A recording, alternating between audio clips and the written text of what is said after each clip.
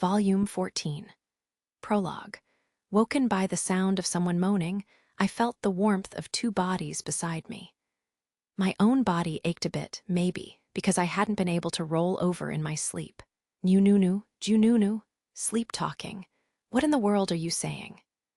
I teased the red-headed girl, mumbling in her sleep with furrowed brows. When I bent my arm and lightly patted her head, her tightly furrowed brow relaxed a little. She apparently hadn't been sleeping well tonight. Zzz. Unlike her older sister, who was noisy even while asleep, the blue-haired girl was sleeping peacefully. She pressed tightly against me with an expression of pure bliss, sound asleep. Her and her sister both had smooth skin and a slightly elevated temperature that felt good to the touch. Despite appearances, the two were proper adults. Had they not been, the present scene would have appeared highly illegal, since both were in their birthday suits. If police officers had suddenly shown up and someone pointed at me saying, "Officer, right here," I'd probably have had no way to defend myself in court. In the end, though, that was just hypothetical, since they were grown women. Guess I should get up? I didn't have any particular reason to get moving early this morning, but lying idly in bed wasn't a good habit. Before getting up, though, I had to figure out how to wake these two girls, who weighed down on me much more powerfully than their looks suggested. Having somehow managed to finish my morning routine, I entered the lounge of our mothership, the Black Lotus. "Good morning, huh?" My entrance seemed to take the crew aback. The confused girl with light brown hair was Mimi, a capable operator who'd been the first crew member to join. She was on the short side, but you could say the voluminous chest armor straining under her clothes was battleship class. Mimi came from a distinguished lineage, though she seemed not to care much about that. If anything, she saw it as a burden, something that might get in the way of her remaining by my side. Not that I'd ever have considered letting her go just because of her bloodline. Not unless she herself wanted to leave, that is. "What the heck are you doing?" The silver-haired beauty with pointed ears shaped like bamboo leaves asked in mixed disbelief and exasperation. Her name was Elma, and she was a skilled pilot and silver-rank mercenary. As a viscount's daughter, she had undergone physical augmentation. Thus, despite her thin frame, she had the strength and athleticism of a super soldier. However, her chest armor stood no chance against Mimi's. It was way flimsier. "Seems like Tina had a bad dream last night," I explained. I was supporting the redhead girl who clung to my front, Tina, with my left hand while lightly patting her the back with my right. Speaking in her Kansai Ben-like accent, Tina usually lifted our spirits. Today, though, she was giving me no end of trouble, acting like the little girl she resembled. On that note, although her shortness made her look like a young girl, she had curves in all the right places. And as a dwarf, she had extremely dense bones and muscles, making her much heavier than she looked. Given Tina's bear-like strength, pointing out her heaviness right now might put my ribs or spine at risk, so I wisely chose not to mention that. I was no weakling myself, so although she was a little heavy, it wasn't anything I couldn't handle. Sis, Whiska, Tina's younger sister, looked up at her with an ambivalent expression. Whiska's blue hair was distinct from her sister's, but apart from that, the young dwarf girls, ladies, were practically identical, despite their similar facial features, though they carried themselves completely differently, so mistaking one for the other was all but impossible. Whiska was usually far more reserved, far calmer than her sister. When her intellectual curiosity was aroused, however, she tended to develop tunnel vision. That said, both she and Tina were incredibly skilled mechanics, second to none, so a little flaw-like that was actually kind of endearing. "Would you like me to examine her, my lord?" Kyugi twitched her vulpine silver ears and swished her 3 excessively fluffy tails as she approached me. She hailed from the distant Holy Verthalt's empire, a place thousands of light years from our present location. Kyugi was a silver-haired shrine maiden with psionic abilities. According to the customs of her country, she was responsible for serving and occasionally guiding fallen ones like myself. She specialized in psionics that affected the mind, such as telepathy. On top of that, she was quickly improving as the Krishna's co-pilot. By offering to examine Tina, Kyugi was likely volunteering to check on her mental state and, if possible, use her special psionic powers to improve it. Hang on, taking care of the crew's mental well-being should be my job, shouldn't it? The speaker was our newest crew member, Dr. Shauko, who served as our ship's doctor and researcher. Her long, dark brown hair was slightly unkempt, and she wore a white lab coat over her clothes, which had been chosen more for comfort than fashion. Pushing that lab coat outward was one of her most striking features, chest armor on par with Mimi's. Dr. Shauko came from slightly problematic, well, special origins, but that wasn't anything unusual considered against this mercenary group's other members. We pretty much all had our own special circumstances. For example, I was a strange being from another world who could barely be considered human at this point. Mimi was a blood relative of the Emperor of the Graken Empire, and probably deserved to be addressed as Your Highness. As for Elma, she was the noble daughter of Viscount Wilrose, a member of the Graken Empire aristocracy. Tina and Whiska didn't seem to have special circumstances of their own, but Kyugi was a shrine maiden in Verthaltz, which, from what I could tell, was a rather high-ranking position. I suspected that there was something special about Kyugi's origins too, but I hadn't yet learned anything specific. Compared to all that, a designer baby genetically modified to enhance her mental capabilities, like Dr. Shauko, was nothing special. It might sound a bit strange coming from me, but compared to Mimi and myself, that sort of thing wasn't noteworthy. Besides, the Empire's nobles were all physically enhanced after birth to increase their mental processing speed and memory. From my point of view, there wasn't much difference between that and what Dr. Shauko had gone through. I don't believe that mental health falls under a doctor's purview, May declared, appearing out of nowhere. Master, if you'd like, I will take care of the issue. May was a high-spec maidroid, in other words, a maid-style android, or, since she was female, a gynoid. She wasn't just a machine, but rather something called a machine intelligence. That basically meant she was a super high-spec AI possessing her own personality.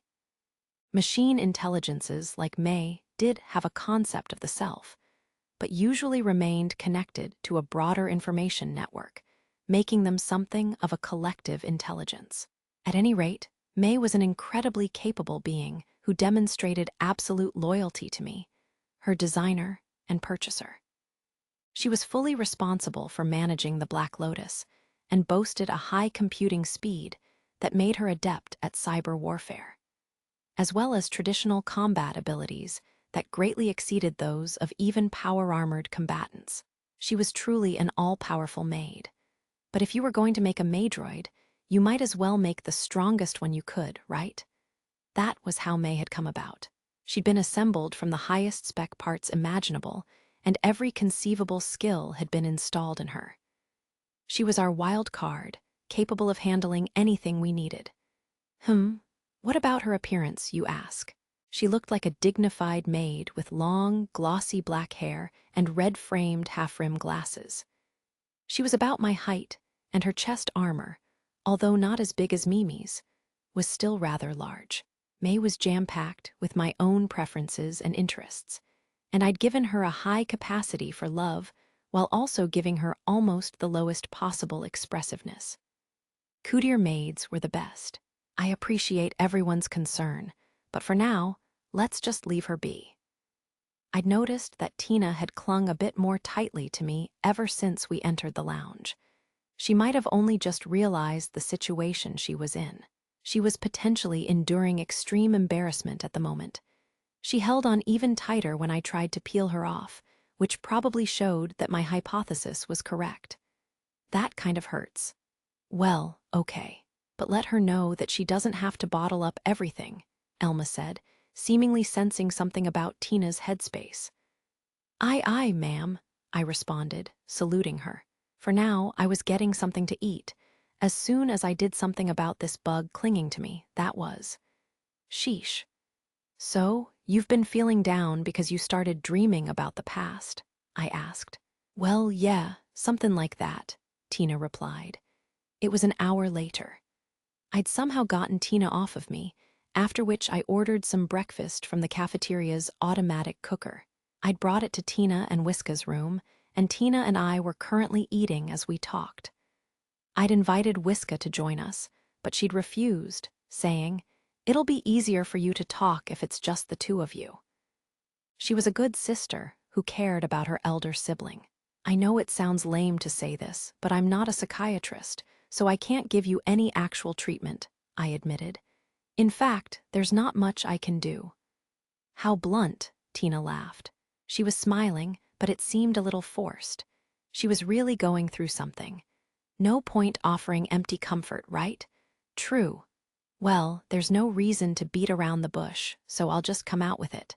No matter what happens, I'll protect you. I don't plan on handing you over to anyone else. I haven't even told you what I'm wrangling with. You sure you should make a promise like that? I'm sure.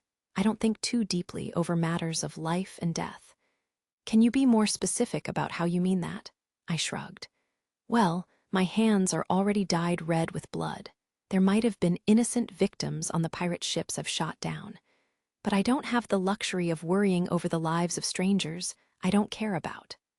Well, no, but Tina wore a wry smile.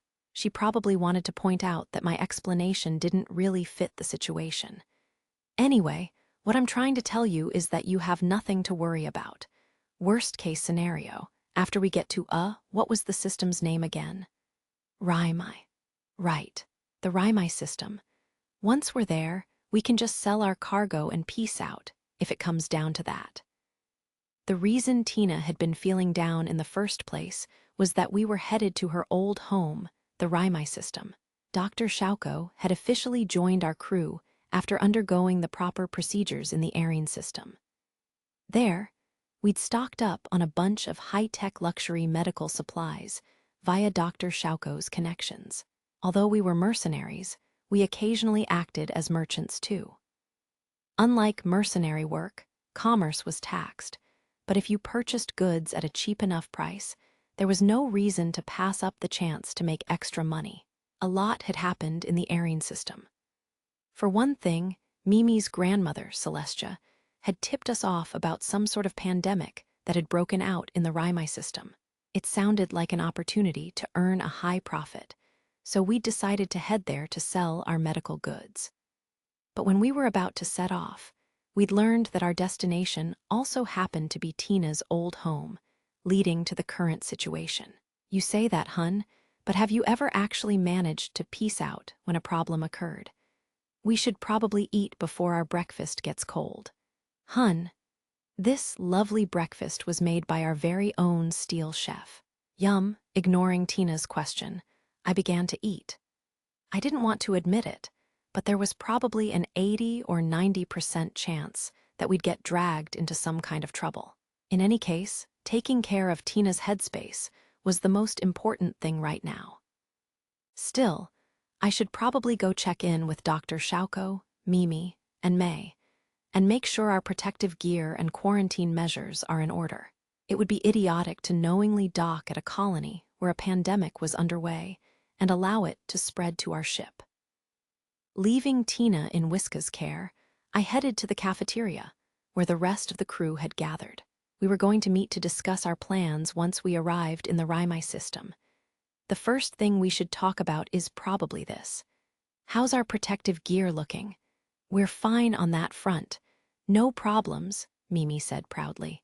For some reason, her extreme confidence worried me more. Just to be sure, I glanced over at Dr. Shauko. As Mimi said, there won't be problems in that regard. On top of the stuff we're selling, we have medical supplies set aside for our own needs, and the ship's outfitted with proper disease prevention equipment. May chimed in through the speaker. There is no need to change your behavior while aboard the ship. However, You will need to take preventive measures in the colony." Mimi was pouting, disappointed that I didn't trust her, but she forgave me when I apologized and made nice with her. "By the way, how is Tina? Is she okay?" Elma asked. "I think so. I don't know what happened to her in the past, but this will probably work out one way or another." "Is that so? It should be fine then," Elma said. It would have been more accurate to say that I'd ensure that it worked out, but Elma must have read my unspoken meaning, since she nodded in understanding. We had funds, political power, and firepower, so we were pretty well equipped to deal with anything that came our way. Still, that didn't mean I'd get complacent and drop my guard. Hypothetically, if we were excessively cautious and prevented Tina from leaving the ship, then any personal problems of hers would be unlikely to erupt. We could have Whiska stay behind too to be safe. Although their hair and eyebrows were different colors, they had very similar facial features as twins, so people might mistake Whiska for Tina and assume that she'd simply dyed her hair before coming back home. So thinking it over, it really might be a good idea for the pair just to stay aboard the ship while we were there. "My lord, if I may be so bold, if your priority is to avoid trouble, perhaps we could simply cancel our plans to visit the Raimai system to begin with," Kyugi suggested. "Although we likely wouldn't turn as large a profit, it might be safer to sell our medical goods elsewhere." "That may be true, but I'm technically a doctor," Dr. Shauko said with a dry little smile. "So if people there are suffering from a contagious disease, I'd like to deliver them medical supplies if possible." Dr. Shauko disagreed with Kyugi on the basis of her vocation, and while Kyugi had a point, Dr. Shauko's perspective had merit as well. Taking profit, honor, and fame into account, selling our medical goods in the Raimai system made the most sense. We'd earn a lot of money, we'd help the locals, and society at large would praise us for delivering crucial medical supplies during a dangerous pandemic. The Mercenary Guild would be delighted with us. It would be a win-win-win for the seller, buyer, and society at large. "At any rate," I said, "the trouble we'd probably run into would just be a local gang or syndicate. If they pick a fight, we can use our resources, connections, and strength to resolve the problem." "You really do sound like a mercenary when you talk like that," Dr. Shauko commented. "Of course, I'm a professional mercenary," I replied. "Is that something to be proud of?" Elma asked with a puzzled look.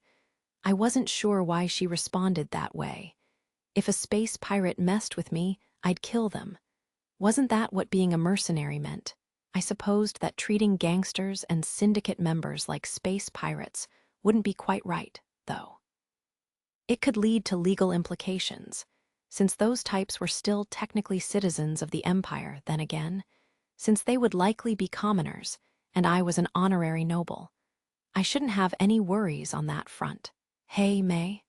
Hypothetically, if armed citizens were to attack me, then on the basis of my privileges as a noble, I wouldn't run into legal repercussions if I just killed them for offending me, would I? From a case law perspective, you would not. In fact, swordsmen with noble titles have occasionally used such methods to eliminate gangsters and syndicate members, since they're difficult to deal with through strictly legal means. No problem, then. Still, I guess we should probably give a heads up to the noble responsible for managing the Raimai system in advance before taking any action. May, contact them and get us off on the right foot. Feel free to make use of the stuff in our special storage if necessary. Mimi, stick to May and learn the proper way to deal with nobles from her. Understood, May replied. Mimi nodded in surprise. Oh, okay. Got it. Why is she so taken aback? I wondered. Hero, you had a change of heart, didn't you? Elma asked. Huh, I don't think I did. Change of heart. What are you talking about? In the past, you always avoided getting involved with nobles, but here you are, suddenly talking about giving the lord in charge a heads up and getting off on the right foot with them. What would you call that except a change of heart? Elma said. Oh, well, I don't feel like I changed. This is just the first time I've seriously considered making use of my noble privilege. I wasn't an idiot. If I was potentially going to fall back on that privilege, it was best to be prepared. I see. By the way, you mentioned the stuff in our special storage. What's in there? Dr. Shauko asked. Ah, that stuff. I've got a bunch of goods you can use in transactions you don't want others tracking. When we take down pirates, we not only acquire their bounties, but also various spoils of war. A lot of those are valuable items that are tough to track, like rare metal. This universe's main currency was Ener, but that was a digital currency. So whenever you made a transaction with it, it left an easily traceable record. That made it inconvenient for illegal transactions, or even just transactions that you preferred others not to know about. Rare, highly valuable goods like rare metal were convenient in situations like that. Rare metal, as its name suggested, was a metal with immense industrial value and extremely limited availability, even on a cosmic scale. To put it in numbers, 1 kilogram of rare metal ingots was worth about 100,000 ener. Converting that to Japanese currency gave you 10 million yen. I'd had a lot of rare metal already when I arrived in this reality, which was why I hadn't needed to worry too much about startup funds.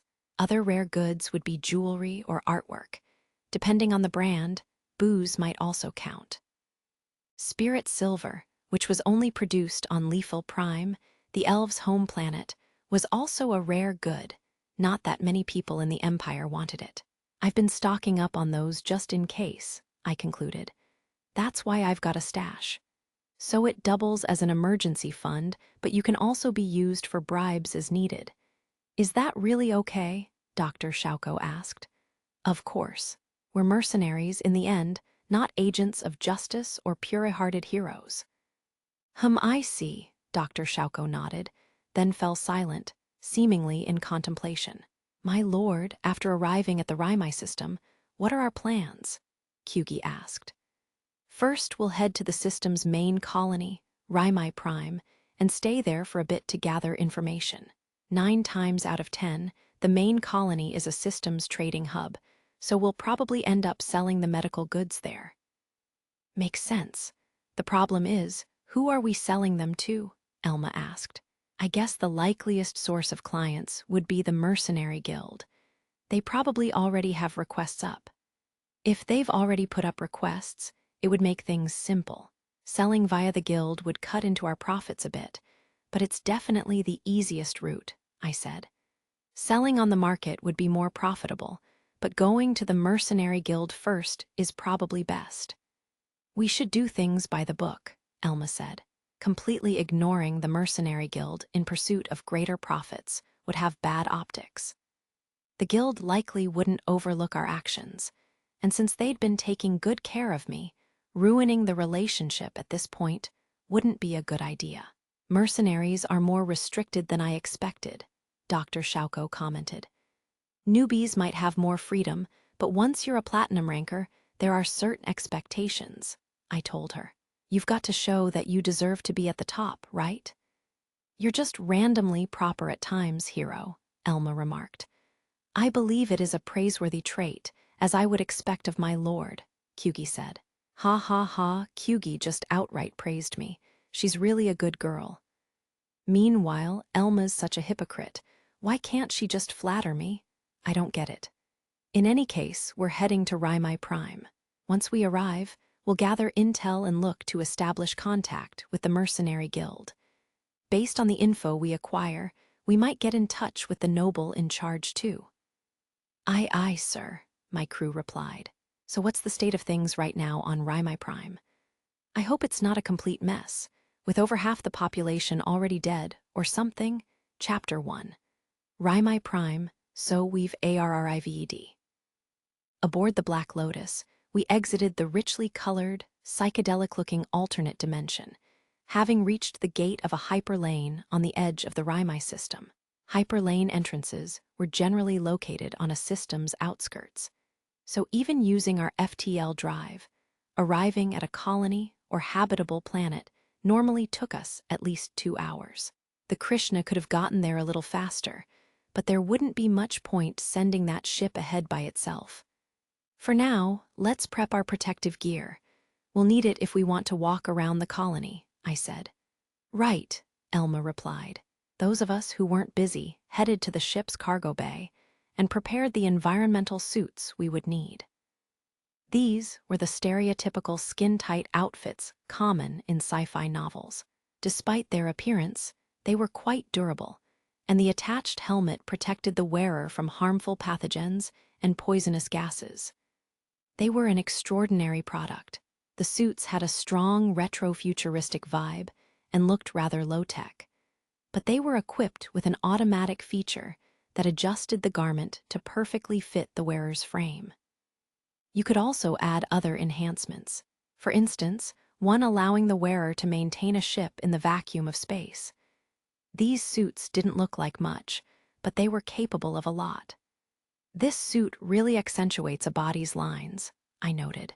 Aren't you embarrassed? Not really. All environmental suits are like this. You do seem to be staring at me, though, Elma said with a judgmental glance. Seeing her in clothes like this, I couldn't help admiring how aesthetically pleasing her figure was. She was on the slender side overall, but the curves from her waist to her thighs, and the modest, yet distinctly defined, lines of her bust were just exquisite. Truly exquisite. They're a little tight around the chest, Mimi said, her fingers pulling the chest area where her environmental suit was pressing against her. Gazing upon the sight, I offered my thanks to the gods. A flawless, perfect marvel of a bosom. Jiggle indeed. What man could have witnessed such a sight and not offered his reverence? I'd say he didn't exist. Although I'm allowed, I don't like the idea of sharing this sight with other men, so cover up with these, I instructed, handing over some cloaks. Oh, chameleon thermal cloaks, Elma said. I'd purchased these back in the Vlad system. They offered thermal control and some, though not total, optical camouflage. When I bought them, my crew had accused me of wasting money, but the cloaks occasionally came in handy. Without their camouflage function activated, they were just plain hexagonally patterned cloaks in subdued colors. With their camouflage activated, just like their namesake, the cloaks shifted their patterns and colors to match their surroundings, allowing the wearers to blend in seamlessly. With these on, the girls wouldn't have to worry about the crowd's rude stares whenever we headed outside. Holding her environmental suit in her hands, Kyugi cocked her head. My lord, won't carrying more equipment increase the inconvenience we face during decontamination procedures while re-entering the ship? She asked quizzically. Yeah, but that's a small price to pay if these cloaks let us avoid unnecessary trouble, I replied as I checked my combat armor. Kyugi was right. Managing all this equipment would be a bit of a hassle. Still, it would be vastly preferable to letting the crew go out without cloaks and garner uncomfortable stares or harassment from weirdos. Most importantly, it gave me peace of mind. I see. My lord, I don't think I can wear this. No. Well, there's no helping it then. Hopefully we can find some protection that fits you on Raimai Prime itself. I hadn't been sure whether the environmental suits we'd obtained would fit Kyugi, given her fluffy tails, and my fears were seemingly well-founded. The suits weren't designed to handle tails, after all, and we couldn't just open a hole for them. Thus, Kyugi would likely have to stay behind on the ship.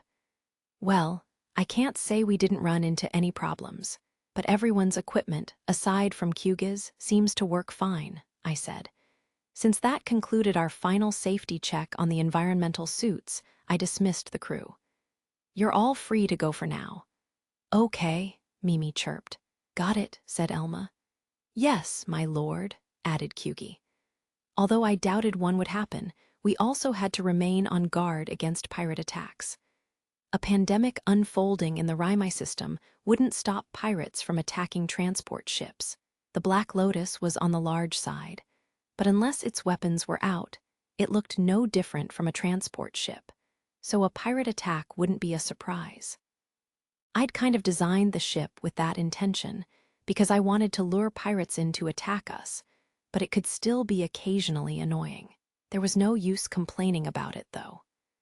As we headed to Raimai Prime, I checked in on Tina. Then I headed to the Krishna's cockpit, where I remained on standby in case an emergency arose. This is awful. While we were en route, I reviewed the information May had gathered, which was displayed on the Krishna's main screen. The situation on Raimai Prime honestly didn't look good. First of all, the pandemic seemed to be a primarily airborne disease, but not the type transmitted from person to person through coughs or sneezes. Rather, it apparently infected people through exposure to spores dispersed by the fruiting bodies of a pathogenic fungus, a literal mushroom. Initial symptoms included fever and coughing. As the disease progressed, the infected experienced chest pain and bloody sputum. In the final stages, their lung tissue necrotized, causing respiratory failure and death by asphyxiation. Even when the patient survived, the disease could spread to their central nervous system if they were unlucky. In any case, without treatment, mortality was high.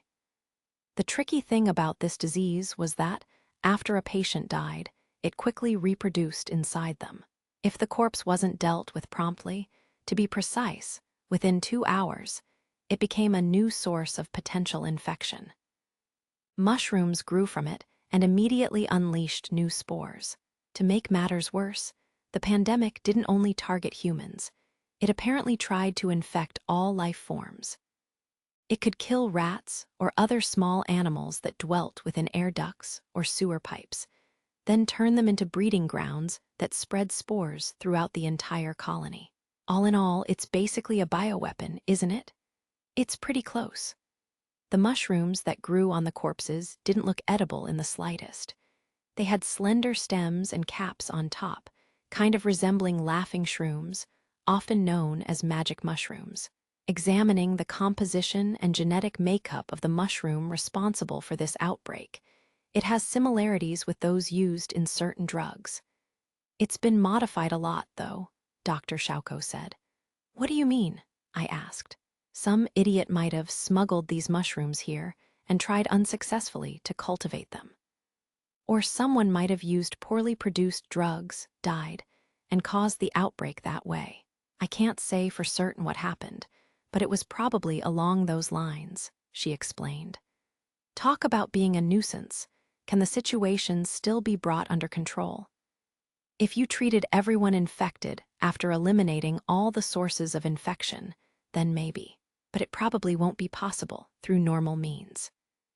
Raimai Prime was a rather large and old colony, so there were likely a lot of small animals that could serve as sources of contagion.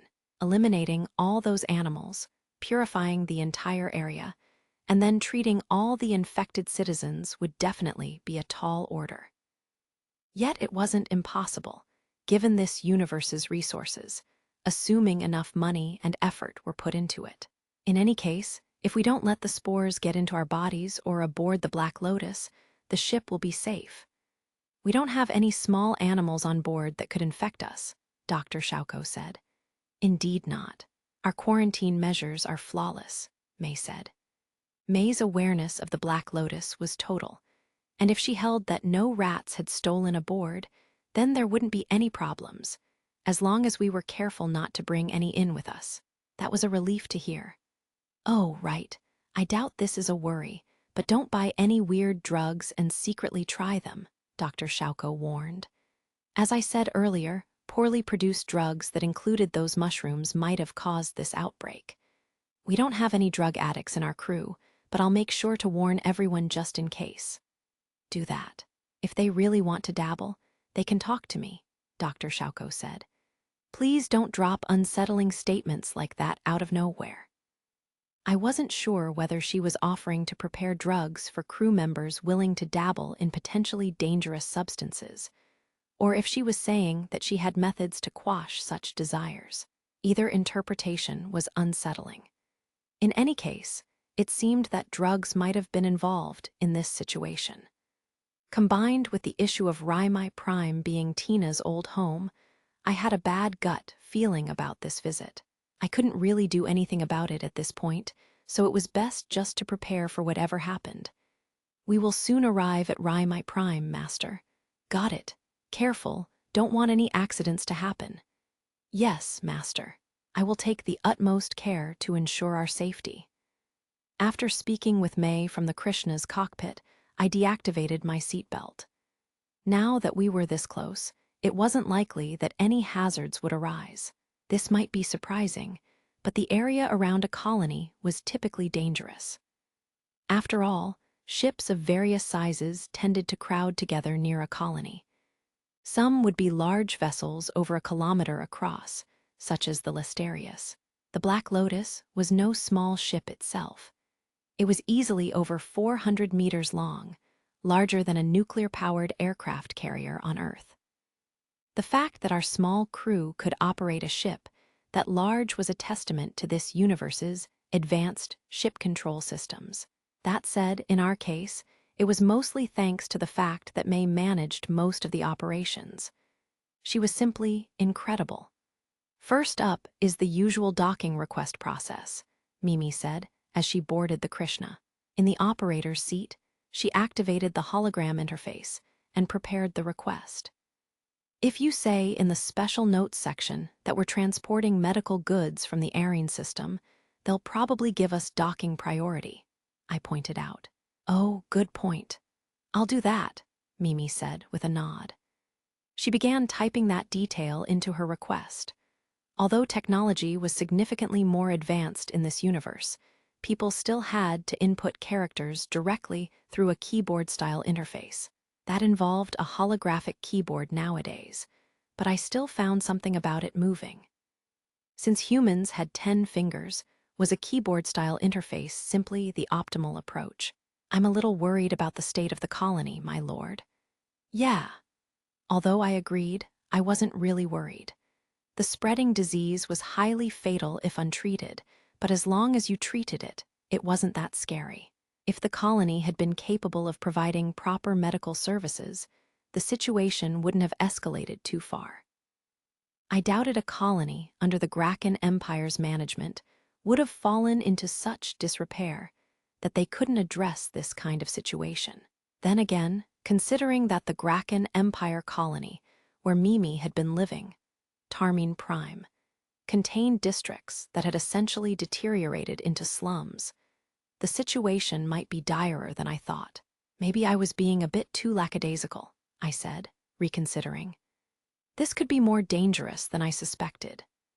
Thinking it through more carefully, although advanced medical technology was available in this universe, rumors of a spreading pandemic had still gotten out, and the outbreak itself actually was happening. We had taken proper precautions not to get infected ourselves. Still, it probably wouldn't be a good idea to take the situation lightly. Hopefully, the medical supplies we brought will be useful, Mimi said. I hope so, I replied. I didn't know what idiot had brought in this pathogen, but the afflicted people who'd been dragged into their mess hadn't done anything wrong. I really did hope that the supplies we brought could help them. Hero, we need to start off gathering information, right? Elma asked over our comms channel. Yeah, that'll be a good jumping-off point. Let's head to the Mercenary Guild to handle that first. Mimi and Kyugi, stay aboard the ship and work with May to figure out where else we can go to acquire information. Understood. Yes, my lord. Let's get moving. Boom. The thunderous sound let me know, even without me looking outside, that the Black Lotus had exited FTL travel. We appeared to have arrived safely at My Prime. Send over our docking request. I'll go contact the Mercenary Guild from Elma's Antlion. On it, Mimi answered over the comms. I headed to the Black Lotus's exterior hatch, where the Antlion was docked. The Antlion was a medium-sized ship, so it was too big to fit inside the Black Lotus's hangar, which forced us to dock it to the exterior hatch when we traveled long distances. Knock knock, anybody home? I asked. I'm opening the doors, Elma responded over the comms. Having arrived at the exterior hatch and requested entry, I stepped aboard the Antlion. If all I'd wanted to do was contact the Mercenary Guild, I could technically have done so from the Black Lotus's lounge, but greeting local guild representatives for the first time from that luxurious space might look kind of bad. So I'd chosen to do so from the cockpit of the Antlion instead. Mimi and Kyugi were currently using the Krishna's cockpit, after all. They'd be busy in their gathering information from civilian news sources, colony bulletin boards, and online forums. Good work. Right back at you. We managed to arrive safely. So far, so good. Elma welcomed me as I entered the Antlion's cockpit. Well, I say welcomed, but all she did was rotate the main pilot seat toward the entrance where I'd appeared. Look, there aren't that many ships, she pointed out. Yeah, there probably aren't many people keen on visiting a colony undergoing an active pandemic. Any visitor here risked bringing the pandemic back with them onto their ships if they weren't careful. It was common sense to feel that it wasn't worth the risk, and that it would be better to head to a safer colony instead. The view displayed on the cockpit's main screen seemed to affirm these conjectures. The airspace is completely deserted, I noted. It does look like a lot of ships are docked, though. That makes me think that you probably can't leave once you're here, Elma said. That's possible. You probably need to undergo a safety check to guarantee that you won't take the infection with you when you leave. But they probably don't have the manpower to do those checks, so those ships are stuck here. That might be intentional. As long as the ships remain here, they'll have to keep paying the colony docking fees and covering water, air, and food expenses. I'd rather not think they're that greedy here. But if push comes to shove, I'll use my authority as either a platinum ranker or an honorary viscount to get us permission to leave. Power was meant to be used at a time like this, and when it came time to do so, I wouldn't hesitate. So we dock as planned then? We can't sell our medical supplies without docking. In any case, let's start by contacting the Mercenary Guild. I sat in the co-pilot seat next to Elma to operate the interface, calling Raimai Prime's Mercenary Guild branch. Soon enough, someone on their end picked up. This is the Raimai branch of the Mercenary Guild. The holo display was projecting an intelligent-looking female staff member. Once more, my hypothesis struck me that, since receptionists served as an organization's outer face, they tended to be attractive. That said, they were never as attractive as my crew. Hello, this is Captain Hero. Here's my ID. I'm Elma. This is my ID. Elma and I used our terminals to send our identification information. After all, we had to reveal who we were before we could do anything else. Checking now. Welcome, Captain Hero, Miss Elma. It's an honor to welcome a platinum ranker and his skilled crew. The receptionist's face hadn't changed one bit. Her control over her expression rivaled May's. We're carrying a mountain of high-grade medical supplies from the airing system. We plan to unload them here, and we'd like to do that through the guild. There should be requests up already, right? You live up to your reputation as a platinum ranker. Most mercenaries are only interested in hunting pirates, chasing bounties, guarding merchants, or serving in wars as hired guns. They only care about fighting. As long as we make Ener and help people, that's all that matters. Whether we earn that Ener by fighting like mercenaries or transporting goods like merchants doesn't change the money's value. Exactly. Ener is Ener, however it's earned. Earning Ener is the foundation of being a mercenary. May I have a list of your cargo? Okay, sending it over now. I used the interface at my fingertips to transmit the cargo list. This is quite a large quantity, but your cargo also appears somewhat problematic. We have a licensed doctor aboard. I'll have her send you her license information. We were carrying several types of goods that required a special license to transport. The fact that the receptionist could immediately point that out indicated she was good at her job. I contacted Dr. Shauko and had her join the call, and after the receptionist had her license, we began to talk business. We can purchase any supplies that there are already requests up for, but you'll still have leftover cargo. Want us to help you get rid of that as well? We'll pass on that for now. We plan to speak with the noble in charge here later. He might want the rest. If we have leftover supplies even after that, maybe we can leave them to you. Understood. Providing us with supplies that there are requests for is already more than enough. Thank you. Yeah. After we're done here, we'd like more info about what's happening on this planet. Can you provide that? Yes. We'll inform you of everything the Guild knows. Okay. Looks like our interactions with the Guild will proceed smoothly. The situation's worse than I thought, I said. Yeah, Elma concurred. I frowned as I read the information the receptionist had given us. Elma clearly felt the same way I did. Her brows were furrowed as well. First of all, there was no mistaking that a genuine pandemic was taking place in this colony. The disease wasn't affecting all the residents equally, though there was a dramatic imbalance according to social status. This colony's awfully stratified. Yep, it's pretty cleanly divided between those on top and on the bottom, Elma said. Roughly 90% of the citizens were considered lower class. They were essentially laborers.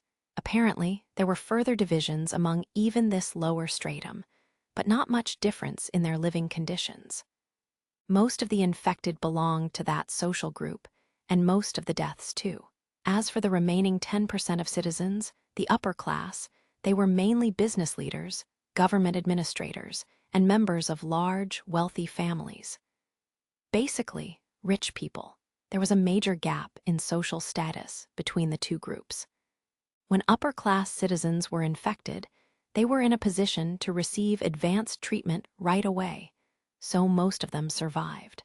Raimai Prime was a large colony, with a population of about 500,000 people. Roughly 9/10 of those people were in a precarious situation, finding themselves at a high risk of infection, and the death toll slowly continued to rise. Won't this lead to a riot? I asked. Maybe, and people will probably try to stow away on the ships docked here. We'll need to be on our guard, I said. The crude drug derived from the aforementioned mushroom was further exacerbating the situation. It turned out that the colony's governing body had long since identified the current epidemic source and had issued a colony-wide announcement warning of the dangers of the drug made from the mushroom in question. But use of that drug continued to spread, so the epidemic showed no sign of ending. The drug had not only psychoactive effects, but also strong analgesic properties. It induced a sense of euphoria, and that resulted in a widespread and vicious cycle in which people turned to the cheap drug to escape the pain and suffering caused by the illness, serving only to spread the pandemic. No, there's no way, is there? I said. Driven into a corner, humans grasp at straws. There will always be contrarians and conspiracy theorists who act illogically, whatever the situation, Elma said. My head hurts just thinking about these circumstances, and that's as an outsider. The noble in charge here must have one hell of a headache. Probably. However much technology advanced, humans were still human. Although they'd gained the ability to leave their planet and explore the galaxy, and their tools had become more and more useful, human nature didn't change easily. I guess that makes sense. It's not like my way of thinking has changed much since coming to this reality. Well, that's not entirely true. I'm now capable of taking others' lives when necessary, which is a big change, though maybe I always had the potential for that within me. Maybe since I lived in Japan, a peaceful country, that trait just never had the opportunity to manifest. Not that I have any way of testing that theory at this point. According to Dr. Shauko, when proper treatment isn't administered, the pandemic's fatality rate is around 70%. Only about 10,000 people have died so far, so I guess you could say they're putting up a good fight. They've poured a lot of money into controlling the spread of the disease, but they don't have the ability to provide proper treatment for everyone. It seems like people don't develop immunity either, since they can become reinfected even after being cured, Elma said. What a miserable state of affairs. Will things be okay? How should I know? You'll have to ask Dr. Shauko, Elma said with a shrug. She seemed to be treating this as someone else's problem, and she wasn't wrong. We were delivering a batch of medical supplies to this colony. But all we could do beyond that was pray that the noble and his administration contain the disease. A single team of mercenaries couldn't make much of a difference in this situation, nor were they in a position that required them to. Let's share what we learned with the others. I sent the information we'd received from the Mercenary Guild to the rest of the crew. In hindsight, that turned out to be a mistake. Unfortunately, by the time I realized that, it was too late. You're telling me that, no matter the risks, you want to go check to see whether someone you know in this colony is safe? I asked. Tina nodded weakly. Yeah. How we'd arrived at this situation was quite simple. After I'd shared the information we got from the guild, the colony's miserable state had shocked Tina, and she was no longer willing to just sit by and watch. Too bad.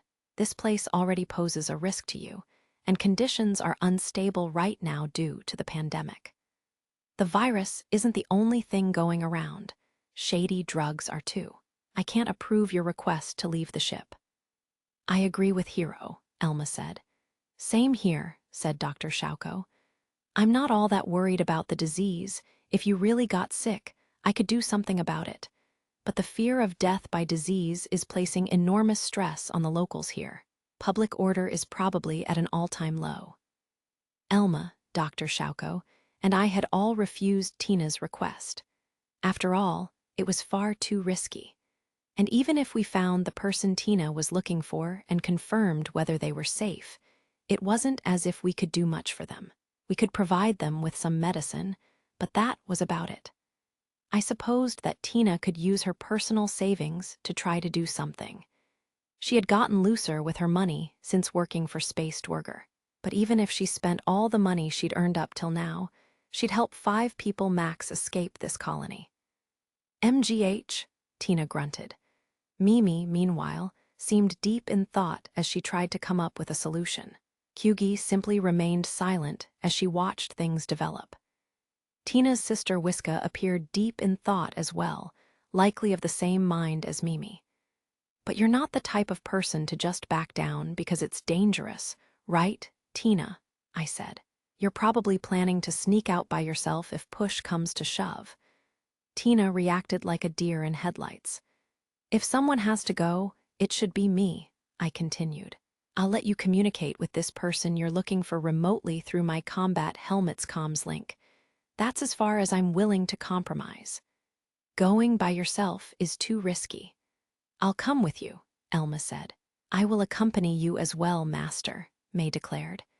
Given the situation, you should probably have a doctor with you too, Dr. Shauko noted. My lord, please bring me also, Kyugi requested. Stop. You guys are making this more complicated. One person after another was volunteering to accompany me, but I couldn't exactly bring everyone. Going with such a large group would defeat the purpose. I'd like to go as well, I would, but Mimi, who lacked any in-person combat abilities, trembled in frustration. Mimi can view herself from a realistic perspective. Good girl. Well, I'm not bringing Kyugi. We haven't got an environmental suit that fits her, for one thing. How frustrating for my tails to be a hindrance. Kyugi was clearly disappointed. The pandemic seemed to be primarily airborne, so full body protection wasn't necessarily imperative. A mask that protected the mouth and respiratory organs might suffice. That wasn't guaranteed, though, so I couldn't risk Kyugi coming with us.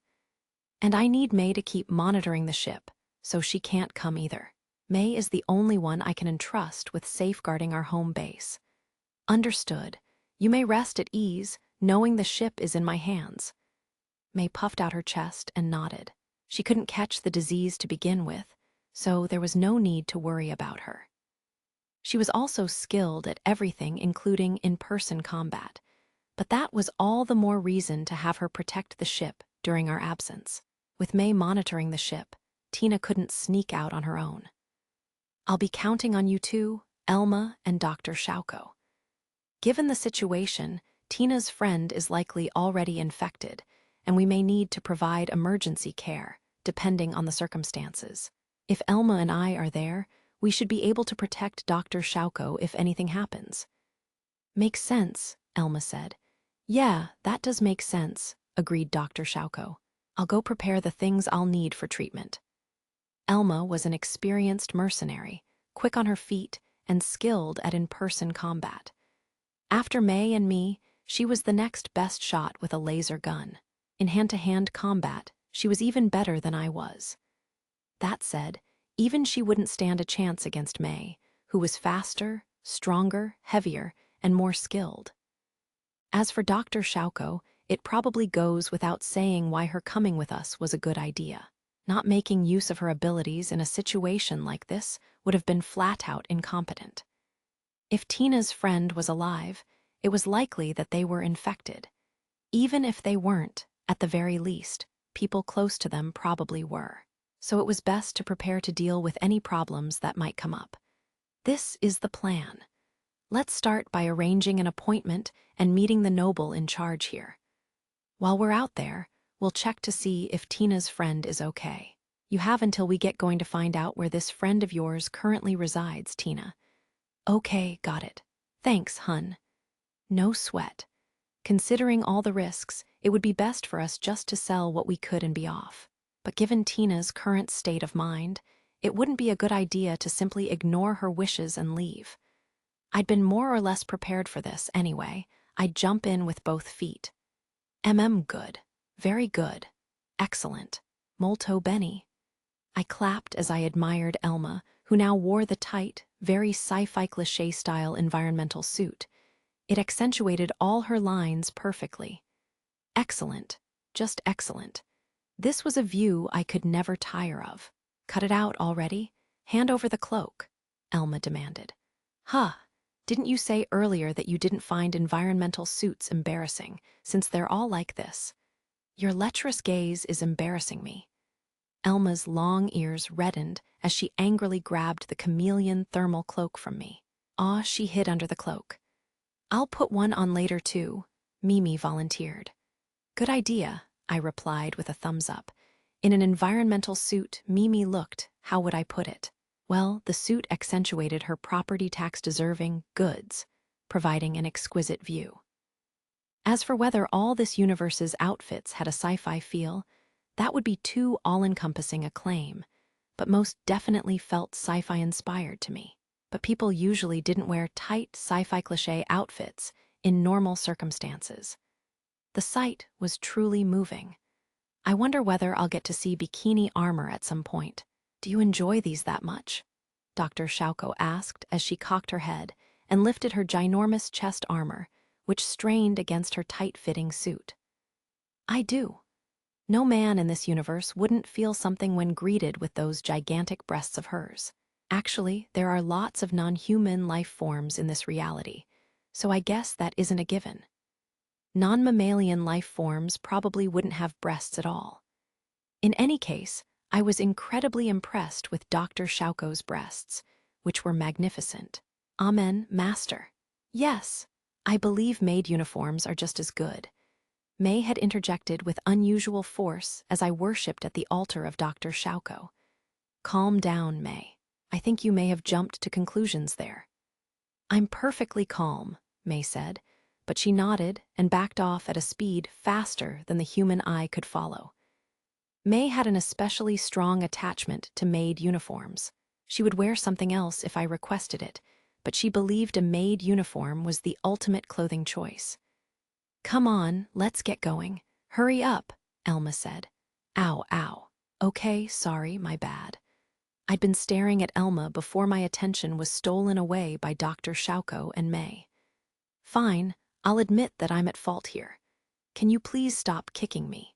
Her whip-like kicks were painful even through my combat armor. I'll keep my comms link open at all times, I said. Have a safe journey, master, May said. Even though Elma had already changed into her environmental suit, she muttered as she watched me don my combat helmet. Maybe I should get combat armor too, as a business expense, of course. I guess it could be considered one as long as I approved it. You would approve it. Of course. So please lower your hands. Combat armor can shield me somewhat from your kicks, but it provides no protection against joint-locking techniques. In fact, the armor makes those moves even more hazardous. I don't mind getting close and personal with you, Elma, but I'd rather not have my arms and fingers bent in unnatural directions. Undergoing decontamination in the Black Lotus's airlock, Dr. Shauko, who wore the same environmental protection helmet as Elma, muttered in a slightly worried tone, "I hope Tina doesn't do anything crazy." "It should be fine," I told her. Since Tina had been feeling pretty down lately, she was currently receiving meditation therapy from Kyugi. Being unable to come with us, Kyugi had jumped at the opportunity to do something useful. Hopefully her enthusiasm wouldn't backfire and damage Tina's mood further. In any case, Whiska would be there too, so it wasn't likely that anything worrisome would happen. "We're the ones who have to be careful now," I added. "You'll be carrying swords and wearing a full suit of combat armor, so I doubt anyone will want to pick a fight with you," Elma commented. "I hope not." "Me too," said Dr. Shauko. "If I set my helmet's visor to its opaque mode, people couldn't see my face, which was perfect for intimidating others." My face apparently lacked the presence or intimidating affect expected from a platinum ranker. Of course, the swords I carried were a different story. Chapter 2. The upper and lower districts, after undergoing thorough decontamination while leaving the spaceport district, I offered my honest impression of Raimai Prime. What a miserable-looking colony. "Well, there is a pandemic going on right now," Elma pointed out. "First of all, there were few people on the streets, although that was in comparison to other colonies of the same size. Not many people wore full protective gear like me. Most simply wore masks. They were likely residents of the colony, whereas those decked out in protective gear were other visitors who docked here." Why did I think that? Well, a full-body protective suit was expensive, whether it was for one-time use or repeated use. To use one properly, you also needed access to a decontamination facility. I doubted that this colony's lower-class citizens could afford such a thing. "Are masks enough to prevent the spread of disease?" I asked. "I suppose a full-face mask could be effective," Dr. Shauko answered. "The type that covers the eyes as well, not just the nose and mouth. You'd still need to sterilize the mask when you went from an infected district back to a clean one, so it wouldn't be possible to achieve perfect protection without dedicated facilities. Given the situation, those facilities probably couldn't keep up with demand or weren't operational to begin with." We exited the lower district, lower in status, rather than geographical elevation, and headed toward the upper district, where the noble responsible for this colony resided. "The noble who rules here is a baronet, right?" I asked. "Baronet Radius. He's more a governor than an actual ruler," Elma said. "What's the difference?" "Ruler implies that a noble owns the land, or in this case, the star system," Elma answered. "A governor is a noble given permission by a ruler to manage a star system. That means there's another noble above Baronet Radius who actually owns the territory. That would be Viscount Magnally." "I see. By the way, will we need to watch our words? I'm not great at speaking politely." "As long as you at least try to be polite, it should be fine. Even though your title's only honorary, it's still technically higher in rank than his." "Is that how it works?" Hearing this conversation, you really do seem like a noble," Dr. Shauko commented. "I don't feel like one most of the time," I replied. While we conversed, we'd arrived at the gate separating the lower and upper districts. Guarding the gate were soldiers equipped with laser rifles and full-body combat armor that likely had the same functionality as environmental suits. There were laser turrets mounted by the gate as well. It was quite a heavily fortified location. I guess that makes sense. Public order is probably at an all-time low right now, and given what I'm seeing here, this is terrible, I remarked. "Well, it's not really a surprise, I guess," Dr. Shauko replied. A group of angry residents had converged close to the gate, but they weren't blocking it or anything. They were just gathered nearby. What's this? They're asking for food and water, Dr. Shauko said. They're requesting air tax exemptions and financial assistance with medical treatment, Elma noted. They want the governing body to take responsibility for the pandemic and pay out compensation. Well, I suppose that makes some sense, Dr. Shauko mused.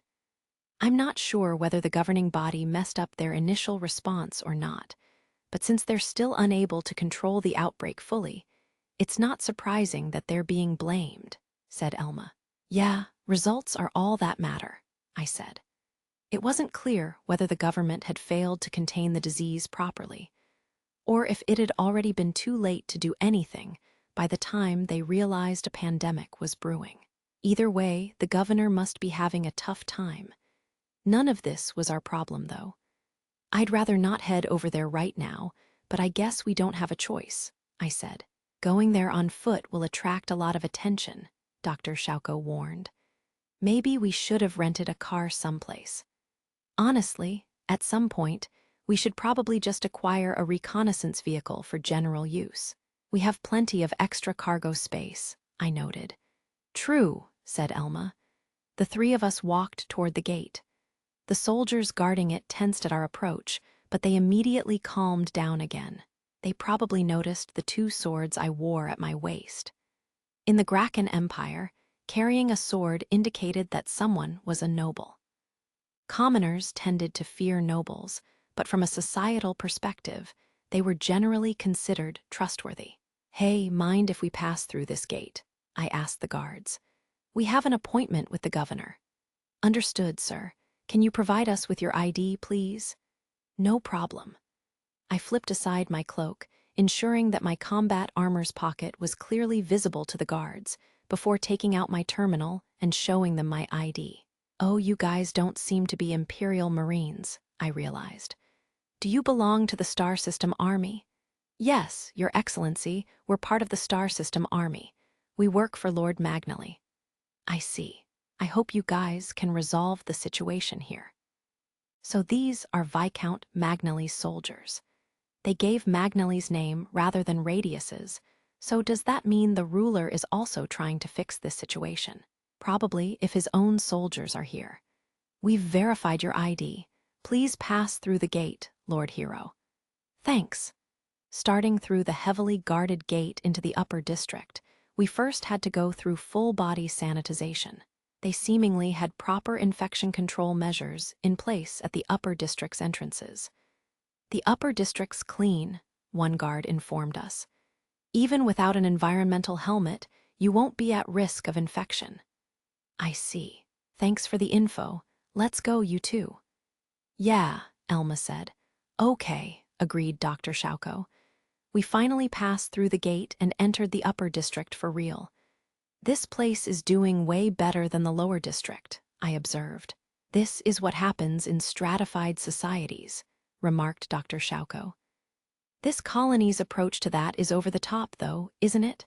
Elma said. Not many people wore masks in the upper district, nor full protective gear like we wore. The only exceptions were the guards manning the entrances. If I had to guess, not many people were going between the lower and upper districts, given the situation. In any case, since the area on this side of the gate was free of the pandemic, a mask wasn't necessary.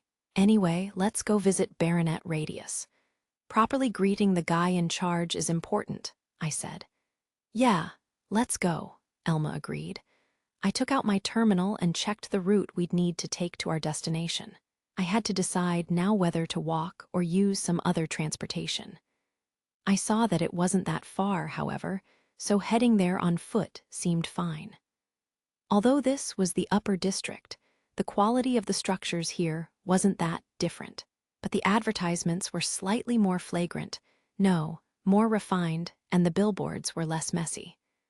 The walls were devoid of graffiti, and trash didn't litter the streets. Overall, the upper district was clean and orderly. This district really is pretty well maintained, I commented. What's that theory again? Right, the the broken windows theory. Broken windows theory? Elma inquired. If you just ignore broken windows, it can make people believe that nobody is paying attention to the area, so all the windows end up broken, or something like that. I think the theory argues that maintaining a clean atmosphere discourages people from dirtying a place. It takes guts to be the first one to do something, right? I see. I think I came across something like that back in the day when I was studying governance. Elma, you once studied governance? Asked Dr. Schauko. I'm a noble's daughter, so yeah. Elma shrugged. Thinking about it, Elma was the daughter of a viscount. So if she had taken the normal route and married some noble in charge of territory, she might have had to govern it. I figured it wasn't surprising that she'd received that type of education. All knowledge is useful, eh? I remarked. Huh, what are you going on about now? Asked Elma. Nothing much, just sharing my honest opinion. I was thinking that, although Elma had gone through the effort to learn that stuff, the knowledge would basically be useless as long as she continued life as a mercenary. Should I think about arranging a situation in which Elma could make full use of her skills? My initial goal had been to acquire a single-family home with a garden on a safe, inhabitable planet. But maybe I should aim higher. I would probably have 6 wives at least, way more than a normal single-family home could accommodate. I'll at least need a mansion or multiple houses. Would that constitute a settlement? Your face tells me that you're thinking about something weird again, Elma said. What makes you say that? That's what that face means, Dr. Schauko asked. Yeah, without a doubt. How rude.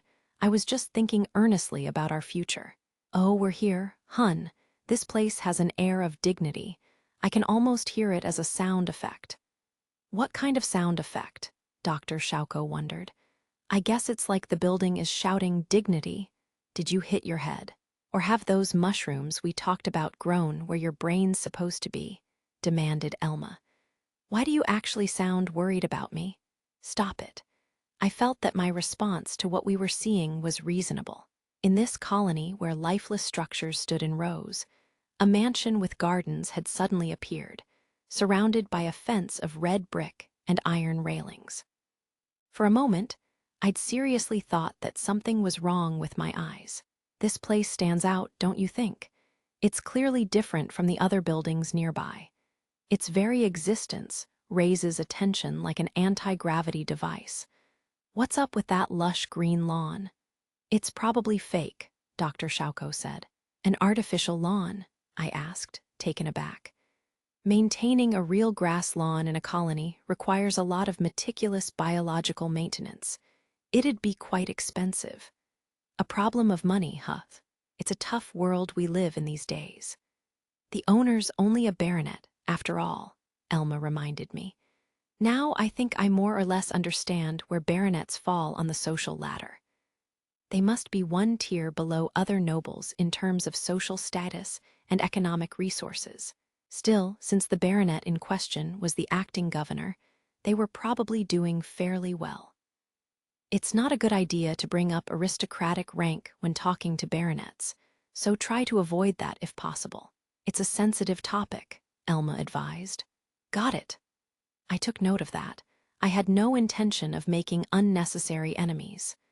We approached the faux-rusted metal gate and told the guard posted there who we were and that we'd already made an appointment. He opened the gate for us and led us toward the mansion. As we followed behind the guard, I secretly spoke to Elma through the communication device in my helmet. Hey, anything I should watch out for when we meet the guy? You should probably take off your helmet. Even if you rank higher than the baronet, leaving it on would still be rude.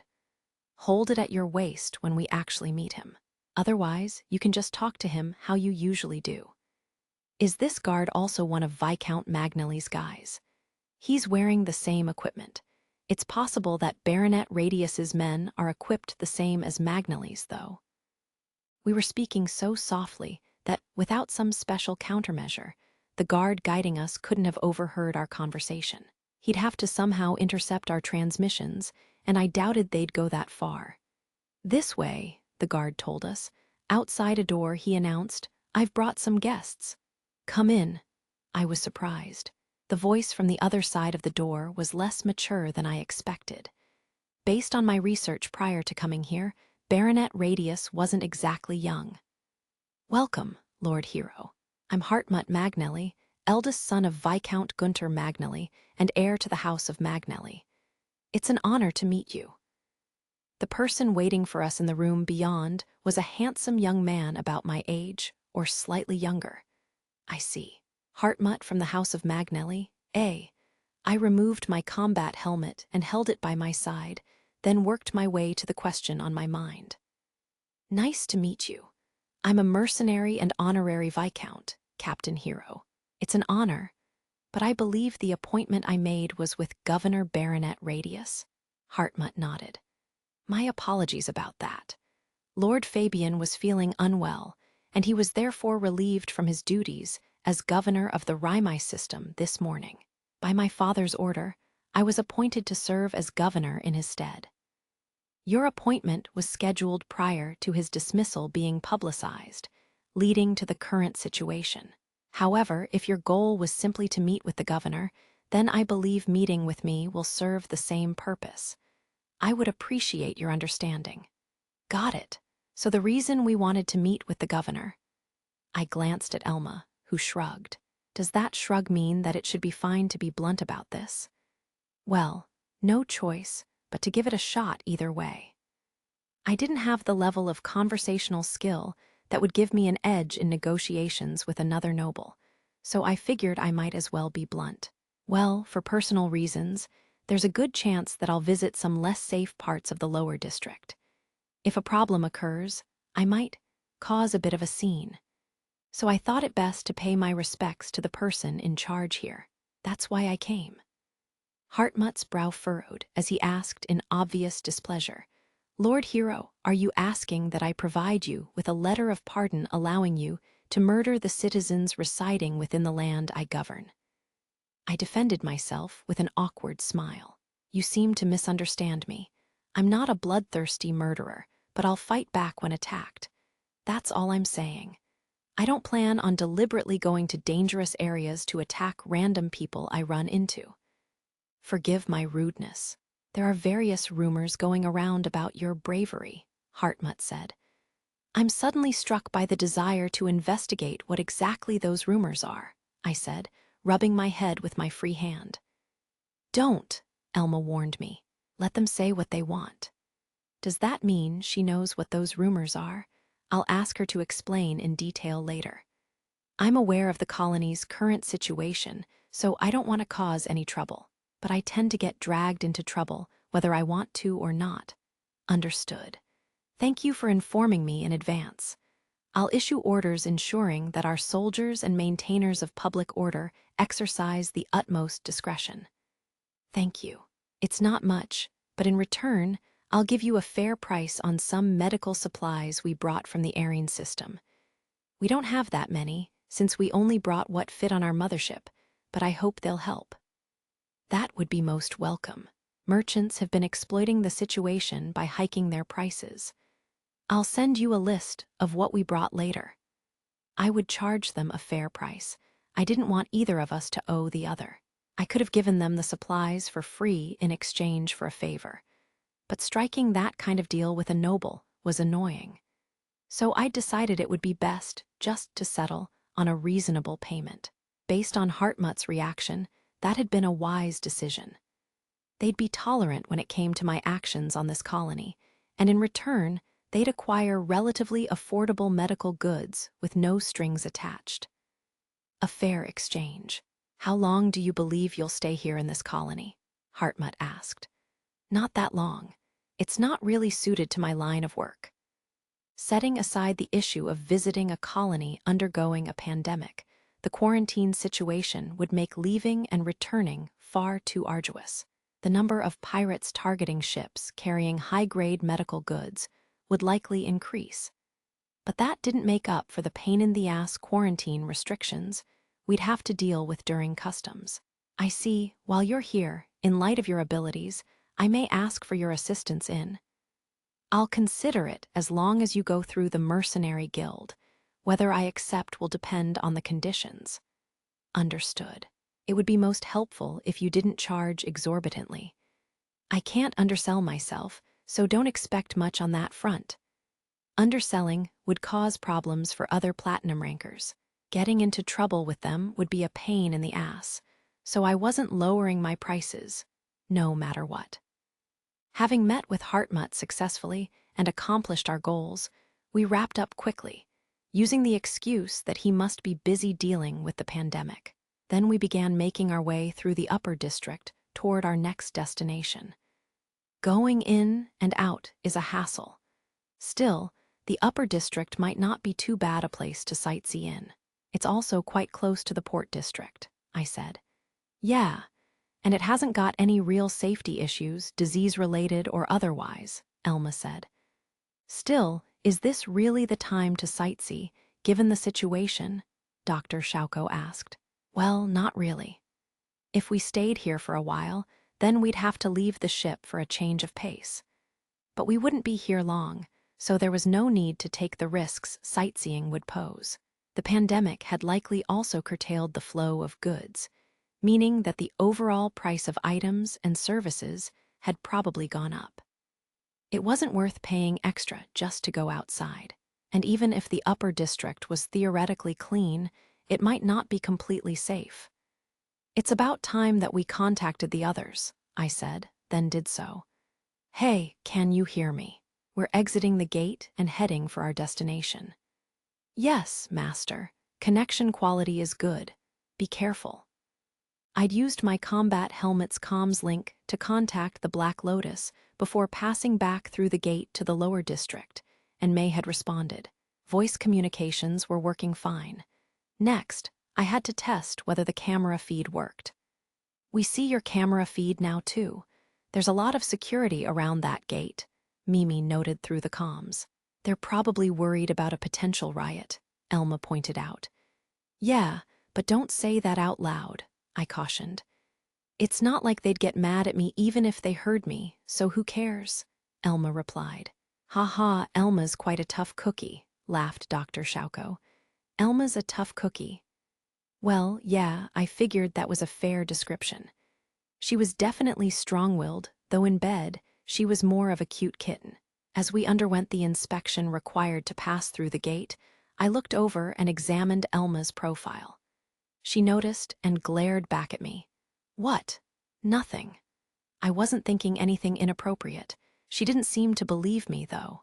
My combat helmet's visor was currently opaque, so Elma shouldn't even have been able to tell where I was looking.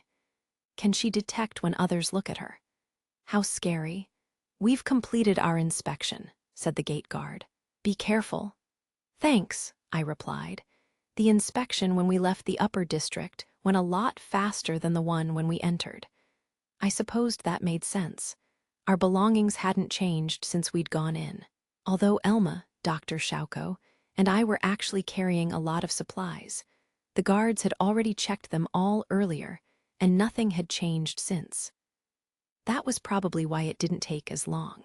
As for what those supplies were, Elma and I carried mostly food and water, whereas Dr. Schauko had a bunch of medical items. According to Tina, people were probably struggling to obtain those 3 types of goods under the circumstances, so we'd brought as much as we could. If what we were carrying was insufficient, it'd be smarter to transport additional supplies with our combat bots. It would just be silly to keep transporting heavy stuff like this ourselves. We also had some extremely long-lasting rations, but they were more of a last resort, so I'd kept them stored on the Black Lotus for now. Curious about what those rations are like. They're basically just large tablets. You swallow one with water, and that single tablet provides you with enough nutrients for the day. Combined with water, it even produced a chemical reaction in your stomach that provided a sense of fullness. The taste wasn't anything to write home about, though. Plot us a route from where we are now to our destination, I directed. Okay, I'll send a mini-map and locator to display on your visor. The moment Mimi said that, A minimap and locator appeared inside my helmet's visor.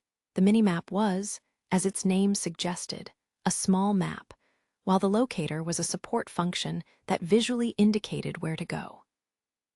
Basically, there was now a line on the ground that highlighted the path to our destination. Am I on a mining spaceship? This disease isn't about to mutate and make the dead rise again, is it? So, where exactly are we headed? I asked. Oh, I don't mean physically where. More like, what kind of place are we headed to? Tina answered through the comms. Oh, I forgot to tell you. How do I put it? It's like an orphanage, a nursery, something like that. Sounds pretty tame, I noted. I thought we were heading someplace with poor public order, said Dr. Shauko. Sis, however poor public order is, as long as they're men and women, kids are going to be born, Tina explained. People can't afford to raise 'em, though, so they just abandon 'em. But if the streets are littered with kids' corpses, it ain't exactly a good look, and the authorities will object. The bad guys don't want the authorities looking too closely into what they do. So, they arranged for a place to hold those kids to at least keep 'em from dying in the streets. Is that a good thing? Dr. Shauko asked. It doesn't sound very positive to my ears, Kyuki said. You can't avoid manipulation going on behind the scenes, however much you struggle. But believe it or not, some of the people in charge come from a background along those lines, so it doesn't always end badly. Tina said, You can't divide the world easily into good and evil, huh? Dr. Shauko observed. I wasn't sure just how many criminal factions existed in the lower district, but taking Tina's words at face value, it sounded like the orphanage or nursery we were headed to was something of a non-combat zone, a kind of buffer area or inviolable territory. Did this place take care of you, Tina? Well, rather than saying, the place took care of me, I guess I was the one talking care of it. It's complicated. I have a lot of friends in the colony, but I'm most worried about this place. You don't need to worry about your other friends. Well, I'm worried about 'em, but they're all adults. They should be taking care of themselves. The situation bane. What it is, though, people are probably too busy looking after themselves to help others. So, got it. Tina's relationship with this orphanage still wasn't clear to me, but I could more or less guess that the place was in a rather precarious situation. If the pandemic caused the power balance between the various local factions to crumble, the orphanage would likely be one of the first places affected. In any case, we have to check the place out before we can reach any conclusions, I said. Yeah, but let's take it slow and steady, Elma replied. Right, nothing good comes of rushing, Dr. Shauko added. As long as we followed the locator, we'd reach the place eventually. It was a little far, so I would have liked to find some form of transportation. But if that wasn't possible, we just have to continue walking. This is the place, right? The minimap and locator both point here, Elma confirmed. We'd followed the route the crew aboard the Black Lotus had provided, and after walking 30 or 40 minutes, we'd arrived at our destination. As for what we found there, this place is a complete mess, Dr. Shauko remarked. There's blood and laser burns, Elma noted. The structure we'd reached was in terrible shape, as if a big battle had taken place there. The scorch marks had likely come from lasers on a lethal setting, and the red-black splashes indeed appeared to be dried blood. From the looks of things, a serious fight had broken out between a faction stationed at the building's entrance and another faction stationed in an alleyway facing the building. Hun, go in, find out what happened, please. You got it. Elma, I'll watch your back. Leave it to me.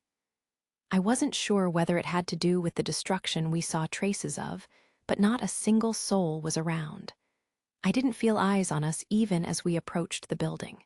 It was probable that the locals had either fled, not noticed anyone approaching the building, or hidden to avoid getting caught up in a conflict. Resting my right hand on my sword, which I was prepared to unsheath at a moment's notice, I opened the door of the rundown building and entered. Focusing my senses, I detected a number of presences within the building. I'd recently gained the ability to clearly detect the presence, or I guess thought waves, of other life forms, so long as they were near enough. It didn't matter whether they were on the other side of a wall or the other side of battleship plating that could endure direct hits from laser cannons. Anything? Elma asked. Multiple people inside, 3 or 4 adults. The rest are children, about 7 of them. I think several are in a weakened state. More than a few of the presences I detected were extremely faint. I didn't get the sense that they were purposely hiding, but rather that they were severely weakened. That's a useful ability. I definitely want to learn more about it, Dr. Shauko said. It comes with its share of problems. What do you think? I think entering out of nowhere would be dangerous, Elma replied. Yeah, guess we should inform them that we're here first. Considering where we were and the state of the building's exterior, the people inside could be armed with laser guns capable of firing at a lethal level. Equipped with laser guns, even children could easily kill adults, so it would be best to avoid conflict if possible. As Elma watched my back, I strode farther into the building, heading toward the room where the presences had gathered. I don't see any trace of battle inside the building. It's a little dirty, but not damaged. Did they manage to keep the fight outside? Or were the defending forces completely wiped out, allowing intruders to enter? They're in here, I said by a door. Should we knock? Elma asked. Let's call out to them. They should have heard our footsteps. I called through the door. Hey, can you hear me? A friend asked us to check on you. Mind opening the door for us? There was no reply. The presences through the door seemed restless. They were likely unsure how to respond. Hun, try tellin' that you're friends with the red-headed repair girl. Okay. By friend, I mean the red-headed repair girl. She asked me to come check on you guys. In any case, I promise not to harm you. The presences within the room began shuffling again. Shortly after, the door's lock released. As the door opened, a rebellious-looking boy peeked out from within. Don't try anything funny, he warned.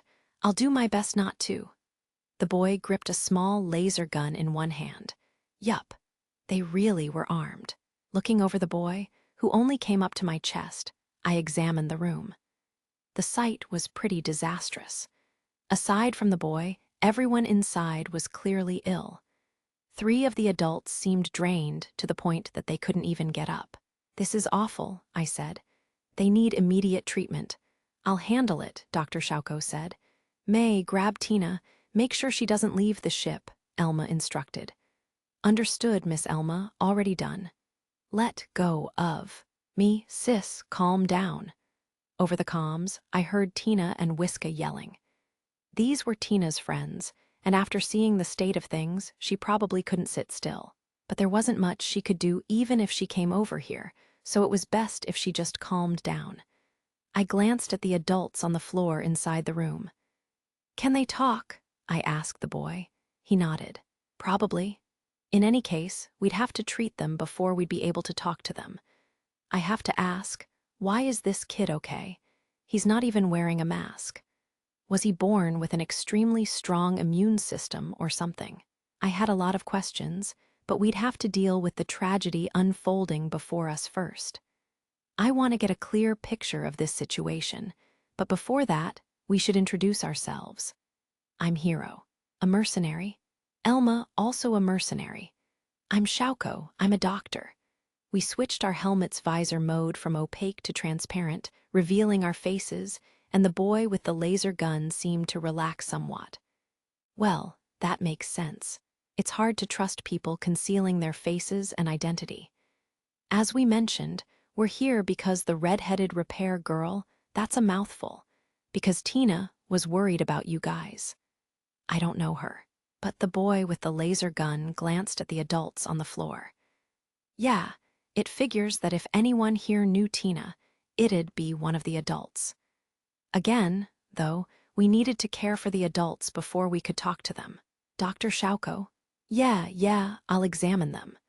She turned to the little boy. Are you okay with that? Yeah, the boy said reluctantly. Having received his permission, Dr. Shauko took out a medical scanner and used it to examine the 3 adults and 7 children in the room. "How do they look, Dr. Shauko?" "The 3 adults and 2 of the kids show advanced symptoms, but no need to worry. With me on the job, they'll be perfectly fine," Dr. Shauko said. She took some kind of injector out of her medical bag and quickly set about treating the adults and kids, her movements clearly demonstrating her abundant experience. "Do the first aid nanomachines used by mercenaries like me not work for stuff like this?" I asked. "First aid nanomachines are generally only used to mend injuries. Injecting them doesn't improve someone's immune system, nor assist in creating antibodies. They can alleviate symptoms temporarily, but the symptoms will soon resurface," Dr. Shauko explained. "I see.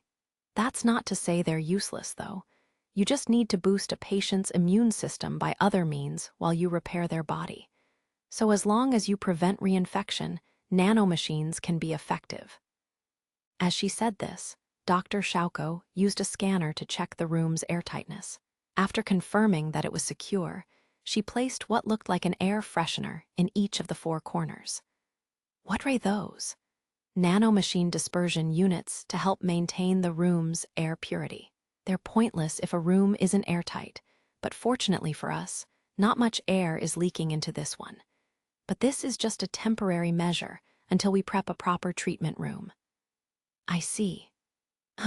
We should probably get May to help us turn one of this facility's rooms into a proper sickbay. We'll need to bring over the necessary materials." Dr. Shauko continued to mutter under her breath as she treated the children lying on the floor. She seemed to have things under control, so I began taking bottled water and food, the most palatable of the various rations we'd brought from the backpack I'd placed on the floor. Seeing this, the only boy who'd remained healthy gulped audibly. "Don't hold back, eat," I told him. "Elma and I brought as much as we could carry, and we can bring as much more as needed." "You sure?" "Yeah, it's no big deal. We'll figure out a way to deal with whatever problems you guys are having," I said, pushing a bottle of water and some rations toward the boy. I couldn't save everyone in trouble on this planet, and that wasn't my job either. It was the responsibility of the governor, the ruler, and ultimately the emperor. Still, I'd do my best to save the people Tina cared about. Chapter 3. Linda, thank you. No sweat. One of the 3 adults, whose name we'd learned was Aria, had recovered to the point that she could move. She smiled. Hee, no sweat sounds like something she'd say. Aria was somewhat younger than me and seemed gentle. Her hair color was light pink. Is that its natural color? It's quite a unique hue. Beautiful wasn't exactly the right word to describe her, but she had charming facial features. "We figured you guys might be suffering due to the pandemic, but we never imagined you'd be caught up in some violent conflict too. What the heck happened?" "Nothing out of the ordinary. There were looters." "How much has Tina told you about this facility?" Aria asked. She told us that you're funded by the gangs or syndicates or whatever that claim this area as their territory." Inwardly, I was appalled at how nonchalantly Aria brushed off an attack by looters. Still, I wanted to ask her for more details. The living situation here might be rougher than I'd expected. I believe that should explain enough. The people who keep this facility going brought us medical supplies, food, and water before the situation worsened, but thugs unaffiliated with that organization came to steal them. What? Wouldn't looters have to respect a gang or syndicate's territory? I asked. Normally, yes, but those organizations are on their last legs, so... I see. Based on what Aria said, the gangs in question had lost control of the area surrounding the orphanage. Even if they had sufficient supplies, they no longer possessed the strength to protect their territory, which led to this place being attacked. That means that taking out whoever attacked you wouldn't solve the fundamental problem, huh? No, it wouldn't. But we no longer have anything left worth stealing, so there likely won't be any more attacks, Aria said with a chagrined smile. Yeah, not a very funny situation to be in. What are we supposed to do about this? I wondered. It wouldn't be hard to provide enough support to the people here for them to make it through the crisis. Tina should have sufficient funds to bankroll that, and if she didn't, she could always ask Wiska for help. I didn't mind pitching in either, but supporting them physically and economically wouldn't matter if what we gave them was just taken by force. In fact, our assistance might backfire and attract danger. We can't exactly stay here and protect this place, I mused. The first option is to massacre any thugs who might potentially come here to loot. How many people do you plan to kill? Do you intend to make the streets run red with blood? Elma needled me. Arya quickly tried to dissuade me. The looters are also struggling to get by. I mean, I was obviously joking. Still, you guys are struggling to survive too, right? Are you some kind of saint? Why defend people who attacked you? That brings us to the second option. Station bulky combat bots around this place to protect it.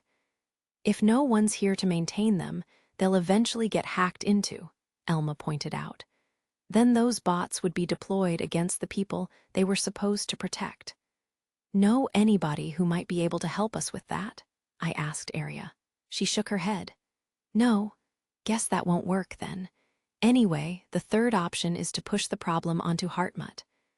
I don't know what principles he holds, but I'm not sure an imperial noble would take great care of an orphanage propped up by a criminal group, Elma said. During our earlier negotiations, he didn't seem pleased with the idea of me killing his citizens, so he clearly cares about them to some degree. It might work, right? Who's Hartmut? Arya asked. The noble who was appointed this colony's governor only a few days ago. The previous governor was dismissed for failing to prevent the pandemic. Incidentally, Hartmut is the eldest son of this system's ruler, meaning he's his heir. I doubt a noble would do anything to help us, I didn't mean anything by that. I wasn't saying it about you. Despite what I'm carrying at my waist, I'm more of a fake noble. No need to worry. Elma and Arya seemed doubtful about getting Hartmut's help, but I thought it might be possible. This colony's residents were intentionally divided into upper and lower districts. So the lower district's poor public order had likely been an outcome of the previous governor's leadership. Now that the person at the top had changed, perhaps the social structure would change as well. Furthermore, the ongoing pandemic had dealt a heavy blow to the lower district's more troublesome residents, namely the gangs and syndicate groups. Hartmut could take advantage of the situation to completely clean out those guys and establish a new system in the lower district. He might already have thoughts along these lines. Even if we assume that Hartmut has such intentions, he has no incentive to take care of this orphanage, Elma insisted. True. If I push the issue, he might do it, but that could give rise to problems. Ideally, we need his involvement to benefit him somehow. Maybe he could advertise it as a humanitarian act to improve his approval rating. I don't think nobles care very much about the approval of those below them, Arya said. I don't really agree, but I suppose they probably do view classes below them more like statistics than like humans. Those at the top tended to reduce the people underneath them to numbers. It was something of a necessity. They couldn't have managed their territory properly otherwise. If they tried to resolve each individual resident's personal issues, they wouldn't be capable of governing properly. Hero, can I suggest something? Dr. Shauko asked. What's up? In regards to benefiting Hartmut, I believe this girl may serve as the key. Dr. Shauko pointed at the young girl, distributing the food and water I'd brought to the recovering children. I see she's a girl. I offered the child a mental apology. Sorry, your hair's short, and your outfit isn't very feminine, so I assumed you were a boy. Then I asked Dr. Shauko, what makes you say that? Despite the pandemic, she has no symptoms, so she may have antibodies resistant to the disease. If we figure that out, we might be able to create a drug that can cure the disease. And you're saying we could use that to negotiate with Hartmut? It might work. He must want to resolve the pandemic by any means necessary. I think a cure would be quite a bargaining chip. Dr. Shauko had a point. The heir to this system's ruler should definitely be interested in adding "resolved a pandemic in no time" to his list of accomplishments. I wasn't sure how much he'd give up for a cure, but it would definitely be valuable to him. Would it be easy to develop a cure? I asked. Of course not. But with the facilities you put together for me aboard the Black Lotus, it's definitely doable. I'll prove to you that those facilities are worth the money you put into them, Dr. Shauko said, her voice full of confidence. I see. We can potentially approach the situation from that direction, then. I glanced over at the young girl. What? The girl had seemingly finished handing out food and water to the kids. Rather than partaking of any herself, she'd prioritized caring for the weaker children. Though she was a little brusque when she spoke, she was a good kid. You heard what we were talking about, right? Are you interested in coming aboard my ship for a bit? I asked. What? The girl's eyes narrowed as she reached for the laser gun at her waist, but she stopped herself. Why were you reaching for your gun? You just mean for that cure you were talking about, right? Yeah. Oh, that's why you did that. No, you were mistaken. I wasn't planning to drag you aboard my ship to have my way with you or anything. As our ship's doctor said, you seem to have antibodies resistant to the disease that's been spreading. If we examine you, we might be able to develop a cure. That'd help everyone, right? Probably. If we succeeded, the situation would definitely improve. But even if this approach doesn't work out, I'll figure out a solution, so don't worry on that front. It would be perfect if examining the girl's system allowed us to develop a cure, but problems were rarely resolved so neatly. If it didn't pan out, though, I'd just have to come up with an alternative way to arrange for Hartmut to owe me a favor. For example, he might agree to certain conditions in exchange for my team hunting the increasing numbers of pirates. There were plenty of ways to achieve our goal. Why are you helping us? There's nothing in it for you. We've got nothing to give, the girl said, her eyes full of doubt. Well, I guess her point of view isn't a surprise. She probably thinks I've got nothing to gain by helping them. And she's probably uneasy about what I'll ask in return for assistance. It's a natural response. Several reasons, but the biggest reason is that a crew member of mine is friends with Arya. She asked me to help you guys. Fulfilling a request from a woman you love is what it means to be a man, right? Well, yeah, guess so. Also, I'm technically an honorary Viscount of the Empire. I got a fancy award directly from Her Highness. When I run into a colony in trouble like this, I've got to do what I can to help on her behalf. Are you sure that's how it works? Nobles typically don't care about us lower-class people at all. I don't know about other nobles, but that's how I conduct myself. The final reason I'm helping is that I'm already involved, and since I'm involved, I'll see things through to the end. I shrugged. If I didn't, I'd be haunted by regret later. I don't want to think back on this and lament. If only I'd given them more help. The girl didn't seem completely convinced by my reasons. Well, I didn't exactly provide a logical answer, all told. It's probably hard for her to understand my actions, not that I care. Even if it doesn't make sense to other people, I'm going to do what I decided to do. Let me introduce this girl, Linda. She's temporarily joining our crew. Hello.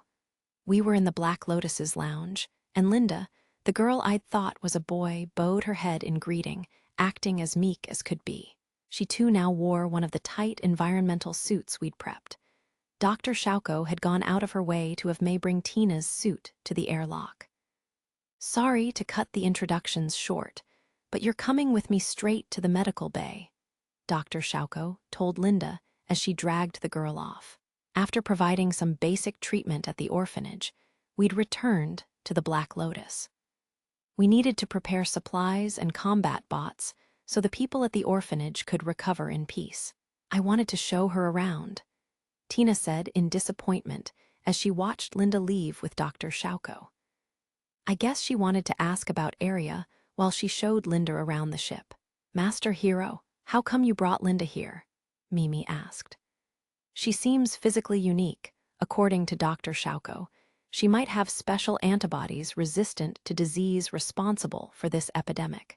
That's why Dr. Shauko wants to do a detailed examination in the medical bay, I explained. In any case, I could leave dealing with Linda to Dr. Shauko. Tina, Whiska's sorry to push this onto you guys, but I'll need you to look after Linda with Dr. Shauko. If we want to restore that orphanage area's to an acceptable state, I have to go prep a bunch of things.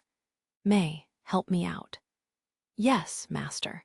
The doctor provided a list of the necessary facilities and supplies, so you may leave the rest to me. I have already begun loading the arachnes.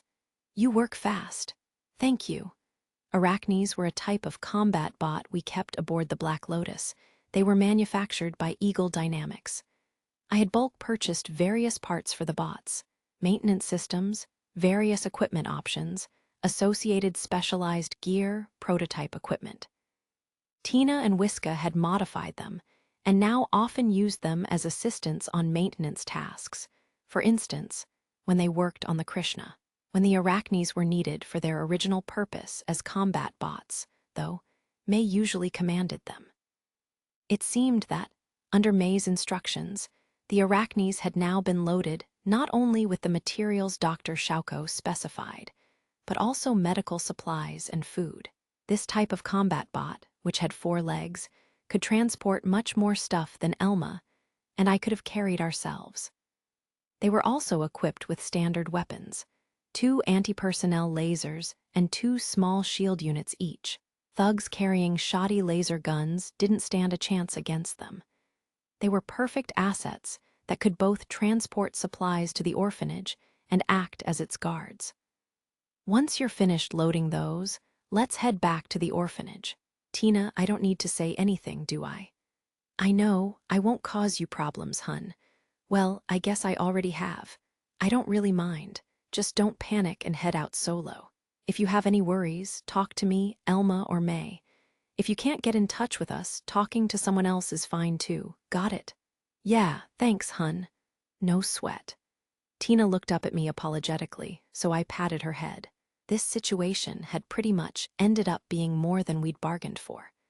And now Dr. Shauko and I were both running around trying to do what we could for Arya and the others. Tina seemed to feel guilty about that, not that she needed to. Master, we have finished loading the supplies. Oh, really? Let's head out then. I'm leaving Linda in your care, everyone. Got it. The crew members chorused as I left the lounge. I doubted anyone would target the orphanage again so soon after the previous attack, but it was best to hurry, just to be safe. Inside the place they called the medical bay, Dr. Shauko did various examinations on me.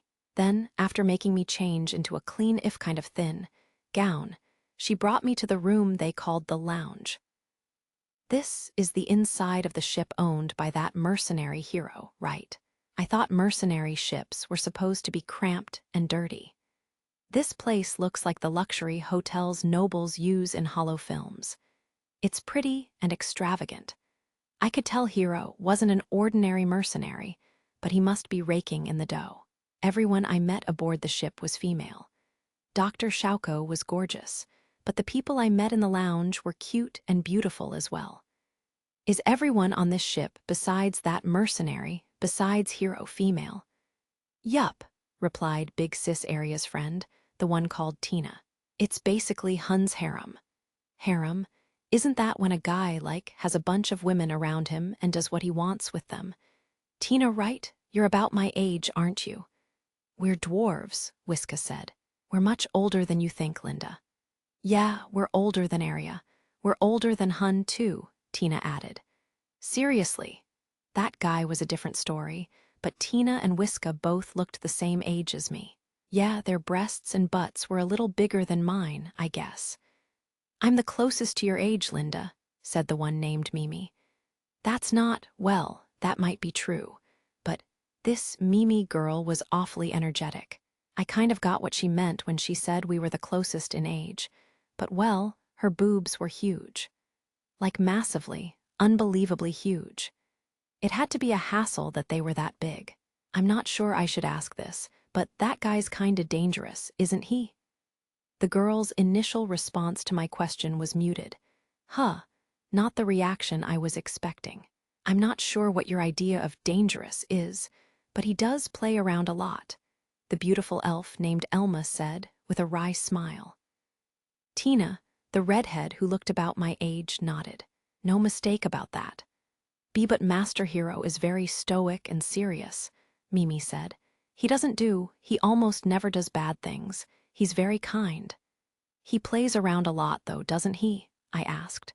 And is it me, or did you correct yourself just now? He plays around, but he doesn't go after any woman willy-nilly, Tina replied. Hun makes sure to take care of us. He's kind, and he really is a nice guy. He's consistent, I guess, Elma said. He has his own policies that he abides by. He won't touch any girl that he doesn't plan to bring aboard his ship. I see, I said. Where does that leave me? I'm pretty much aboard his ship, aren't I? Am I getting put in his harem? Is that his intention? Elma dismissed my worries with a laugh. Just because you're on board doesn't mean he'll make a move. He'd only do that if he intended to bring you on as a crew member. There are mercenaries who forcefully bring women to their ships and have their way with them. But he won't. Several women have boarded his ship who didn't join the crew, and he didn't make a move on any of them. I see. Guess I can relax then. Even if he did plan to, Hun's a bit uptight. It took a long time before he was willing to make a move on us, Whiska said. So in that sense, there's nothing for you to worry about, Linda. You can relax. Even if my lord had such ideas, he would have to go through me first, the one called Kyugi declared. Thanks. This, Kyugi, looks cute, but she's awfully direct at times. Why does she call that guy my lord anyway? She's wearing a strange outfit, so maybe she's just a weirdo. I'm kind of curious, though. I wonder if it's okay to ask. I do not hail from this empire, but from the faraway Holy Verthalt's empire, Kyugi told me. My relationship with my lord cannot be described in a single word, but to explain it as simply as I can, you may consider me his servant.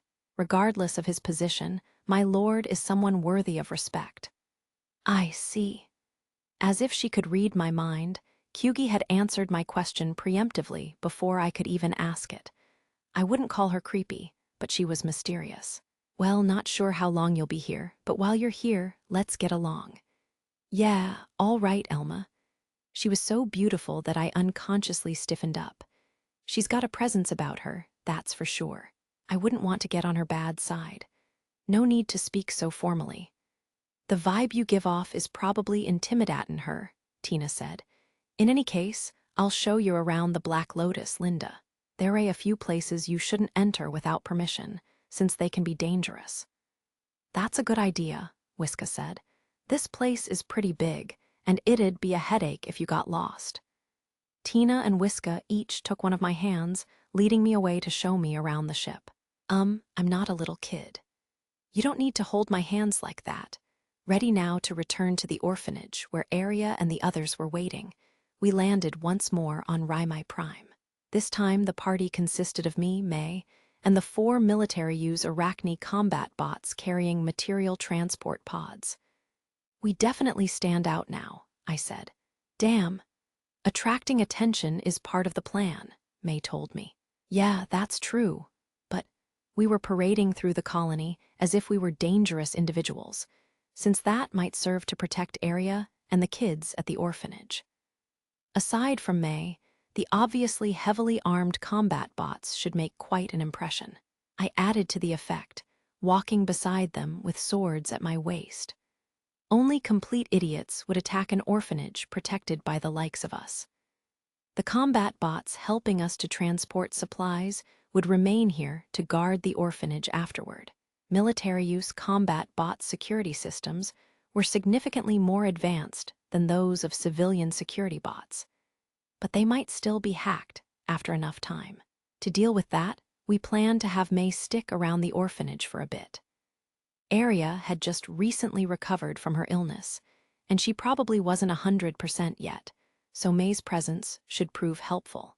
By the way, May, Mimi, Elma, And I have all had our all-purpose vaccines, haven't we? Yes, that is what my records state.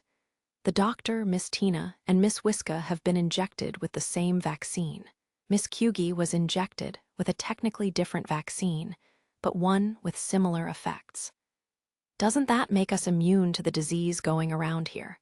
No, it is still technically possible for you to become infected. The vaccine would likely lessen the symptoms, but even if you were asymptomatic, that would not mean you were not infected. You could still become a carrier and bring the disease back to the ship. Oh, I see. That'd be annoying. Even if we all felt healthy, we wouldn't be able to leave the colony if we brought the disease back to the ship. If we did manage to leave, we might spread the disease to other colonies. That was why we couldn't afford to get infected in the first place. In that case, under what circumstances is that all-purpose vaccine even useful? To be precise, you were not injected with a vaccine, but with nanomachines that boost your immune system. They reduce the likelihood of your perishing due to an unexpected illness. And although you could still become infected, they would practically eliminate your symptoms. So you're saying that if we were in a situation where we hadn't expected to be exposed to illness, so we weren't wearing our environmental suits, and we got infected by a dangerous disease, the vaccine would prevent us from dying? Yes, Master. It is as you say. So, the vaccine doesn't let me go. Ha ha ha, I'm invincible. I'd learned something new today. We reached the orphanage without incident. As I'd expected, no one was crazy enough to attack us, and unloaded the supplies we brought before getting right to work. Well, to be precise, May was the one working, with the combat bots acting as her assistants. After all, I didn't have the skills or knowledge to help set up a clean room or first aid station. So then what was I doing, you ask? I was standing guard while flaunting the swords at my waist. All I really knew how to do was pilot a ship and fight people. But at times like this, I could at least do my part as a sentry. I didn't even have to patrol, since my sixth sense would detect anyone approaching the orphanage. I still had to pose as if I was on guard, though. As I stood around that area, the woman Dr. Schauko had treated earlier walked over to me from the orphanage entrance. She wore one of the protective helmets we'd brought.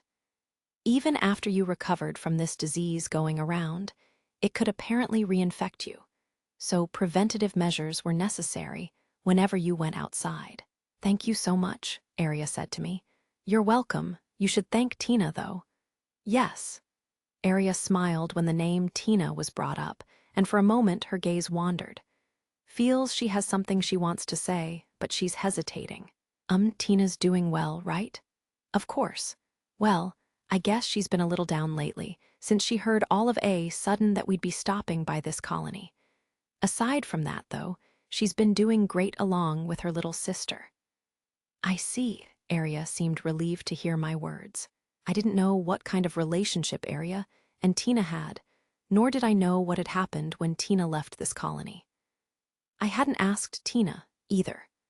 But I could tell that she and Arya cared about each other, and that was reason enough for me to help Arya. Oh yeah, those two adult men who had collapsed in the room with you. Who were they? Do they work here? I asked. No, that's not it. How do I put it? They're people who have helped us a lot. That's a pretty vague way to phrase it, I pointed out. As I cocked my head, confused, one of the men in question headed toward me. He wore the same protective helmet as Arya. Hey, you, what are you doing to Arya? Ow. Cut it out, idiot. The second of the two men, who had a blonde crew cut, had given a hard thump to the back of the purple pudding head. I thought of the first guy that way because his purple-dyed hair contrasted with his natural blonde roots. Crew cut bowed his head to me. Big bro, thanks for not only saving Arya and the orphanage kids, but even us. We owe you one. I don't recall becoming your big brother, but I accept your thanks. Your pal there doesn't seem too happy, though. Sorry, man. He's got potential, but he doesn't understand how the world works yet. Please cut him some slack. I won't split him in half over something so trivial, but if he lays a hand on one of my crew members, I can't guarantee his safety. I looked the two men over. They both seemed to have received some sort of special physical enhancements, but they apparently didn't have any cybernetic augmentations. Even if they were armed with laser guns, I could tell it wouldn't take even 3 seconds to put them down from this distance. Perhaps sensing something of my thoughts from the way I looked at them, Purple Puddinghead and Crew Cut held their breath and tensed up. Did I scare them? I wondered. I don't actually want to kill you guys, so relax. Aloud I asked, so who are you guys? I'm Heinz, and this is Sieg, said Crew Cut. Think of us as uninvited bodyguards. How vague. That description explained nothing, but I could more or less tell that they weren't exactly on the straight and narrow. These two definitely weren't ordinary citizens, and though they didn't reek of blood, they definitely smelled of violence. Well, they didn't actually smell. That was just the vibe they gave off. I can pretty much guess that you guys don't keep your noses clean. I also know where this orphanage's support comes from. Can I assume you guys are part of the organization behind this place? Yeah, but due to recent events, that organization we belonged to, Heinz trailed off. That's why we're kind of stuck in limbo. Still, we have to protect this place.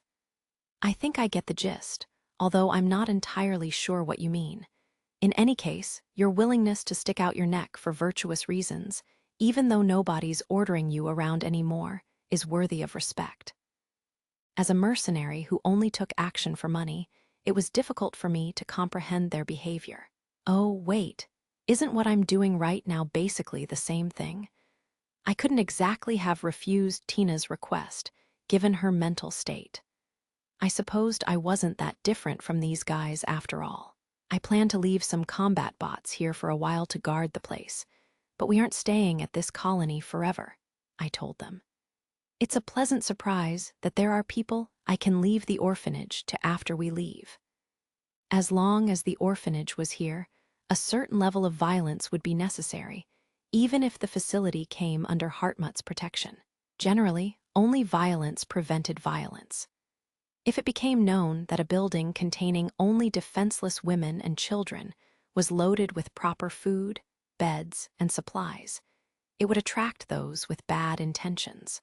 That had led to the current situation, after all. By the way, what weapons are you guys carrying? Since you'll be taking care of this place, it'll be a problem if you haven't got proper firepower, I said, tapping my laser gun's holster lightly. Blonde Crew Cut, Heinz, pulled out an improperly maintained laser gun that had clearly seen better days, while Purple Puddinghead, Sieg, took out some kind of improvised police baton or club made of what looked like a metal pipe. Complete trash, those won't suffice. What to do? I could give you guys some spares we have aboard the ship, but maintaining them would be tricky. Big bro, you guys might be attached to those weapons of yours, but I'm going to be blunt here. Those things border on trash. You need the right tools if you want to do a good job. That's what I believe. So, let me ask you, can you get proper weapons any place around here? Some place that's still in operation. Yeah, but under the circumstances, it'd cost a lot, Heinz said. Price is no object. Can enter be used there? Yeah, take out your terminal. I'd spoken in a tone that brooked no disagreement, so Heinz, though still perplexed, produced his terminal. I took my own terminal out and transferred 50,000 enter to him. Huh, be big bro. Use that to get fitted out in some proper gear. Don't just buy weapons, get protective gear too. Doesn't matter how much they rip you off for. That should be enough to equip you too. This should be enough for 10 people, let alone just the 2 of us. Given the situation, you need a lot of stuff, right? Use whatever's left however you want. Don't be stingy. Buy the best gear you can. Get on it while the combat bots and I are still here, I said with a wave that urged them to hurry. After thinking for a moment, Heinz silently bowed his head and left the orphanage, along with Sieg. I told them not to be stingy. Still, they couldn't exactly go out all the time wearing the kind of full combat armor I was outfitted in right now. The best they could do in terms of defensive equipment would probably be clothes, coats, and cloaks made from laser-resistant materials. But in any case, they had more experience operating within the colony than I did, so I figured they'd be able to handle it. Should you really be doing this much for us?" Arya asked, looking worried. She probably felt I'd handed Heinz a fortune. 50,000 Ener was a large sum of money from a normal colonist like Arya's point of view. Well, perhaps Arya's situation actually left her somewhat worse off than a normal colonist. The sum was nothing to me, however. "Don't worry, just leave everything to me." "So you say, but how are we supposed to repay you?" "To tell you the truth, I brought a bunch of medical goods with me from a high-tech system and made a killing off them. They let me fill a bunch of mercenary guild requests, and that noble kid I mentioned earlier owes me one now too." "You really don't need to worry," I said with a smile, and Arya seemed to finally relax a little. "In any case, just let me help you. It's what Tina wants." "I see, thank you." Seeming satisfied with my answer, Arya bowed her head to me. I nodded, accepting her gratitude. At that moment, May's voice came through my combat helmet. "Construction is complete, Master." "Okay, got it. Arya, it seems they're done. Want to head back inside?" "Yes." Arya and I entered the orphanage once more. There, we were now greeted by a simple airlock. Sterilization equipment detected our entry and began scanning and decontaminating us. Once that finished, the airlock doors opened. It works pretty much the same way as the airlock on the Black Lotus. "That feature seems expensive," Arya remarked. "No need to be concerned. Once it's no longer needed here, it can be taken apart and reused elsewhere." After undergoing the decontamination procedure, Arya seemed timid, so I gently urged her forward as we stepped into the actual orphanage. There we found May seated and surrounded by children. "Your clothes are so pretty," one was saying to her. "Yes, maid uniforms are the most beautiful garments in the universe," May replied. "You have pretty hair." "Yes, my master created it for me. It is the most beautiful black hair in the universe." "Cool." "Yes, May droids are." She entertained the children in a detached, yet strangely happy way. The mechanical parts near her ears apparently looked cool to the kids. Not only the girls, but also the boys, seemed excited. "Shouldn't the boys think I look cooler, seeing as I'm wearing full combat armor right now?" Hero, you have swords at your waist," Arya pointed out. "Oh, I get it." Apparently, the idea that someone carrying a sword was a noble was ingrained even in these kids. I doubted that many nobles would go so far as to act unreasonably toward children. But that didn't mean none would. So the kids had likely been taught to stay away from people with swords for their own safety. Getting into a fight with a noble would lead to serious problems. "Let's wait a bit," I said. "Yes." Arya must have found this scene uplifting as well, because a small smile crept onto her face as she watched May and the kids. Seeing that the children were fine presumably eased her worries. For the moment, it seemed that the first stage of our operation to rescue the orphanage was a success. After touring the ship and returning to the area called the lounge, I muttered, "This ship is huge and probably really expensive." The lounge was a vast open space with bright lighting and a liberating sense of spaciousness. There was a dining area to one side of a hallway-like thoroughfare. The other side had an area with sofas and stuff. Rather than solid walls, the hallway and different rooms were separated only by partitions that gave an unobstructed view of the whole chamber. On the wall, I saw what looked like green plants, but were they real? I'd heard that keeping real plants was ridiculously expensive. "This place did cost a lot," Tina said. "Hero doesn't compromise when it comes to our living conditions," Wiska added. "Is that one of those hobbies for rich, noble kids or something?" "No, Master Hero wasn't always a noble," Mimi replied. "Yeah, Hun wasn't a noble when we first met him," Tina confirmed.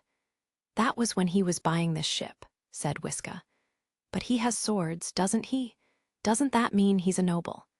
"Even though he wasn't a noble before, he was awarded an aristocratic title after he performed a great deed as a mercenary," Wiska explained. "But it's just an honorary title that he can't pass down to his descendants. That's a thing. Not all nobles are originally nobles. How about we keep chatting over some tea, since you finished the tour of the ship? Kyugi suggested. I tilted my head in confusion. She hadn't seemed to be looking over at me as she brought up the idea, but it seemed like awfully convenient timing. Not that I had any complaints. Good idea, Mimi said. Now that I think about it, we haven't shown Linda around the lounge yet. This is a common space for everyone to use. May and the cleaning robots take care of it, but we should still be careful not to make too much of a mess. That's about it for things to watch out for, I think. Yeah, Tina agreed. Well, Linda, if there's anything you don't get, just ask. You probably won't remember everything we're tellin' you right now anyway. That's true, Mimi said. Also, Linda, feel free to eat whenever you want at the cafeteria over there. We have a really good automatic cooker that makes great food. Food. Now that I thought about it, I hadn't had a good meal in days. I'd eaten a bit of the food Hero brought to the orphanage, but I'd prioritized feeding everyone else. Suddenly, I felt hungry. Just sit there and wait, Linda. I'll brew some tea for you, Kyugi said. Okay, then I'll go get Steel Chef to make us some sweets. Wise, help me carry everything, Tina said. All right, sis. I'll help you, Kyugi. Sit wherever you'd like, Linda, Mimi said. She was the last to head off. Once even Mimi had left, I didn't really have anything else to do, so I decided to just find somewhere to sit. Besides being huge, this ship was also clean. This was probably my first time being somewhere so big and well-kept. The orphanage wasn't small, but however much you cleaned the walls and floor, they never really got spotless, and other kids immediately got the place dirty again anyway. Kyugi soon returned, handing me a cup of tea. Here you go. It smelled nice. We had tea at the orphanage too, but aside from its color, it wasn't much different from hot water. The tea this ship served would definitely be way better. And here's the Steel Chef's recommended light meal, Tina said. If you want more, don't hesitate to ask, Whiska added. Wow, none of the dishes Tina and the others had brought were things I'd seen before. There was something that looked like a hot dog, but way more refined, some kind of overstuffed sandwich thing, and also something resembling candy that gave off a sugary aroma. Again, all of them were things I'd never eaten or even seen. I can't relax with you all staring at me like this, I complained. Sorry about that. People's reactions when they first eat meals cooked by the Steel Chef are fun to watch, so we couldn't help ourselves, Mimi said with an awkward smile. People's reactions when they first eat this stuff. She has to be exaggerating. Even I had eaten food made by an automatic cooker before at a food stand. All automatic cookers use the same food cartridges, so all the food they made should be about the same, right? I tried something. What the heck, this is so good. Yeah, Whiska said. Right, said Elma. I'd been wrong. The ingredients had a fresh, juicy texture and were enveloped in soft bread dough. The sauce asserted its flavor, but didn't overpower the taste of the other ingredients. In both regards, what I was currently eating far transcended the taste of anything I'd had from automatic cookers in the past. Are you using special food cartridges? I asked. We can, but right now we're using normal ones, Elma replied as she ate the same meal I was. Seriously, this was made from normal food cartridges. What the hell have I been eating all my life? The automatic cooker we use is quite expensive, though, Whiska said. Yeah, I figured. Still, it feels like my understanding of the world just shattered. I endured the desire to grab the food with both hands and stuff my face, slowly tasting the dishes one by one instead. After all, that was how Big Sis Area had taught me. At least use basic table manners, she'd said. This was provided by that mercenary by Hero, right? I asked. Yeah, from the moment I joined Master Hero's crew. He's never been stingy about equipment that would improve our living standards, Mimi said. Something about higher living standards improving morale, or something, Elma added. I was really surprised too when I first entered the Krishna. It's a small combat ship, but the interior looks like you're in a first-class hotel." "Oh, Mimi, you were the first one to join his crew?" "Yes, I was. Are you curious about it?" "Yeah, I kind of am. I had no idea what kind of person Hero was. It'd be good to learn about him from someone who'd known him a long time. It was a nice way to pass the time, too." "Very well. Where should I begin?" "Perhaps from the very start. I believe narrating chronologically would be best," Kyugi said. "Maybe I should start then. I met Hero first, after all," Elma said. "Good idea," Tina agreed. Elma began to narrate the story of how she had met Hero, the mercenary. Having delivered supplies to the orphanage and constructed medical facilities, plus left behind some combat bots for safety, May and I returned to the Black Lotus. Heinz and Sieg were slightly more presentable now, too. The new weapons they'd shown me were more or less at an okay level. They should now be able to handle the situation at the orphanage as long as nothing crazy happened. So I decided to leave its protection to them and the combat bots. May would have to check the bots regularly to ensure that they weren't hacked, but she could easily do that even from the Black Lotus. Doing that remotely from the Black Lotus will mean using a transmission line or something, right? I was concerned that such a line could turn into an additional vulnerability. But according to May, it would be convenient for me should someone abuse the vulnerabilities within the transmission line. It would make it easier to track them down and launch a counterattack. Deliberately leaving a cyber warfare vulnerability as a trap to launch a counterattack's terrifying. The ultimate maid I'd envisioned had become an absolutely perfect reality. For the record, after passing through the airlock and being sanitized, May immediately entered a maintenance pod. She might have to leave the Black Lotus and stay at the orphanage for several days at some point. So she decided to undergo her scheduled maintenance early to ensure that she was in perfect condition, just in case. As for me, after sanitization, I split from May. I changed out of my combat armor, and now I was passing the lounge to go take a shower. On the way, I bumped into Linda, who had changed from her previous tattered clothes into what looked like a thin medical gown, likely provided by Dr. Shauko. "I see, that gown will probably suffice if she just stays inside the ship." "What?" said Linda. "Nothing. Good to see that you've relaxed. I'll tell you more about it later, but you don't need to worry about things at the orphanage. They're prepared to handle medical treatments as needed now, and we finished transporting supplies over. There won't be any security problems either." Thanks. Don't sweat it. Man, staying in combat armor all day is stuffy. I'm heading to the showers." I'd assumed Linda was rebellious, but now that didn't seem to be the case. She came off as rather honest and a good kid. The fruit of Aria's teachings? In any case, it wasn't unpleasant to hear her thank me like that. I entered the showers and refreshed myself. Now then, there wouldn't really be anything to do until Dr. Shauko analyzed Linda's antibodies and developed a cure. I'd tasked May with sending Hartmut our remaining medical goods, so I had nothing on my plate. Thus, after my shower, I headed to the lounge and reclined on a sofa, lost in thought. Elma arrived and handed me a bottle of water. "You worked hard today. Here." "Thanks." I gladly accepted the water, opened the cap, and gulped it down. Chilly and delicious. Water tasted best when it was ice cold, although apparently room temperature water was healthier. "So, how'd it go with Linda? Is she adapting?" I asked. "Probably. We chatted earlier over tea, and she seemed like a good, honest kid." "I see.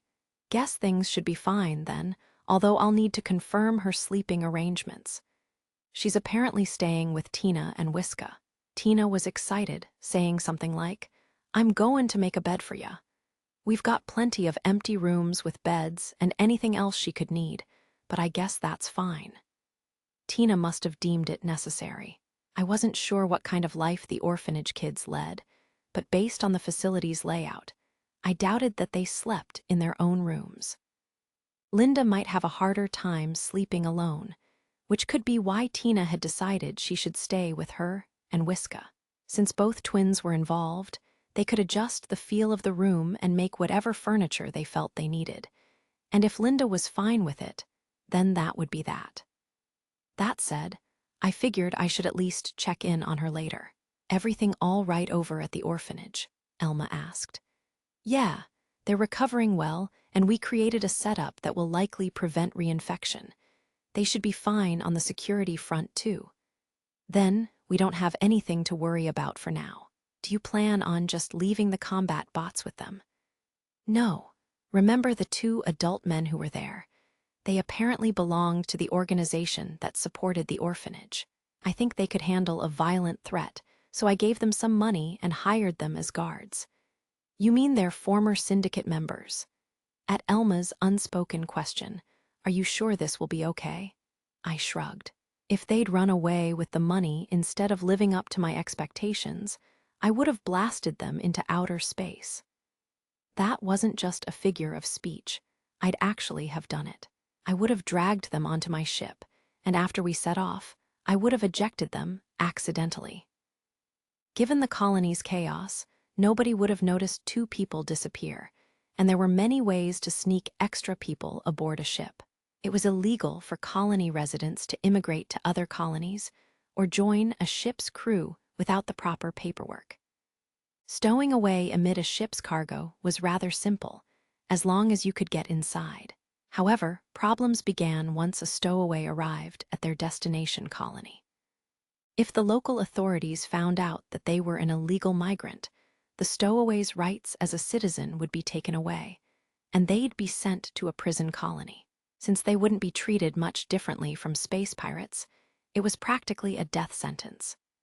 There were occasional cases of a ship owner abducting people, and those people later escaping and going to the police for help. But there were also immoral businessmen who would sneak their own people onto rival companies' ships, then go to the authorities claiming they'd been abducted. If the authorities couldn't figure out who was telling the truth, they'd look into the heads of both parties, which would more or less clear things up. All in all, stowaways were best avoided if possible. Whoops, I strayed off topic. In any event, what happens next will depend on Dr. Shauko's results. And just to be safe, we should handle the paperwork required for Linda to temporarily stay on the ship. It'd be annoying if we got investigated for no reason, I said. Might be a good idea. Best to leave that to May. Maybe doing that kind of thing yourself would be the right call from time to time, though. No thanks. Sorry, May, but I've never had a positive experience dealing with paperwork. I'll rely on you fully for such things. It won't take much longer. I'll be finished within a few days. That was Dr. Shauko's claim, but would she really come up with a cure that rapidly? We were talking about a disease that had plunged an entire colony into chaos. I knew nothing about the topic of developing medicine, so I asked Wiska, who might at least know a bit. That isn't my specialty either, so I don't grasp the specific details, Wiska said. But if that's what Dr. Shauko is telling you, her estimate probably isn't far off. She did say you'd provided her with the necessary materials and facilities. Hun, you kind of just left all this to us, so you don't know this, Tina added. But we've got tons of stuff people normally can't get their hands on, and lots that you wouldn't even expect to find on a Mercenary's mothership. Well, yeah. What was someone with zero technical knowledge supposed to contribute? All I could really do was put up the money needed. Since we'd invited someone of Dr. Shauko's caliber onto our crew, I felt we also had to provide appropriate resources for someone of her stature. What about us? Spoil us too, Tina griped. I thought I was. The quality of our facilities directly correlated to our overall fighting strength, so I never compromised when it came to investing in them. I told my crew not to hesitate in bringing up anything they felt they needed. And after running such requests through May just to double-check them, I signed off on those that met her approval. Boss May's real strict, Tina complained. May is the one you have to persuade. I leave hard problems for her to deal with. I'm just the idiot who agrees to whatever she decides. No need to disparage yourself like that. I think your judgment and decision-making abilities are incredible, Wiska said. I think so too, agreed Tina. Flatter me all you want, it won't change a thing. That said, nobody disliked compliments. In fact, I quite enjoyed them. I was a simple guy, and cute girls praising me was enough to boost my mood. What could I say? That was just how guys were. To describe our present situation, we were idly chatting while relaxing on a sofa in the lounge. I sat in the middle, with Tina and Wiska sandwiching me on either side. They both had a high body temperature, so when the two of them clung to me that way, it was really warm. As we lounged about, a shadow suddenly passed before my eyes, and someone claimed the previously open spot between my legs. You guys are chilling, I see. Ah, that's cheating, Tina said. Wah, Wiska blurted. The mechanic twins shouted in protest as the best seat, which they had deliberately left open, was taken, but Elma ignored their complaints as she rested her back against my chest. She had just gotten out of the shower, so her silver hair was damp. Done for the day? So how'd it go? I asked. Elma offered her evaluation of the pair who weren't here, Mimi and Kyugi. They're surprisingly decent. We were talking about the fact that Elma had recently been serving as a combat instructor for those two. Specifically, she was teaching them hand-to-hand combat. Unlike Kyugi, who could protect herself telepathically, Mimi had no self-defense skills. She did technically have a laser gun I'd bought her, and she'd been trained in how to use it. But in the end, the only thing you could truly rely on was your own body. Mimi's daily training routine had more or less provided a solid base physically. So whenever we had a lot of free time, like right now, I had her learn self-defense techniques or hand-to-hand combat from Elma and May. Kyugi joined in participating in the training sessions because, for some reason or other, she'd wanted to learn as well. Good to hear. If Mimi at least reaches a level that lets her take down common thugs, I'll have no complaints. But I guess having her operate alone would be unreasonable anyway. Yeah, not happening. Given Mimi's height and those boobs of hers, as well as how beautiful she was, a guy would definitely show up to hit on her within 3 minutes of me sending her out alone. Before we could do that, we'd have to do something to dissuade people from approaching her to begin with, such as giving her a cloak that concealed her figure or an intimidating full-face gas mask. What a shame, I mused. Where are Mimi and Kyugi anyway? Mimi was exhausted, so she went to rest in her room. Kyugi will probably join us here after she's done helping Mimi back. You trained Mimi to the point of collapse. Yeesh, no pain, no gain. Elma didn't hesitate to say terrifying things at times. She looked like a slender beauty, but she had muscles for brains. So, are we just going to chill here like this? She asked. Not a bad plan, but we could try doing something to impress Heartmut. We didn't have any pressing tasks, but spending too much time idly wasn't good. If there was something we could do, we should do it. We could, Elmer agreed. Right now, we're just acquaintances, but if we show we're allies willing to lend a hand in hard times, he'll be likelier to help us. It's decided then. It seems like May's done the paperwork for Linda's temporary stay here too. A message from May that had arrived on my terminal earlier notified me that the necessary documents had been completed. As one would expect from May, she worked fast. If I were to return to my former reality, I wasn't sure I could function without her there to help. From paperwork to annoying official procedures, she handled it all. On top of that, she was cute. Wasn't she a little too awesome? Well, that was exactly how I designed her. Given that it's you, hun, that means you're planning to hunt some pirates, right? Tina asked. Good guess. I suppose that's basically all I do. Under the circumstances, we couldn't leave the system, but operating within the system should be fine. Will you be able to earn much? Wiska asked. Probably, considering the situation. Fewer merchant ships were visiting due to the pandemic, and it was much more difficult to leave port, causing Raimai Prime to suffer supply chain shortages. Those shortages made it harder for the star system army to operate at full capacity, which negatively affected the system's safety. A weakened star system army would naturally embolden pirates, and bold pirates meant more food for us mercenaries. Since fewer merchants are visiting Rhymi Prime, wouldn't pirates also have fewer opportunities to make money? Whiska asked. Not necessarily. Even if they don't plan to stop here, the number of merchants that need to pass through the Rhymi system to get to their destinations probably didn't change much. This is a hub system with hyperlanes to 3 other systems. If they couldn't unload goods on Rhymi Prime, or if doing so was too dangerous, the merchants would have to unload in another system. But that didn't mean they wouldn't have to pass through the Rhymi system en route. If my hypothesis was correct, the number of ships taking a route from one outer system, hyperlane exit to another, had increased. That meant the number of pirates targeting the route would have increased as well. Still, it'll be a pain in the ass if we have to go through a lengthy inspection process every time we return to sell loot, I mused. We should talk to Hartmut and get him to give us some kind of special privilege that'll shorten that process for us. That'd be kind of unfair, Elma remarked. I'll use whatever tools are available. If I was out there actively hunting pirates, it would benefit both of us, so I doubt Hartmut would refuse. The loot I'd bring back would likely include supplies the colony was low on due to the pandemic. The actual quantity we'd be able to retrieve probably wouldn't be high. Still, since merchants were no longer visiting, the colony had to be without vital materials.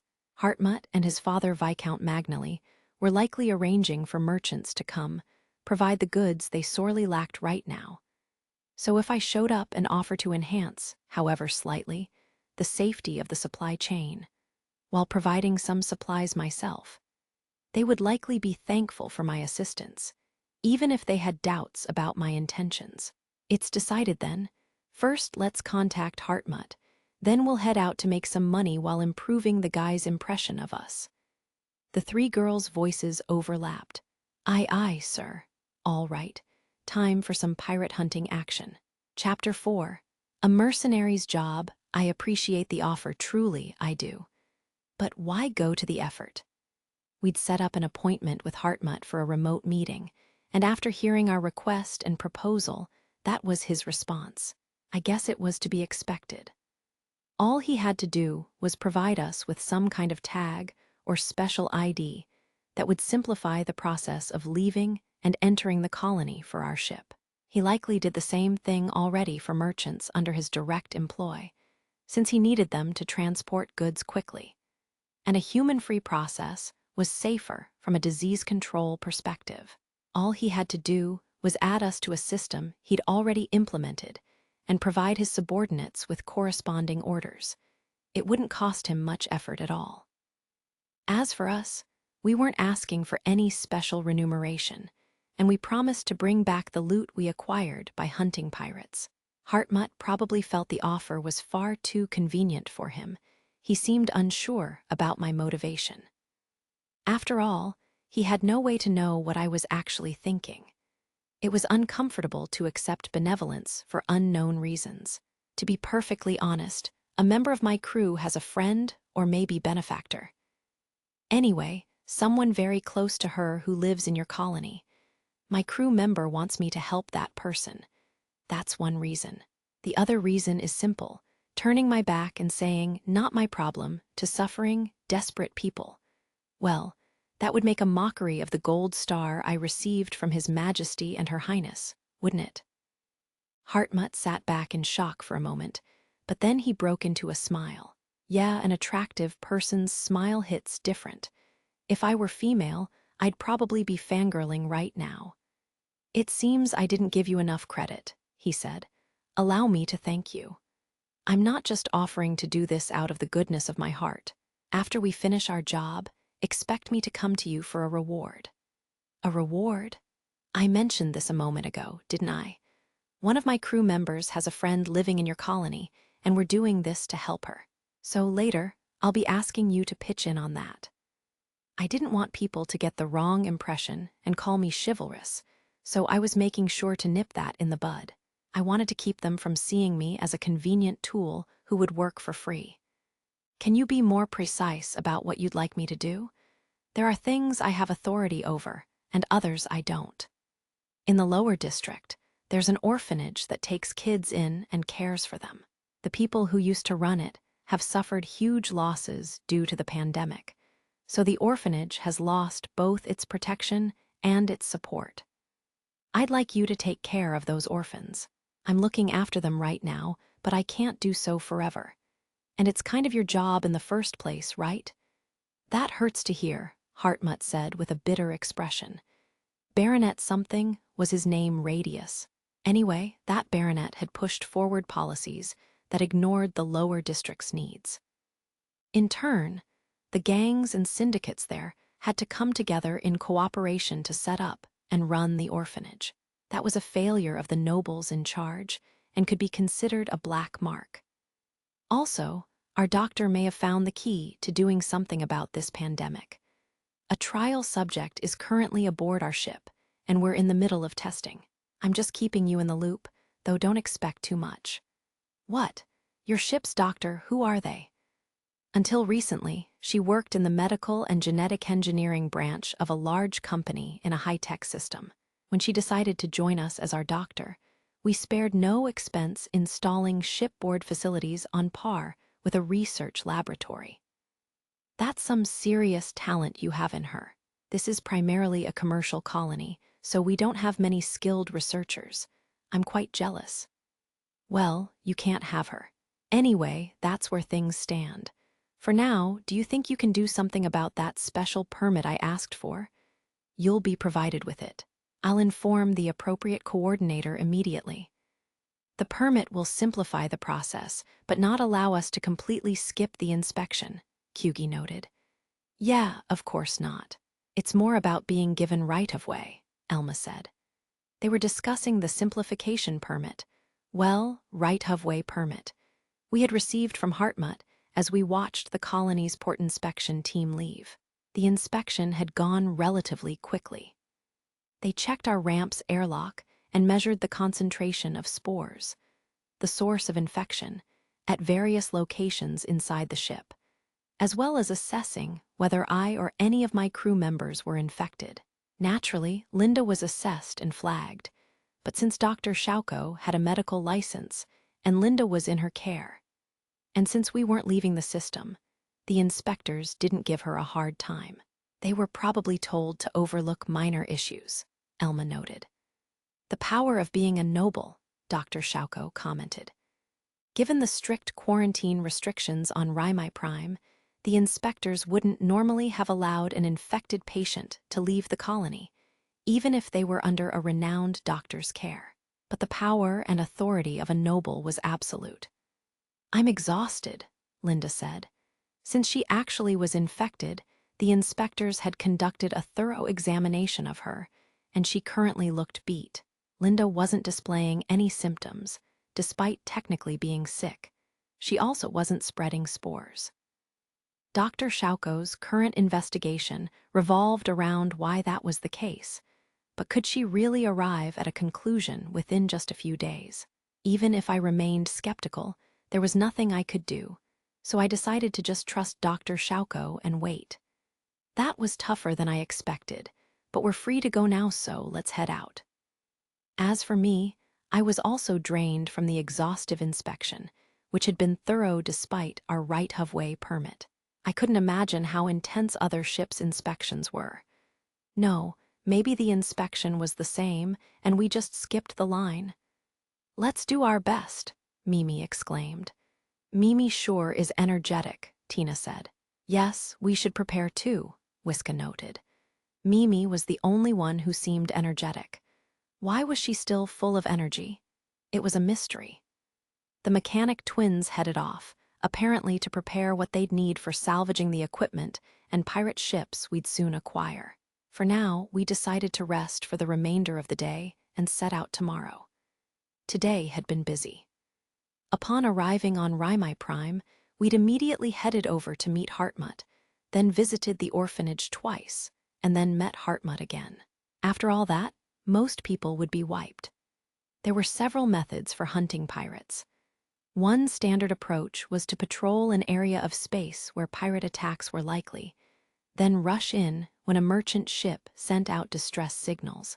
This is the Krishna of the Mercenary Guild entering the battle. Mercenaries, if it's money you want, we'll pay, save us. Mercenaries, damn it, what should we do? They've got a big ship with them, but only 2 combat ships. Go get 'em. Over our comms, we'd heard a merchant ship screaming for help, as well as the pirates who were assaulting it. From what I could see, the escort ship guarding the merchants had already been taken out and turned into scrap metal, and only 2 merchant vessels were left. They were equipped with turrets, but those turrets didn't boast much firepower and barely kept the pirates at bay. "I'll activate the jammer," Elma said. "Do that. I'll leave the ones just keeping their distance and watching to you." Black Lotus approached the merchant ship slowly. "Once you're in sufficient range of the enemies, focus on defending against inbound fire." "Aye, aye, sir," Elma said. "Understood, master," May replied. There were 14 pirate ships. If that was it, we could eat them all. "We're making our charge. I doubt it'll be necessary, but ready the shield cells." "Yes, my lord. Leave chaff and flares to me as well." "The enemy's vanguard is approaching," Mimi exclaimed. I pushed the throttle to the max and charged straight at the enemy's vanguard. When we had superior shield strength and firepower, few strategies were more efficient than just fighting head-on. If the pirates were inviting me into a contest, I'd gladly accept. Firing my 4 heavy laser cannons wildly, I used the Krishna's altitude control thrusters to make minute, jittery movements in all directions. The pirate ships shot at me, their aiming systems automatically correcting for my motions, but their firing systems were trash. They overcompensated for my movements and missed. That was why you didn't skimp on your equipment. Ag, damn it, we can't hit him and he's freaking tough. Jaya, crap, this guy's strong, he's definitely silver rank at least. Disperse, disperse. Unfortunately for them, I wasn't merely silver rank, I was a platinum rank mercenary. I fired my flak cannons into the side of the pirate ships that turned to escape, chasing after the others with my heavy laser cannons. My FTL drive won't activate. M-missiles? Hell. Stop. We're burning. We're burning. We're burn. As planned, Elma's Antlion had used its gravity jammer to block the pirates' FTL drives and keep them from fleeing. Then the Antlion used seeker missiles and its laser beam emitter to destroy them. To top it all off, the Black Lotus arrived on the scene and revealed the cannons hidden under its concealment plating, annihilating more frantically escaping pirates. That was that. The pirates would have no way to fight back unless they were carrying anti-ship reactive torpedoes. Are we saved?" a merchant asked over the comms. "Looks like it's your lucky day. So about that payment you mentioned." The bounties and spoils from taking out the pirates would already be enough of a payday. But since the merchants had said that they'd pay us, I'd be remiss not to take them up on their offer. I wasn't one to leave money on the table. Ha ha ha, this is what to the mercenary go the spoils means. We saw off the merchant ships, who paid us an amount far greater than the usual bounty for a pirate ship. We recovered some decent spoils and salvaged some good equipment from the pirate vessels too. Naturally, we also received the bounties from the pirate ships themselves. We still hadn't made a lot, though, at least not by my standards. "How much did you make?" Linda asked curiously, who still wore a simple medical gown-like garment. "The merchants paid us 20,000 as thanks. Pirate ship bounties are generally 3,000 to 5,000, though notorious pirates can be worth more. There were 14 of them, which should come out to around 42,000. If we sell the spoils we acquired, that'll add a chunk, as will selling their salvaged equipment. We'll probably make about 100,000 total, maybe a bit more, depending on the quality of the spoils and equipment. Seriously, mercenaries earn a lot. Well, Earning that much requires hundreds to thousands of times that amount in investment, Mimi pointed out. I know it'd be out of reach, but still, how would someone like me theoretically become a mercenary? So, Mimi began to lecture Linda about the path to becoming a mercenary. She seemed to enjoy teaching Linda. She often spoke with her. Meanwhile, Kyugi nodded along as the fox ears atop her head pricked up, twitching with curiosity. It was interesting to watch. Leaving them to the lecture, I headed to the cafeteria, where Elma was enjoying a beer after her day's work. I took a non-carbonated cola from the fridge and sat next to her. Good work, she told me. So, what are we doing about her? I don't plan to do anything. If we added a new crew member everywhere we stopped, it wouldn't be long before we ran out of cabins. You made a move on Tina and Whiska, so I thought a girl like Linda might be up your alley too. Actual children are a step too far for me, of course. I've got normal sensibilities, you know. It was quite a while before I was even okay with hitting on Tina and Whiska, and it's not like I ever hit on Chris.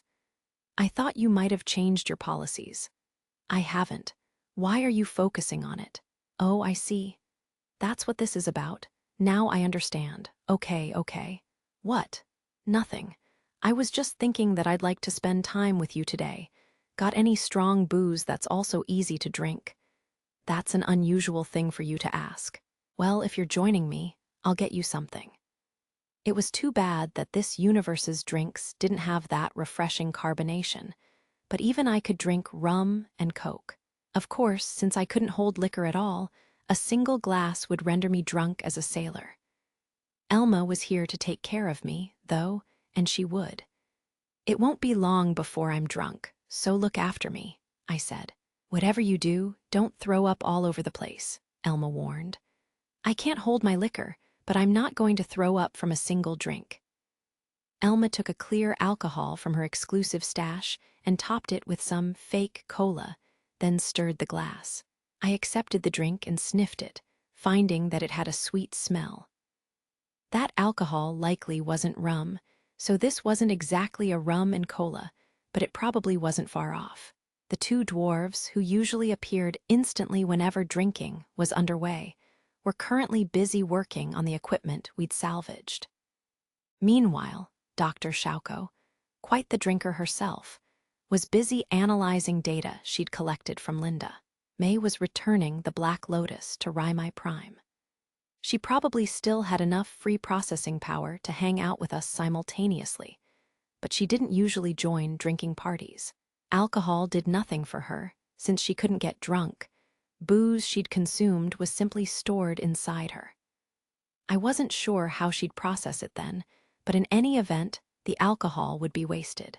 That wouldn't make anybody happy, so May purposefully stayed away from our drinking parties. Cheers. What are you toasting? Elma asked. Our usual victory in combat. Why make it sound like a question? At least toast it properly. Despite Elma's complaints, she was in a good mood. I decided to keep devoting my attention to her. That would lead to good things for me later. In light of that, though, I had to be careful not to get too drunk. I feel better. Pace yourself. Your body doesn't handle alcohol that well. I'll be sure to. Thanks, Doc. The next day, not that in space, there was any clear delineation between today and yesterday or tomorrow. Dr. Shauko let me off with a light scolding as I had my slightly aching head treated in a medical pod.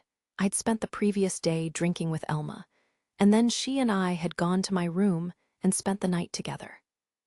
Elma had drunk way more than me, but she hadn't even had a hangover as she headed off to get something to eat after we showered together. Is her liver steel or something? Oh yeah, how's the thing with Linda going? I asked. I figured out why the disease doesn't affect her, Dr. Shauko replied. I'm currently calculating whether the cause could benefit other people too. Calculating? We don't have time to run tests with live subjects. Fortunately, using the facilities you provided me, I can run virtual simulations to determine whether that's likely. That's much faster than running physical tests, and easier. You're virtually simulating what would happen to a human body if you used a new drug on them. Will the results be reliable? Of course, we have comprehensive data on all the races living in the Empire, so there shouldn't be any problems. The simulations even cover hypothetical patients with race-specific diseases. That's why they take a while. That said, the tests should be done running within the next 24 hours. From my point of view, even though Dr. Shauko seemed quite indifferent to the matter, science had become staggeringly powerful. The speed with which she developed a possible treatment was impressive, and the ability to determine virtually whether such a drug would work, as well as whether it had potential negative side effects, within a single day was amazing. On top of all that, Dr. Shauko had complete confidence in the simulation results. "I guess laymen don't really understand much about this field," she added. "So if you have any questions, feel free to ask." I'm not even sure I could come up with good questions. At any rate, I completely understand that you're doing something incredible here. I'm not sure you can say you completely understand, then. Well, whatever. You can leave anything related to the pandemic to me. I will. Let me know if you succeed in developing something we can hold over Hartmut's head. Leave it to me, Dr. Shauko repeated. I'll make sure you get your money's worth for these facilities. She puffed out her chest. Nice. A treat for the eyes. We dropped off our pirate hunting spoils at the Raimai Prime colony, which was currently undergoing a supply shortage. Since there likely wouldn't be much demand for ship parts or salvaged equipment, though, we would store those aboard the Black Lotus for now. At least, we intended to do that. Would you be willing to give us the ship parts you acquired as well? Mimi had apparently asked around about whether we could sell ship parts on Raimai Prime. Those inquiries had reached Hartmut's ears, and he'd gone out of his way to contact us. No problem, but why? We've prioritized acquiring food and medical supplies, so we're running low on mechanical components. I see. Sure, that'd be fine. Not having to carry all that stuff around would be a plus for us. Hartmut basically wanted to purchase the ship parts to use as spares. They could disassemble the parts and repurpose the components to maintain the colony's facilities, at least, according to Tina and Wiska. If you're just going to use them for components, we don't need to repair them, do we? I asked. Your not doing so would be more convenient for both of us. Well, you'll have to buy the parts we already repaired at a fair market price. We're not so miserly as to quibble over something like that. Hartmut laughed on the other side of the hollow screen. Yeah, he's good-looking. All the nobles of the Empire are. I wonder whether that's the result of them breeding generation after generation of handsome men and beautiful women. By the way, do you have any more information about the potential cure you mentioned? Hartmut asked. Yeah, we finished analyzing the biological data, and we're simulating whether the cure is effective on other people and races. I'm told the simulations should finish sometime today. I'm not an expert in this field, so I don't quite understand. What will finishing the simulations signify? The simulations can apparently produce reliable results, even without live testing, so if they're successful, the cure should be viable. Should I invite the doctor conducting them to the call? If possible. As Hartmut wanted, I invited Dr. Shauko to join our call. I just listened as the two discussed the cure. I didn't want to get in the way. Hartmut's questions were simple. He wanted to know whether the cure could be used immediately and how safe it was. The cure's efficacy isn't far from that of existing medications, so I believe it could be used immediately. Once it's administered, a person's body will exhibit a strong immune response to the pathogen, so even if they're infected, they'll remain asymptomatic. Plus, they won't spread the infection to others. Can this cure be mass-produced? In adequate facilities. Even the laboratory we have here could do so, though it's quite small. How much could it turn out? With sufficient materials, and operating at full capacity, enough doses for about 200 people per hour, so about 4,800 people per day. I'd like you to start producing the cure as soon as possible. Still, that's far from enough doses, Hartmut said, looking troubled. This colony had a population of roughly 500,000 people, So if we relied solely on our small laboratory, producing enough of the cure for everyone would take over 3 months. And I had no intention of staying here that long. In the end, our laboratory's rather small. Still, the treatment won't be difficult to produce as long as you have proper manufacturing facilities. Perhaps you could search for a company right here in your colony that happens to have those. I'll do that. Can you send me the necessary information on exactly what kind of facilities are needed? The necessary information, What do you say, Captain? I'll be rewarding our excellent doctor for her work, I declared. And Hartmut, you'll reward me for providing the results of her research. Sound good? So long as it's within my authority, said Hartmut. I take it you're referring to that. Exactly. The orphanage is in your hands, Governor. Understood. With that, the logistical, or rather official, side of things was more or less settled. We just made a verbal agreement, but I'd recorded the conversation. If Harmut's side feigned ignorance later, that log would come in handy. If the authorities insisted on pretending this agreement had never occurred, I'd simply have to take action. In the end, this universe ran on violence, and I'd resort to whatever I had to. Money, pulling strings, or flexing raw strength. I might have to challenge Hartmut to a duel armed with either my ship or my swords. Nobles placed weight on pride, so running away from a duel could cause them serious problems, and I wouldn't let him off the hook. So, I heard something about you rewarding me, Dr. Schauko said. Just how are you going to do that? Having ended the transmission with Hartmut, I now had to figure out how to satisfy whatever requests this smirking doctor of mine had in mind. Will money suffice? No, didn't think so. Dr. Schauko forced me to participate in a bunch of experiments. She was fascinated by my strange origins and physique, and my body itself. Her examinations were taxing both physically and mentally. Kyugi had been giving me thorough, one-on-one instruction on using my psychic capabilities. Because of that, my psionic skills were coming along nicely. I could basically wield power rivaling that of a superhero in a cartoon or comic book.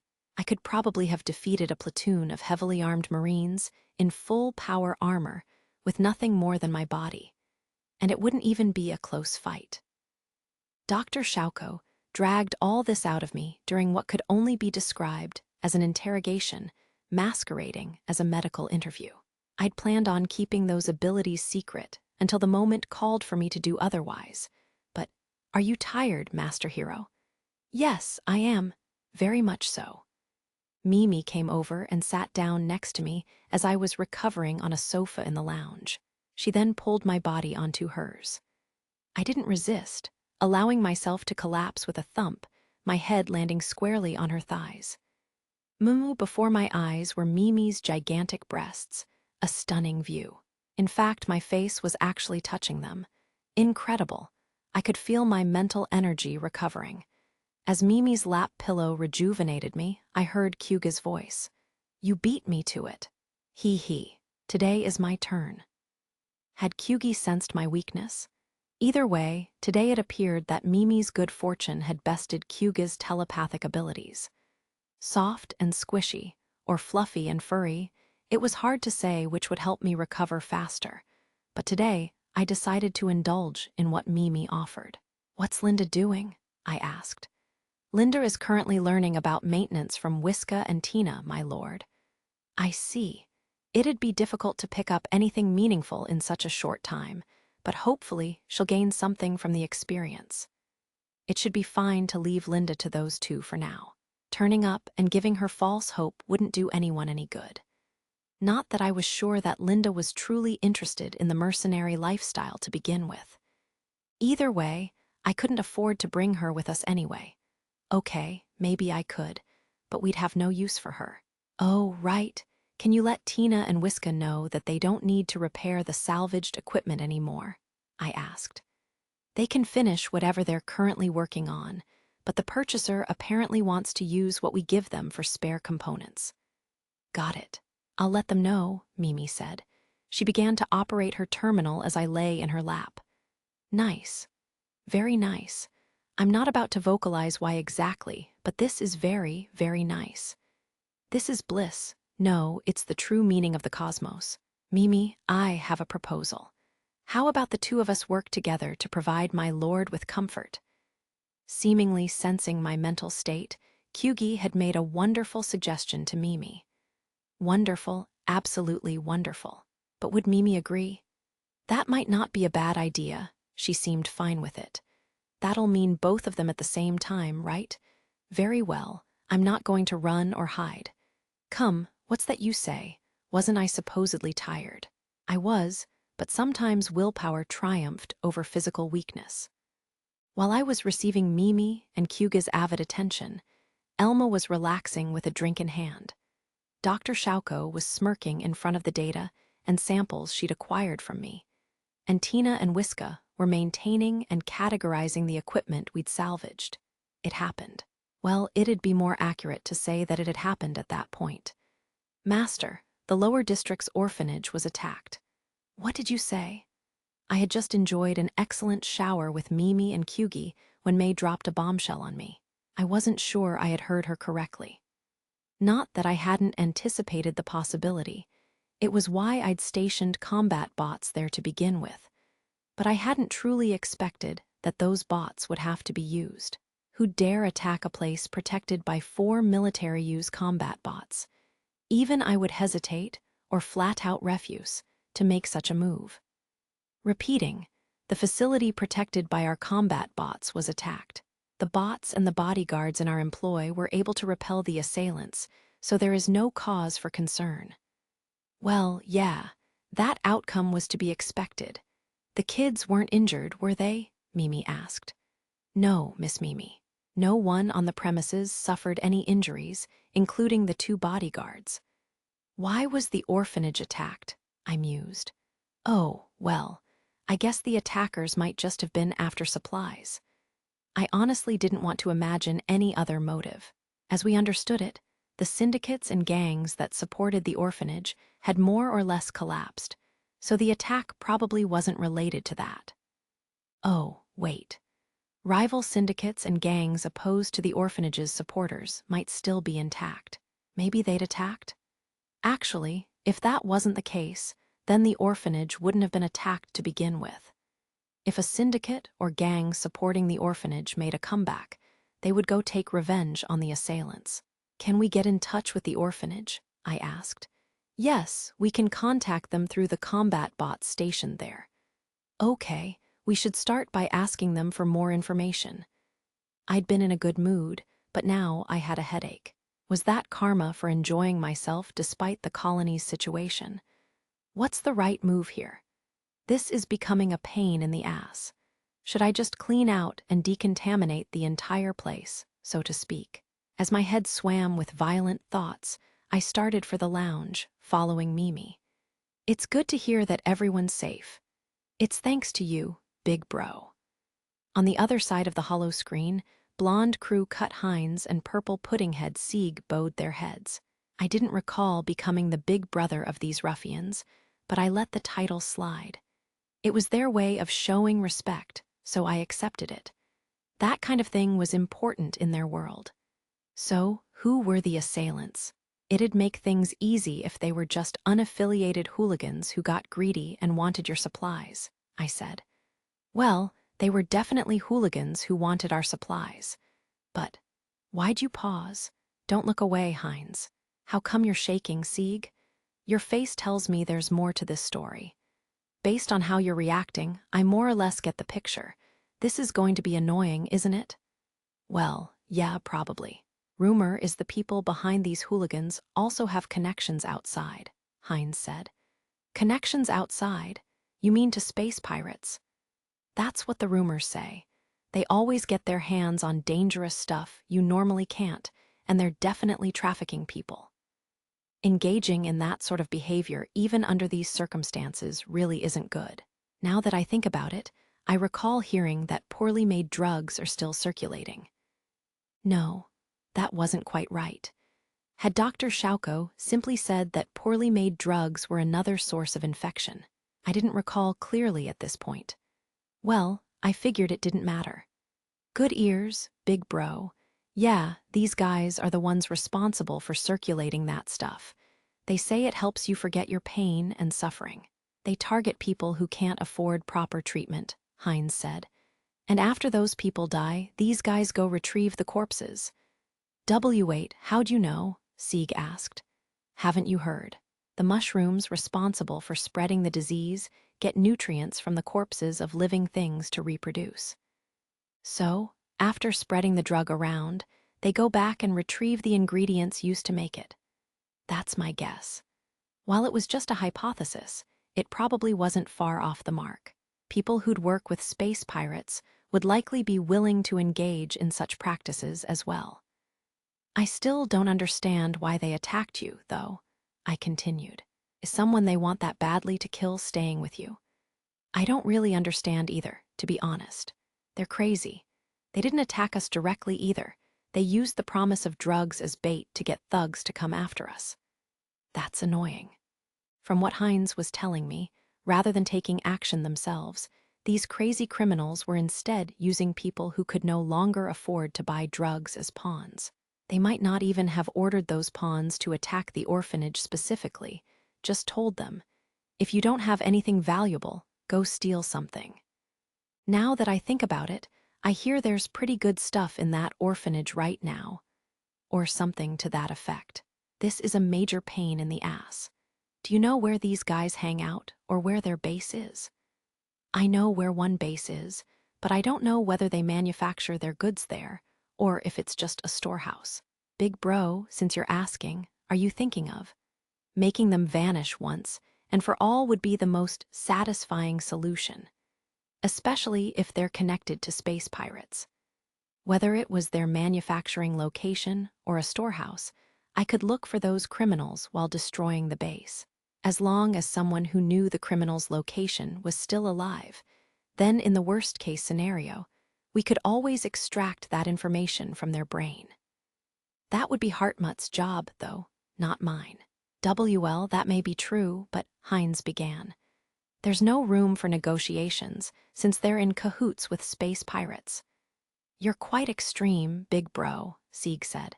If you'd seen space pirates' victims with their limbs cut off turned into something like avant-garde art pieces that secrete some useful substance, I think you'd come to the same conclusion I have.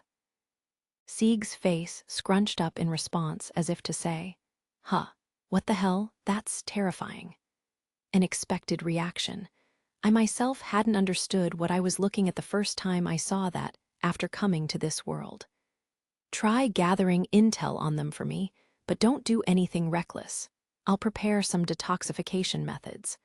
I'll pay you 5,000 if you find their manufacturing base or storehouse. I'll pay you 10,000 if you find both, but don't do anything that might get you killed. Your lives are worth much more, right? Got it, big bro. The combat bots seem like they can handle the orphanage, so we'll head out to gather info, Hines said. Yeah, I know I'm repeating myself, but don't get yourselves killed. I'd have trouble sleeping if they died trying to accomplish a job I gave them. So, this is the cure. Hartmut let out a deeply felt sigh as he gazed at the case brimming with objects resembling batteries. Within each cell was enough of the medical solution to treat 5 people. Roughly, an hour had passed since I'd talked with Hines and Sieg through the combat bots.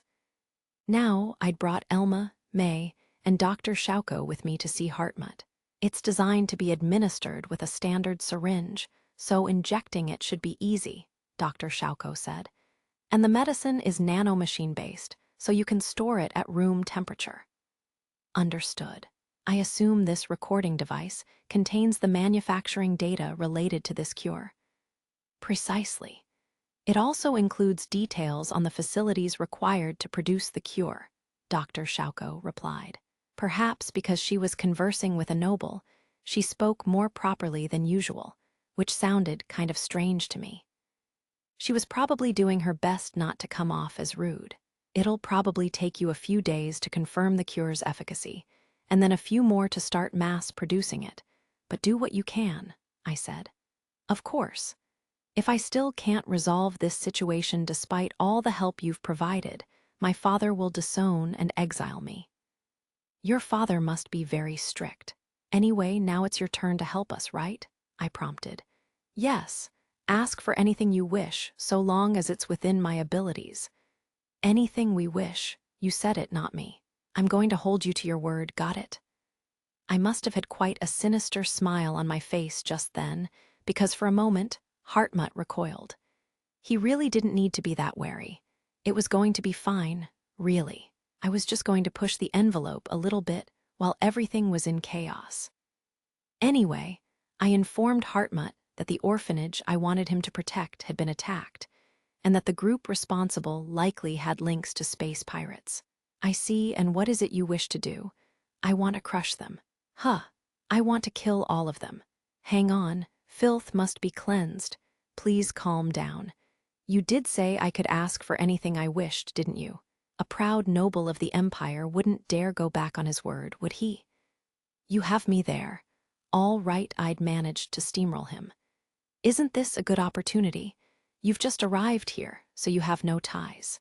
After smashing their base and extracting any relevant information from the survivors' brains, we should also acquire information on the Upper District trash connected to those space pirates.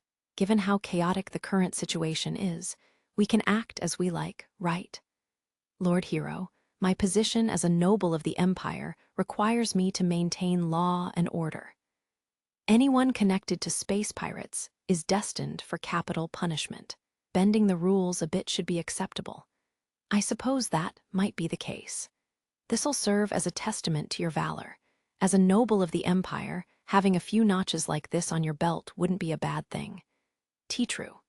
In the end, I talked Hartmut into it and got him to provide the forces I'd need to eliminate the pirates.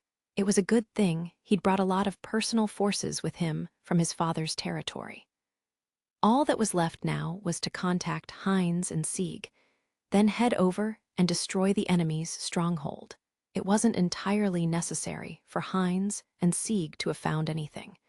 We could very likely gain any information we wanted from that stronghold. Still, I couldn't exactly hang back after I'd essentially forced Hartmut's hand. At the very least, I needed to show that I meant business. Chapter 5. Settling scores 3 hours later, I was outfitted in my light ninja power armor. Alongside May, who was equipped with a variable output laser launcher, I prepared to lead the ship's remaining combat bots in an assault against the base of the Bloodies. That was the criminal organization's name, apparently. At the moment, we were on standby in an alley near the base's entrance. Shortly after we positioned ourselves there, Heinz and Sieg joined us. Big bro, what?" Seeing my and May's equipment and our heavily armed combat bots, Heinz asked with a serious expression, "Do you plan on starting a war?" "I mean, yeah, shouldn't it be obvious?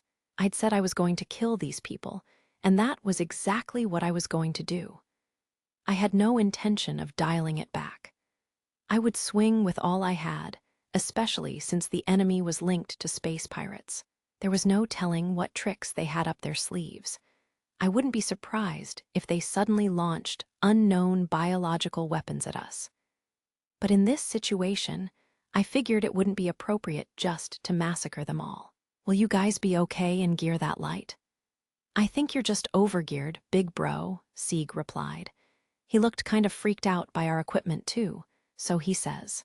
But even though he's wearing laser-resistant linen, that's not much different from normal clothes.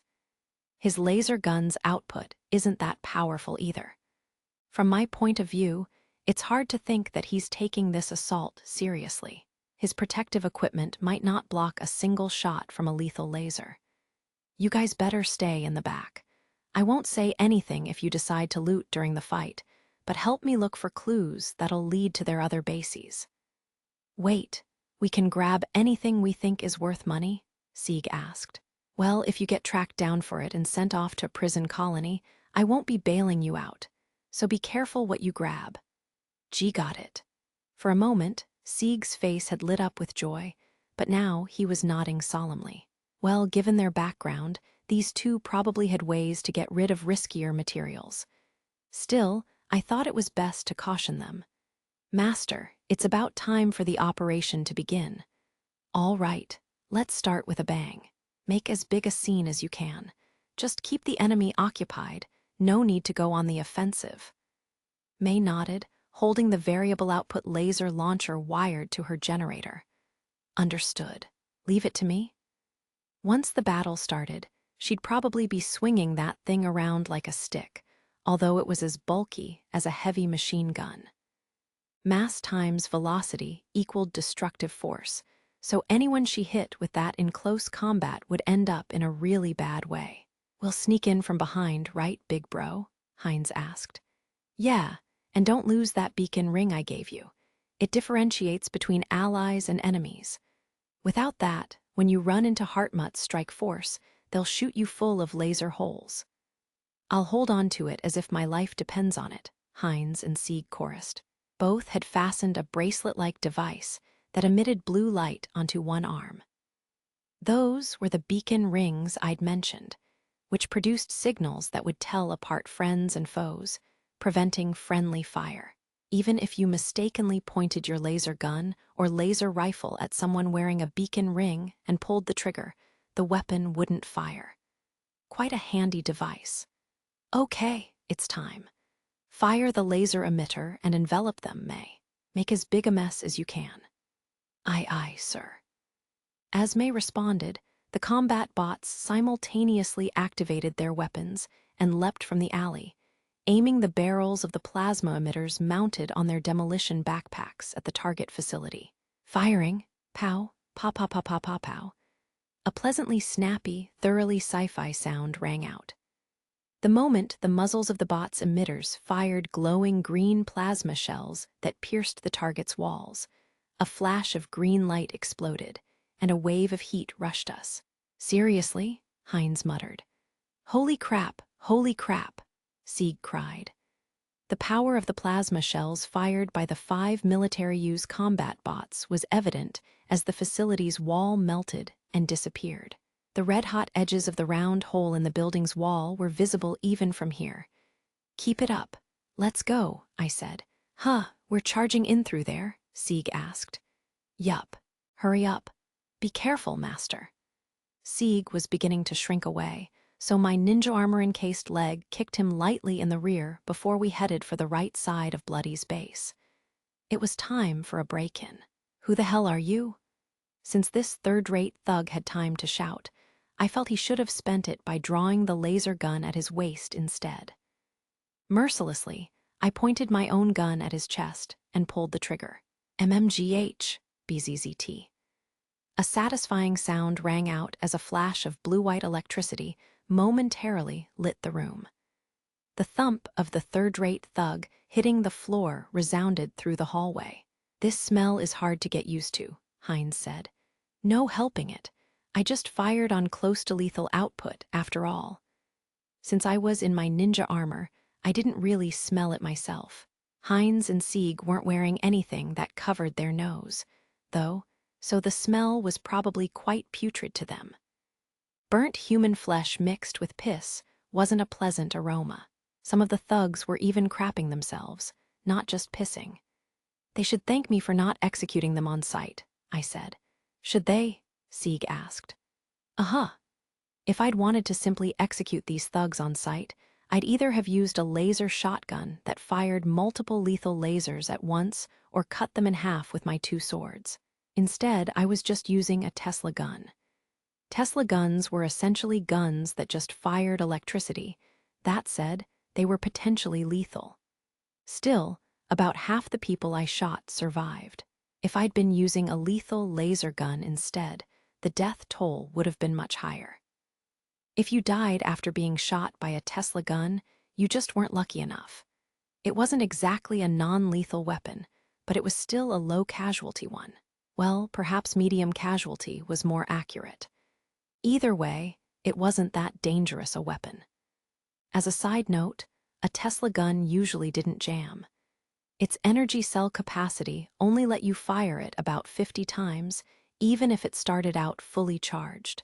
Still, if you swapped out the energy cell, you could immediately begin firing again. Big bro, aren't you kind of too strong? Sieg asked. Why are you surprised? I'm a pro. I wished I didn't have to participate in this kind of fight, though. I preferred battling from my ship, although, to be honest, I'd kind of gotten used to fighting in person. I now also wielded the psionic powers Kyugi had taught me to use. I had a lot more cards to play these days, so I didn't see myself losing unless a fight entailed an overwhelming difference in numbers or firepower. The ninja armor I wore was also designed for fighting in confined areas like this. It was equipped with high-power passive sensors. They picked up the slightest sound, whether footsteps, someone drawing their weapon, or even just heavy breathing, and displayed the enemy's predicted location on my helmet's visor. In gaming terms, I basically had permanent wall hacks activated. How could I lose? Find anything good? I asked. We secured some stuff that probably contains data caches, Hines said. We picked up some things worth money too, Sieg said. All right, keep it up. They'd both picked up some kind of large shoulder bag. They were stuffing these with the objects they found. It seemed like Hines was going after data-related items, while Sieg was looking for valuables. Oh, allies up ahead. I made sure to alert Hines and Sieg, since several people emitting allied signals were approaching us. Those two weren't equipped with anything that provided visual feedback, so unless I gave them a heads up, they wouldn't know whether people approaching were allies or enemies. Good work, I told the newcomers. I neutralized a few people with this thing and tagged them, but I'll leave cleaning them up, you guys. Some of them might be dead. Understood. We'll continue securing the area. Got it. We're going to head upstairs. We've been collecting things that might contain data, but you check too in case we missed anything. Having quickly communicated those key points, we split up with Hartmut's strike squad and began moving again. Those guys definitely meant business, Hines remarked. They're taking the opportunity to clean house. You guys are lucky you're with me. However you sliced it, nobles held overwhelming power in the empire. The moment they chose to employ violence, no outlaw group, mafia, gang, or yakuza stood a chance. In the end, power stemmed from violence, and their aristocratic position allowed nobles to wield violence that outlaws, who were merely normal citizens who'd gotten rough around the edges, couldn't hope to withstand. Let's get back to work. We need to dismantle these so-called bloodies before the day ends. We're with you, big bro, Hines said. "K," Sieg said. They nodded and trailed behind me, so we once more formed a three-man unit. Well, not really. I stayed in front, serving as point man, as we continued exploring the base. Our goal this time was to secure sources of information, so I wasn't going to use my swords. That would have meant separating body parts from each other. They were efficient tools for massacre, but not what I needed at the moment. As I was engrossed in such idle thoughts, we secured the floor in a basically systematic way. Hartmut and his subordinates would be responsible for extracting information from captured criminals. So I did my best not to kill any as I neutralized them with my Tesla gun. The weapon had an effective range of about 50 meters, which wasn't very far. That was the Tesla gun's weakness, but it wasn't a problem when fighting indoors. The projectile speed wasn't much slower than a laser gun's, and even if you aimed rather poorly, you'd still strike your target, which made a Tesla gun easy to use. The firearm was a bit heavy, though, so handling it was a pain if you weren't wearing power armor. Next up is the top floor. Are bosses always on the top floor? I think they usually are, yes, Hines said. Our boss's place was on the top floor too, Sieg added. Perhaps intimidated by the sight of me destroying the bloodies, Hines and Sieg were acting much more polite than usual. Strength defined your relationships, whether you were a mercenary or a thug. I guess you could say mercenaries are pretty much thugs, just operating within a somewhat legal public organization with a few rules in place. Can't really argue with that. I was proceeding forward while keeping a close eye on the enemies I detected, the number of which had decreased significantly, when suddenly a man jumped from a nearby doorway. My ninja armor's sensors didn't pick him up. He must be pretty skilled. I don't know who you are or where you came from, but you've got guts pickin' a fight with us, he cried. I'm going to cut you to pieces and tear you limb from limb, and all you'll be able to do is watch. The unhealthy-looking, emaciated musclehead, Twiggy Musclehead, had a flushed face, and his veins bulged in anger. He closed the distance to us at an incredible speed, holding a club-like weapon that crackled with purple electricity. Charging me with a club? How reckless. Hi-ya-ha. I've got you. Calmly watching the hi-ya-ha guy swing his baton at me, I held my breath, slowing down time. This guy moves fast for someone not wearing special equipment. Has he undergone physical enhancements like the ones nobles get? Regardless, there was no way his attack would reach me. I pulled the trigger of the Tesla gun during this stretch of decelerated time. At same moment, the blue-white flash zapped the hi-ya-ha guy. I kicked him and sent him flying. His body had stiffened due to the shock from the Tesla gun, so he had no way to resist. With that, I somehow didn't manage to neutralize the target. MGH, that isn't enough to defeat me. You prepared countermeasures against electric attacks. He wasn't unscathed, and I fired my Tesla gun at him 3 more times as he attempted to get up. Have I no mercy? No, I don't. Jay, hang on, wait. Why would I? After 5 shots, the guy finally stopped moving. Steam rose from his entire body. He looked well done. Is he still alive? Not that it matters much. Still, he hadn't seemed weak, so it was better to be careful. Hey, you guys picked up something that looked like cuffs earlier, right? Cuff him. You got it, Sieg said. He pulled some cyberpunk-esque handcuffs out of his bag and restrained the steaming and still-twitching Twiggy Musclehead. Is he still alive? He's as tough as those monstrous, unmentionable black insects. Is this guy the boss here? I asked. Not sure. We don't know much about the people in charge of the Bloodies. I've seen this guy before, though, so he's probably one of their lieutenants at least, Hines answered. I see. Hopefully I didn't fry his brain. I'd zapped him 5 times with a Tesla gun, and if the heat had reached his brain and damaged it, it'd be rather unfortunate.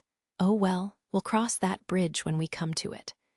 Having cuffed the hi-ya-ha guy, we kept moving forward. We ignored empty rooms and prioritized those with people inside. After all, those people might be in the middle of eliminating evidence. This is the last one. We'll support you. No need, just stay back and don't get injured. We kept our voices low. After we finished our exchange, I kicked down the door and fired my Tesla gun into the room, a preemptive strike. If I took down even one enemy in advance, it'd be worth it. I announced myself. Hey, Bloodies. Just a merc passing through. You can recite your death haikus. Jaya, a fully equipped merc. Why, Gaia. Biwa. My Tesla gun's sudden barrage had knocked several thugs in the middle of doing something to the ground. A direct shot from a Tesla gun had a survival rate of slightly over 50%. Namaste. He's already here. Fire, fire. Damn it, we won't finish in time. The thugs immediately drew their laser guns and fired back, so I rolled behind a nearby desk and waited for the laser beam storm to end. I would just have used a plasma grenade, but I didn't want to destroy the room itself. After all, there appeared to be devices in here that might hold important information. How unfortunate. Rather than destroying everything with plasma, I just have to soak the floor in blood instead. Big bro, you okay? Hines called. I'm fine. Reinforcements could appear behind us, so watch our backs. I gave Hines this order hastily, since he looked like he wanted to break cover outside the room to provide me with support fire. Then I drew my 2 swords from the sheaths mounted on my back and plunged into the storm of laser beams. Ah, he brought swords. As a shocked look appeared on one thug's face, time slowed once more. Within that decelerated world, I knocked away laser beams that would have hit me, deflecting them back toward their source as I advanced toward the thugs. One step, and then another. With each step I took, the thugs' faces twisted further in fear. From their point of view, I must have looked like Darth Adur. Some were out of my sword's range. I took them down by deflecting lethal laser beams back at them, and those within range I sliced to pieces. In a single breath, the room was bathed in red, the thugs who'd been firing wildly now lying face down on the floor. "Come on, you bastards," a voice cried. "Give 'em hell. Reinforcements." I was surprised that they hadn't yet exhausted their forces. I aimed my left hand, still gripping a sword, toward the 4 thugs who'd entered from the door across from the one we'd come through. A N noble. Too slow. I jerked my arm back, and the thugs' laser guns left their hands, flying toward me. "Wah!" the 4 thugs shouted in surprise. This was a psionic ability I'd acquired recently, a type of telekinesis that let me grab objects and pull them toward me. That was a much more advanced technique than using psionic force to push an object away or destroy something. Having acquired this ability, I was now capable of pulling anything within my sight toward me. The skill's efficacy was evident. Losing your weapon when facing an enemy provided them with a lethal opening. W8. "If you want to surrender, get down on the floor with your hands up before I kill you," I said, swinging my blood-soaked swords with both hands and striding toward the thugs. The thugs, although reluctant, dropped to the floor and raised their hands overhead. "Cuff them." "Got it, big bro," said Hines. "Hey, if you don't want our big bro here to chop you up, behave yourselves." Sieg admonished the thugs. At my order, the pair cuffed the thugs. "Is that all of them?" "Seems to be." There might still have been a few enemies holding out on other floors or in other buildings, but I no longer detected any nearby. Collect every terminal and other means of data storage you find. We want anything that might possibly contain data. "You got it, big bro. Leave it to me." Finished cuffing the thugs, Hines began collecting the items I'd specified. Meanwhile, Sieg was checking over our prisoners and their belongings. The thugs might be carrying devices with useful data, so I let him be, even though he seemed to be prioritizing valuable loot rather than data. Allowing these two some perks was only fair. By the way, big bro, is it just me, or did you disarm the enemy just now?" Hines asked. "Oh, well, that was one of those things. It's this custom power armor's hidden trump card. I can shoot molecular nanowires that snag an enemy's weapon and disarm them." "Seriously? Damn," Sieg said. The story was a complete lie, but there wasn't much point telling him that I could use psionic powers, so I went with it. It wouldn't be strange for a noble's custom power armor to have such a feature, or, at least, it was a story Sieg and Hines could believe. At a time like this, being a noble was convenient. "Big bro, can we just hand over the devices we collected to those guys from earlier?" Sieg asked. "Yeah, do that. You two aren't exactly equipped to decrypt and analyze them, right?"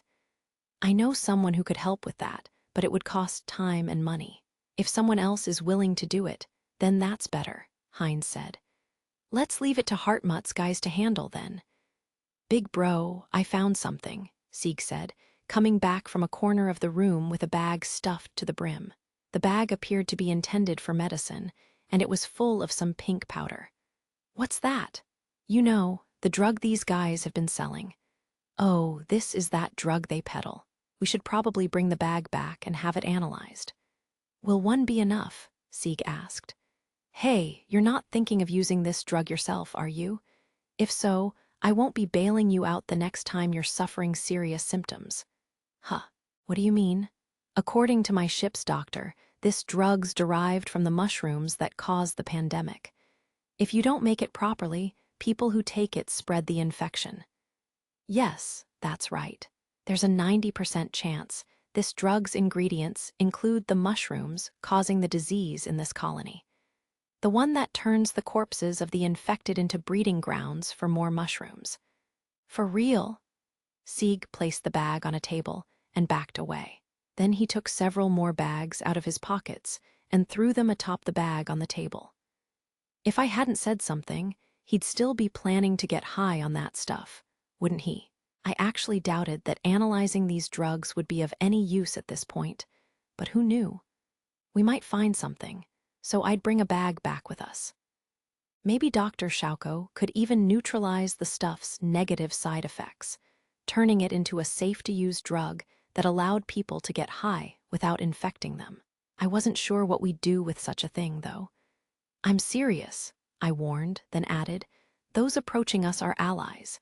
Guess they finished securing the area. My ninja armor's sensors had picked up several allied signals coming our way. Once we handed over the immobilized thugs and any devices likely to contain useful data, we'd be done here for today. Just who was that guy earlier, anyway? The one who was just fine even after he ate a direct shot from a Tesla gun. That weapon was far stronger than a taser in my previous world. But I'd heard that humans high on drugs could lunge at you with a knife even after being shot by a handgun. Still, the bottom line was that the human body wasn't made in a way that let it endure powerful electrical currents. You couldn't simply push through shocks using sheer willpower. If you were big enough, maybe an electric current wouldn't conduct properly through your body. But that didn't apply to that hi-ya-ha guy earlier. Had he received some powerful surgical enhancement, or had he had some kind of equipment that protected him? He must have had something, in my opinion. Or maybe he was just built in a manner that made him resistant to electricity. Was he of a certain type of person who enjoyed the thrill of electrocution, so he was used to shocking himself? Now that I thought about it, the man had wielded an electric club. Maybe he played around with it when he was bored. I had no way to know. Are we leaving now? Sieg asked. Yeah, get ready to hand over what we gathered. Got it, big bro, Hines said. At any rate, the next step was information extraction. We needed to extract that information either from the data caches we'd acquired or the brains of the thugs we'd captured. Either would take some time, so we were done for the day. Moments later, a different squadron of soldiers from the ones we'd encountered earlier entered the blood-stained room from the rear door, the same one the 4 thugs had come through. Seeing the state of things, they gasped. Several even covered their mouths as if to keep from throwing up. Only a few managed to stay calm. Lord Hero, correct? Yes. We'll hand over the storage devices we collected to you. The terminals in that bag contain data these thugs were desperately trying to delete. It'd probably be a good idea to focus on the terminals with blood on them. Thanks.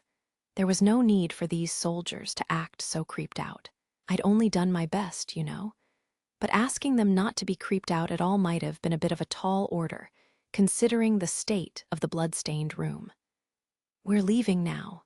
Sorry, but I'll ask you to please take care of the aftermath. Those guys on the floor over there might know something, so handle them with care.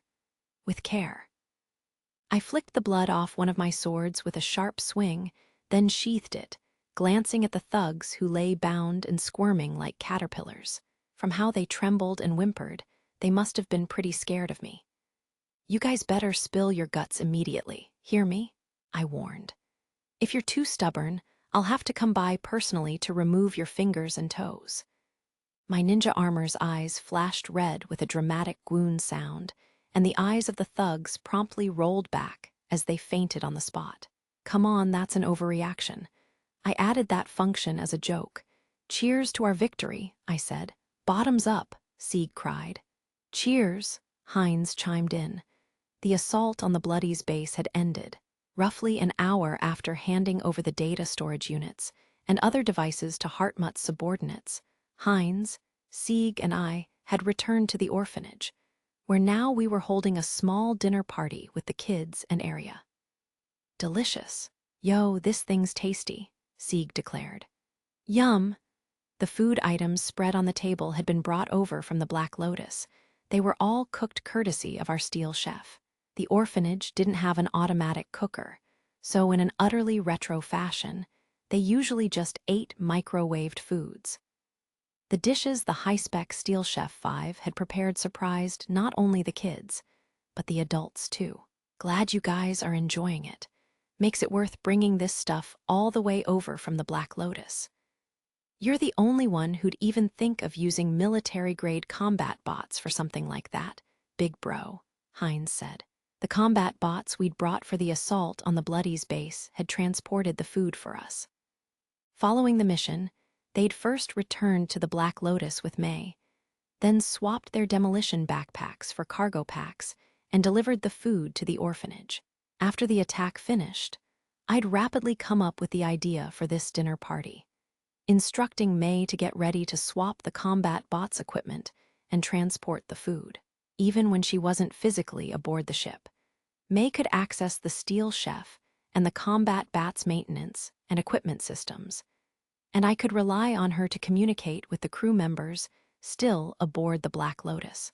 Thank you, Mr. Hero, Arya said. The kids are enjoying themselves too. Times have been tough for them recently. I just acted on a whim, no sweat. It really had been on a whim. At first, I'd planned to have Hines and Sieg bring us to an expensive restaurant where I would pick up the tab. But then I figured that, since I had the opportunity, it would be better to give the orphanage kids a chance to enjoy some good food too. That had led to this dinner party. Hee, that turn of phrase is so reminiscent of Tina. I'm not doing it on purpose. The reason I got along well with Tina, or why I found spending time with her so comfortable, anyway, was probably that we were similar in some ways, as Arya said. Tina's actions were sometimes unexpected, but I knew you could say the same thing about me. Yeah, I at least had that level of self-awareness. I wasn't usually cognizant of acting unpredictably in the moment, though. I only noticed in hindsight, after someone pointed it out to me, or I'd spent time reflecting on my actions. For the moment, we've destroyed the base of the guys who sent people to attack this orphanage, and those of them who survived are mostly in no state to keep fighting. They might still try something later, but no need to worry. I'll just squash them again. Thank you.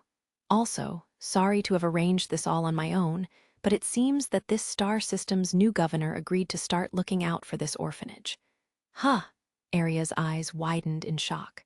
Yeah, unsurprising reaction. I kind of nailed this down on my own without keeping her in the loop about the negotiations. The organization that used to support this place no longer has any power, and they weren't exactly above board in the first place, right? The new governor plans to use the chaos this pandemic has brought about to purge those types of criminals, which means that even after the pandemic, this orphanage would still have lost its one-time protection. I might have meddled a bit too much, but I handled the issue for you guys using my own discretion. I see. Will that be all right? One of the organizations that supported the orphanage owns this building. I made sure to provide Hartmut a lot of benefits in exchange for looking after this place, so no need to worry. And if something needs to be done about this building's ownership, we can have Hartmut seize it and place it under government custody. Or we could transfer ownership to you, whatever works better. That sudden declaration obviously caused Arya to panic. Sorry, now that I think about it, this directly affects you, and I kind of handled it all and pushed it forward without your input. Oh well. Things should still work out positively in the end. You, the governor, is a noble, right? Arya asked. Yeah, he's quite handsome too. I was technically a noble myself, but I knew mentioning that would only increase Arya's panic, so I humbly and wisely remained silent about it. If I were truly wise, though, would I have created a situation that freaked Arya out in the first place? I'm going to pretend I didn't hear myself think that. Will things really work out? He's not going to end up abandoning his responsibilities on a sudden whim, or have us all executed because he finds us displeasing. Just how unreasonable do you think nobles are? Hartmut seems like an honest young man, so I don't think you need to worry about that. But if you're still concerned, I don't mind creating the impression that I'll avenge you guys if he treats you poorly. Really? Yeah, no problem. After all, I'm a platinum rank mercenary. Most nobles don't want to make an enemy of the mercenary guild. More importantly, after today's events, Hartmut should be well aware that he doesn't want me as his enemy. It wasn't as if I'd have no options for retaliating in the unlikely event that he broke his promise to me.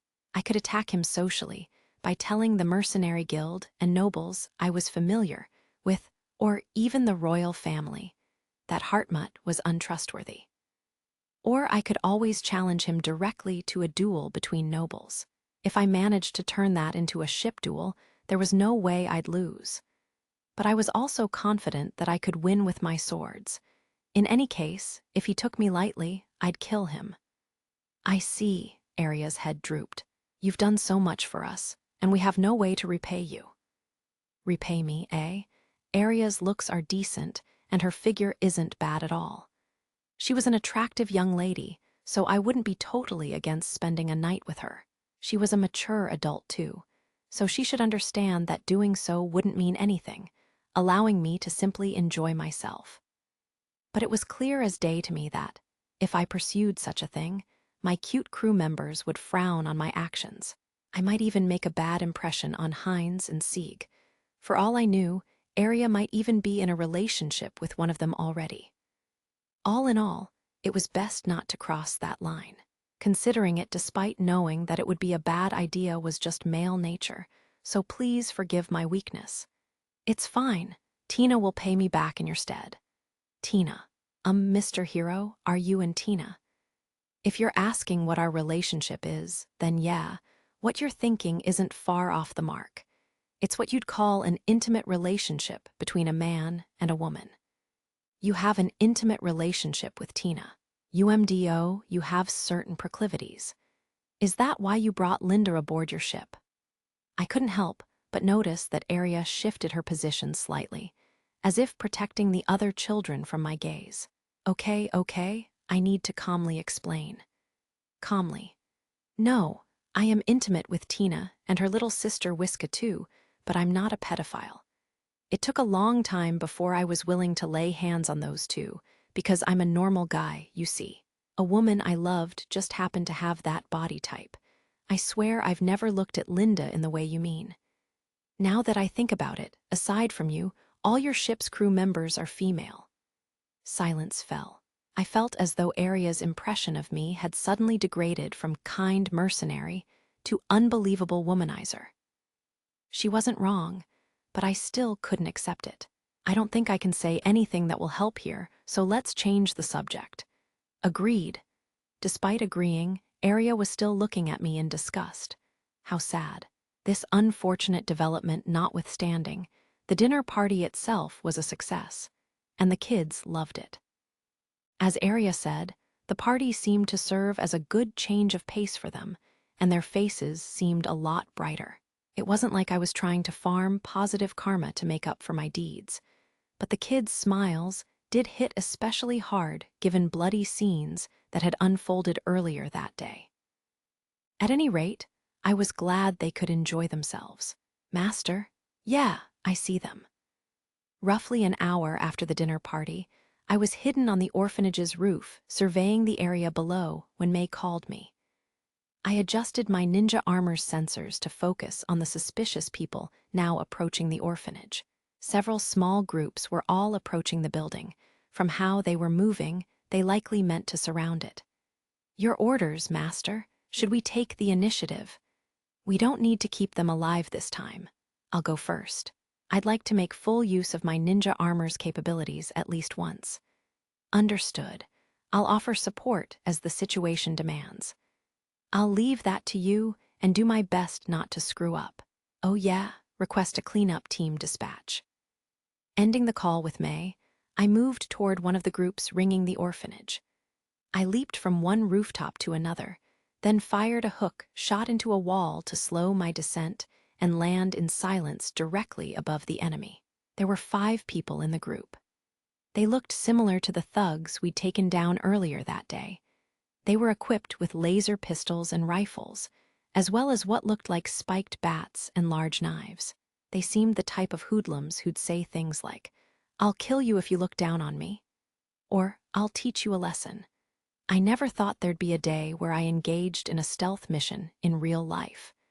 Maybe I should add some assassins throwing knives to my upper arm equipment. I indulged in that idle thought as I unsheathed my swords, reversed my grip, and jumped from the building. My first target was a guy with a mohawk at the end of the group. Using the momentum of my descent, I swung the long sword in my right hand, slashing from his right shoulder through the center of his body. The blade's sharpness enabled it to slice his internal organs and bones apart. In mere seconds, his blood and entrails littered the area. What? Biwa. Holding my shorter sword in a reverse grip in my left hand, I struck my second target's neck. Then I spun the sword in my right hand and slashed diagonally through my third target. Og. GRRK? I closed in on the remaining 2 targets, switching the short sword in my left hand to a normal grip. With a blade in each hand, I sliced clean through my foes' torsos in a single motion. Yeah, these monomolecular blades nobles use are ridiculously sharp. Even without putting much weight behind one, I can slice right through a body easily as long as I slash properly. That's one group down. On to the next. Well done, master, I heard May say. Well, that about wraps it up. The cleanup work we'll have to do will be messy. Good luck with it. Still wearing my ninja armor, I offered those words of encouragement and a thumbs up to Raimai Prime's cleanup team. They were from the department responsible for disposing of corpses and stuff within the colony. They'd arrived to clean up the lower district's bloody alleys. For some reason, they insisted on splashing me with sanitizing liquid. That didn't really bother me, though. I was inside my ninja armor, and it saved me a trip back to the Black Lotus's decontamination facilities. As I watched the cleanup team carry body bags and other equipment into one of the lower district's alleys, Hines exited the orphanage and called out to me. Big bro, yo, I called back. Given the commotion, those inside the orphanage were bound to have noticed that something had happened. There's a bunch of corpses and entrails around, so it'd be better not to go out right now. Yeah, I figured, but wondering what happened. I mean, we went straight at them and gave them a good sock in the face, so it's not surprising they'd want revenge, right? I figured it was about 50-50 whether they'd go through with it, and I'm glad I was ready. I shrugged at Hines. Ricochet armor couldn't have accommodated such a fine movement. It just went to show how flexible custom power armor was. In a nutshell, I'd anticipated that the Bloodies might try to retaliate against us. So after the dinner party, I'd prepared an ambush for them. It had been possible that they might not show up, but my devil's luck had seemingly worked in my favor this time. We had thoroughly offended the other party, and naturally, outlaws like them couldn't just leave things at that. If they didn't take revenge on the offenders, other groups would start looking down on them. Losing their prestige, they would soon have had nothing. Other groups would have ganged up on them, or the Bloodies themselves would have collapsed from within. In any case, the result wouldn't have been good, so they'd needed to come up with a way to retaliate quickly. But the targets they were choosing between were Hartmut and us. Hartmut was this colony's governor. Retaliating against him would have been a bad idea, since directly challenging the authorities wouldn't have ended well. How had the Bloodies known to attack us? Well, that seemed obvious. Even an idiot could tell that the combat bots that had attacked the Bloodies were the same type as those protecting the orphanage. It was natural to assume that they were connected, which meant it made sense to expect an attack on the orphanage. Doesn't that make it my fault that orphanage was attacked? Ha ha ha. That's why I'm here protecting it, isn't it? As long as I'm here safeguarding these people, they're completely safe. So yeah, I'd laid an ambush for the assailants. If I'd carried out that ambush solo, though, I might have screwed things up at some point. So just in case, I had May and her combat bots lie in wait nearby as well. In the end, they hadn't needed to act, since, well, the battle had been so one-sided. After taking out one group of enemies, I'd activated my multi-purpose camouflage and used my hook shot to gain the upper ground once more, enabling me to ambush the other groups from above too. From the enemy's point of view, it had probably seemed as though some invisible nightmare had suddenly descended upon them. instantly killing 5 or 6 of their members. The grouped assailants had been crowded tightly together, so even if they'd noticed me, they couldn't have fired their laser guns or rifles randomly for fear of hitting their allies. I was nearly invisible, so they couldn't easily strike me with their clubs or knives either. I easily cut them in half as they struggled to come up with a proper response. Once I'd massacred the assailants, leaving no survivors, May and I contacted Hartmut and asked him to send a cleanup crew to take care of the bodies. They'd already been busy earlier that day due to our attack on the enemy's stronghold, so this was their second outing, and they were rightfully upset at me. "You really are a mercenary, big bro." "Yup, scared?" "Yeah," Hines said with a wry smile. This time, I'd cut at least 30 people into pieces. To be honest, even I was slightly taken aback that I'd had no issue with killing so many people. On further thought, though, these attackers had basically been a type of space pirate, and they were responsible for spreading the pandemic via their poorly made drugs.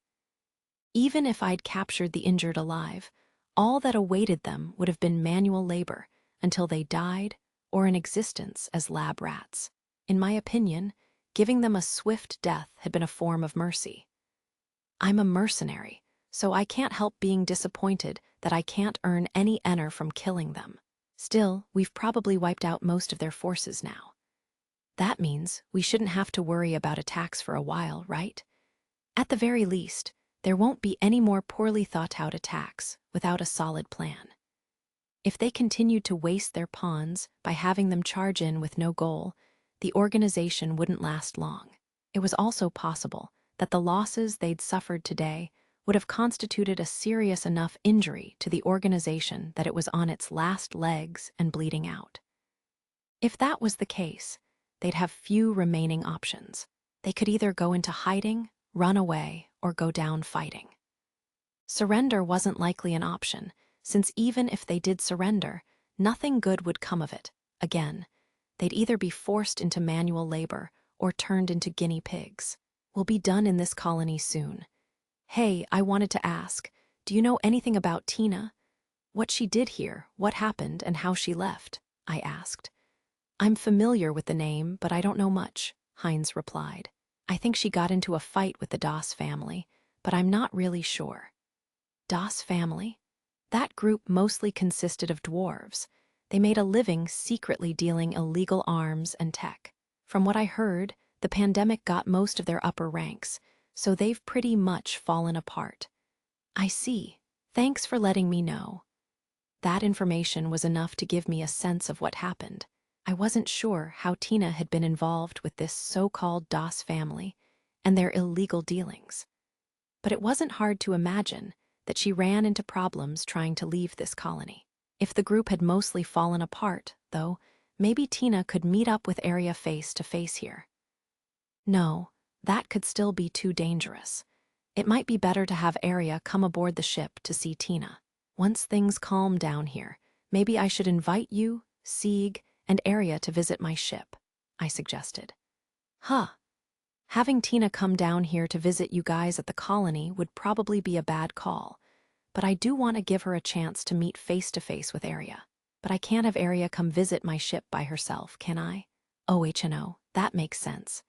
That's why you guys will come too. My ship's pretty cool, you know. It's probably different from what you expect." "Really?" "So far, pretty much 100% of our visitors have been shocked by what they saw." I continued chatting with Hines as we waited for the cleanup team to finish cleansing the streets. The next day, I did invite Arya, Hines, and Sieg aboard the Black Lotus.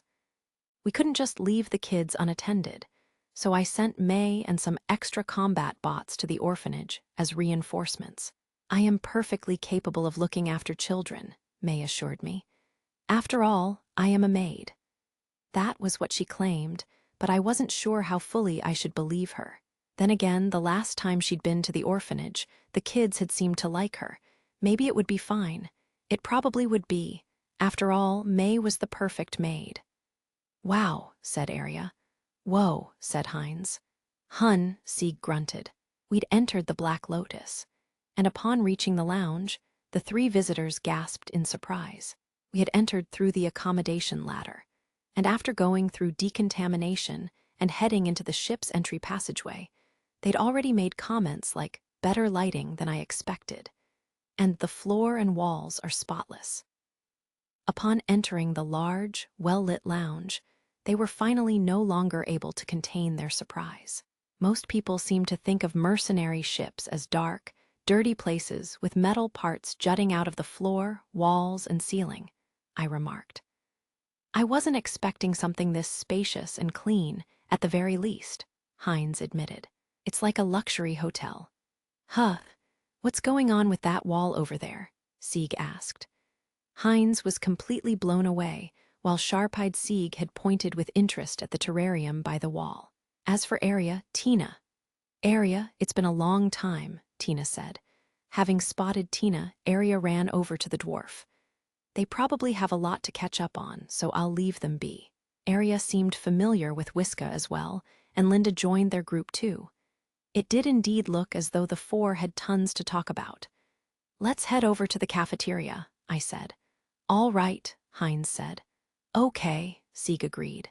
I led the pair toward the cafeteria, and the girls, minus Tina and Wiska, came over too. Actually, Dr. Schauko wasn't there. I assumed she was busy with something in her research lab. My lord, honored guests enjoy. Thanks, Kyugi, I said. She'd prepared a drink for us, hot tea made in the imperial style, similar to black tea. Thank you. Thanks, big bro these are? My crew members. The one who just served us tea is Kyugi. She hails from Verthaltz. As for the others, I'm Mimi, I'm from the Empire. I work as the operator here, and I'm in charge of supplies.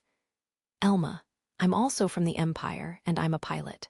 I'm also a silver rank mercenary. I'm Kyugi, as my lord said. I am currently a humble co-pilot trainee. After Mimi, Elma, and Kyugi had introduced themselves, Hines and Sieg began their own introductions. Nice to meet you. I'm Hines. I guess you could call me a bodyguard. Sieg, same as Big Bro Hines. Big Bro. These girls are all cute and pretty, huh?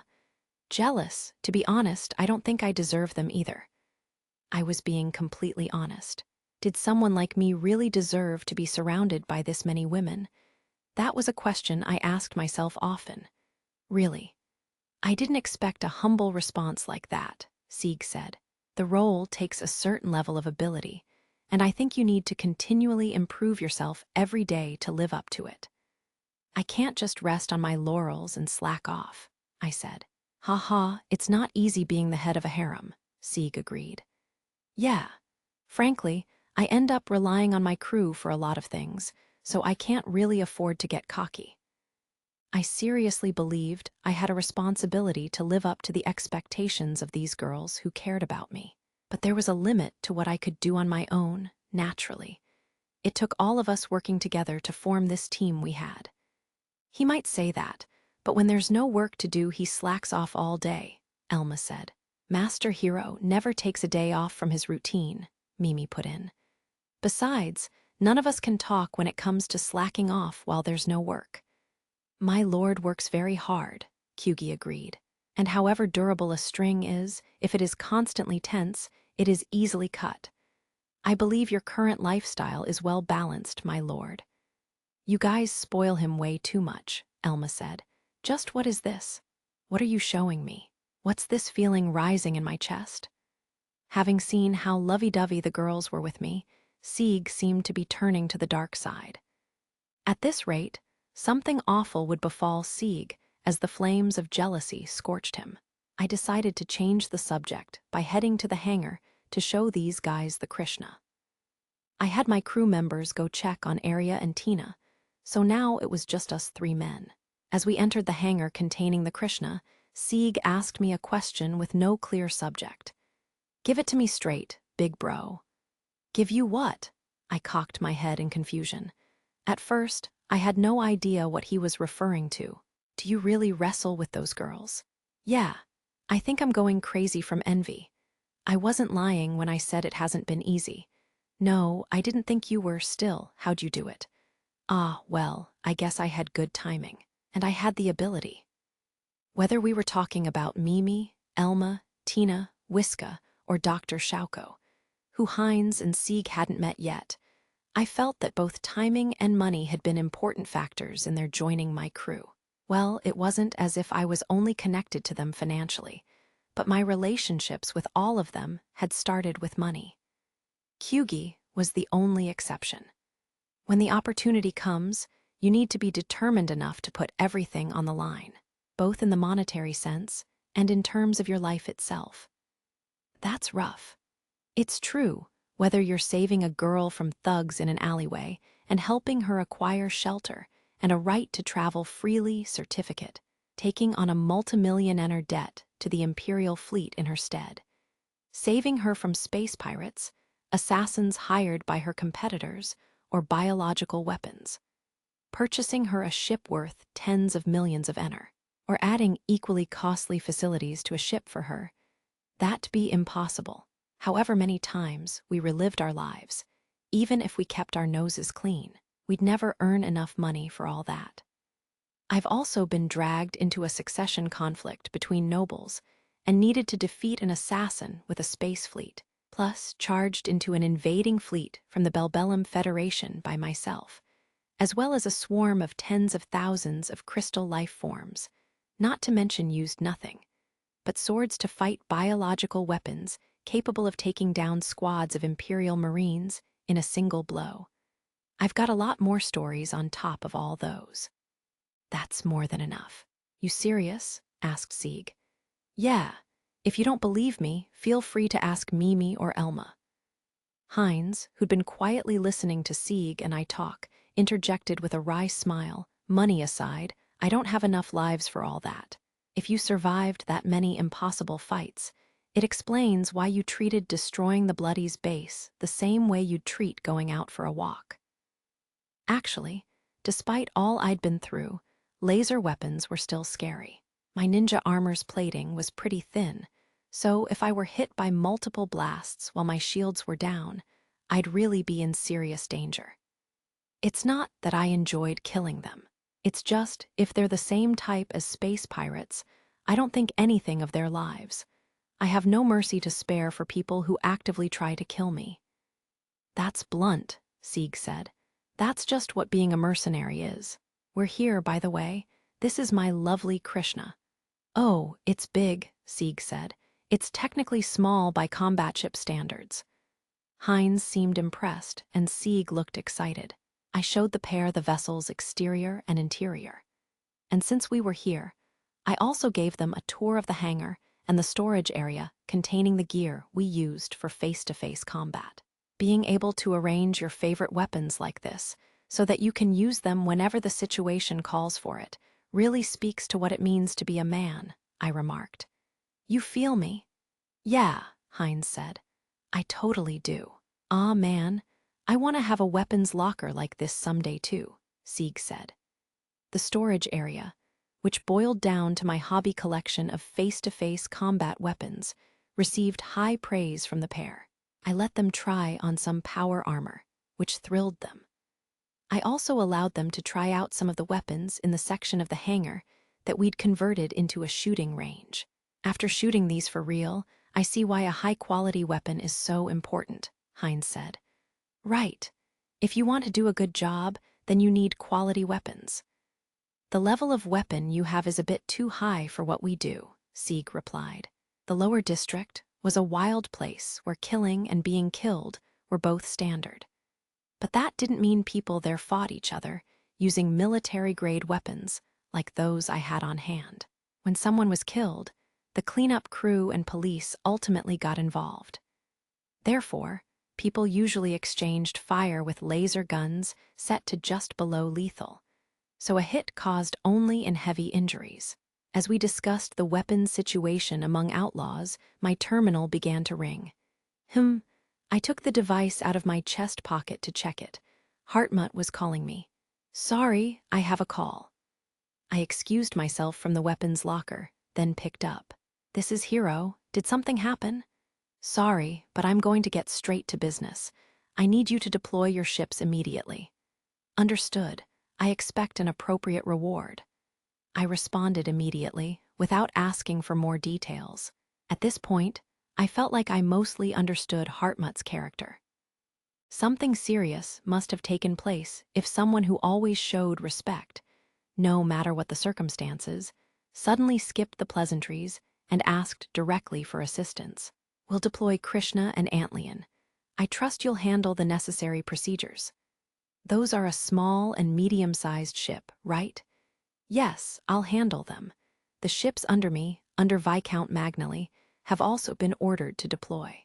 The details will. A sudden tremor rocked the Krishna, or more accurately, the Black Lotus, on which the Krishna was housed. That briefly disrupted my connection with Hartmut.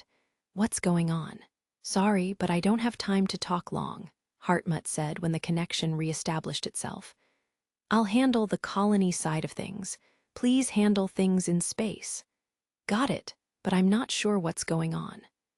Having said that, I ended the call with Hartmut and returned to the weapons locker.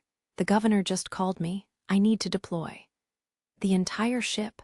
No, the Black Lotus will stay here. May's still at the orphanage, after all. I'll tell Tina and Wiska to take care of you guys. Sorry about this, but listen to any directions they give you. Understood. Got it. I returned their nods, then used my terminal to tell Mimi and the others that we'd be deploying. Oh, right, I need to notify May too. I wasn't sure what was going on, but considering how Hartmut had acted, the situation had to be dire. The sooner I got out there, the better. Chapter 6. Galleon Class, we're here. Thank you for waiting, my lord. I got here first. I happened to be close by. Where's Elma? I'm rushing to the Antlion. When we traveled, the Antlion stayed docked to the Black Lotus like a remora to a shark. When we docked at a colony, though, that wasn't acceptable, so we had to dock the smaller vessels separately. Thus, to reach the Antlion, Elma first had to leave the Black Lotus and then dash over to where we'd docked her ship. Do your best, I encouraged Elma through the comms. Then I began checking the Krishna's self-diagnostics. Ammo, check. Armor and interior.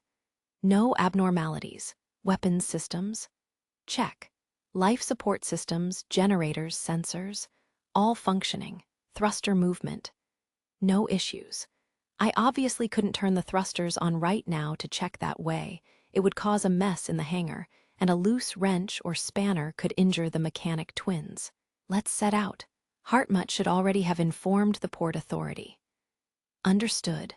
At my instruction, Mimi quickly took control of the operator console and began the departure procedures. My lord, you chose to act rather quickly this time. Yeah. I'd normally have had Hartmut go through the Mercenary Guild, and we'd have ironed out the rewards and conditions there before I took his request. In a case like this, though, I operate differently. A case like this? Asked Kyugi. I have a good sense of the person making the request, and the situation's obviously urgent. But the bottom line is that I'm likely to get dragged into this conflict either way. You felt that tremor earlier, right? Kyugi and Mimi nodded. Yeah, that wasn't normal. This definitely isn't a normal situation. Space colonies weren't supposed to shake like that, so chances were that some large-scale incident had occurred. Given Hartmut's behavior, it was quite likely that the incident was a deliberate one. Yes, that was quite the tremor, Kyugi remarked. It happened right after Hartmut called me. We were going to get dragged into this no matter what, so I had no reason to refuse his request. If Hartmut tries to lowball our reward later, we can deal with it then. I didn't think Hartmut was the kind of guy to try that, but if he did, I wasn't without options. Several options. Master Hero, the Krishna is ready for deployment. Okay, let's go. Open the hatch. Opening hatch. Activating electromagnetic catapult at lowest output. Just as activating the thrusters within the hangar would wreck it, activating the electromagnetic catapult at full output would crash the Krishna into the colony wall, so we lowered the output. The Krishna launched from the hangar at a much more leisurely speed than usual, and I immediately steered the ship toward the hermetic seal, separating the colony's interior from outside. Due to the present restrictions, there was little traffic, making the going easy. Elma's still going to take a while. Mimi, get in touch with May. On it? After getting her to call May, I guided the Krishna toward the rendezvous point Hartmut had designated, a staging area near the colony. Here, Master. May, the Black Lotus is still docked in port. Evacuate the kids there if necessary. If the situation warrants it, you have permission to forcibly leave the colony. Use whatever means you need to, including those combat bots. Understood. Good luck. Yeah, that was all I had to tell her. May would take the optimal course of action based on my instructions. It would be best if evacuation and reinforcements weren't necessary, but it was good to prepare. Master Hero, we're receiving a transmission from the Doll Systems Army. The Doll Systems? Oh, Viscount Magnelli's personal forces that Hartmut brought with him? Connect us. Mimi nodded and tapped a few controls on the operator console. That brought the communications screen up on the main display, and a stern-looking soldier appeared. The Imperial Fleet's members typically all wore a white uniform, but this man's was olive drab, and its design was also quite different. It had no embellishments and seemed optimized for practicality. Colonel Hivo Netzer, commanding officer of the 2nd Fleet of the Doll System Army. It's an honor to make your acquaintance, Lord Hero. I'm Captain Hero, a platinum ranker with the Mercenary Guild. The honor's mine, Colonel Netzer. Governor Hartmut told me that you'd explain the situation, and you can address me as Captain Hero or just Captain. I don't act enough like a noble to be called Lord, so please speak casually.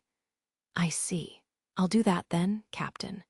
Let me outline the situation. I relayed the call to Elma as well as I listened to Colonel Netzer's explanation. After I led that assault on the Bloodies base, Hartmut's people had analyzed the retrieved data and discovered that Baronet Radius had links to space pirates. He'd communicated with them via the Bloodies.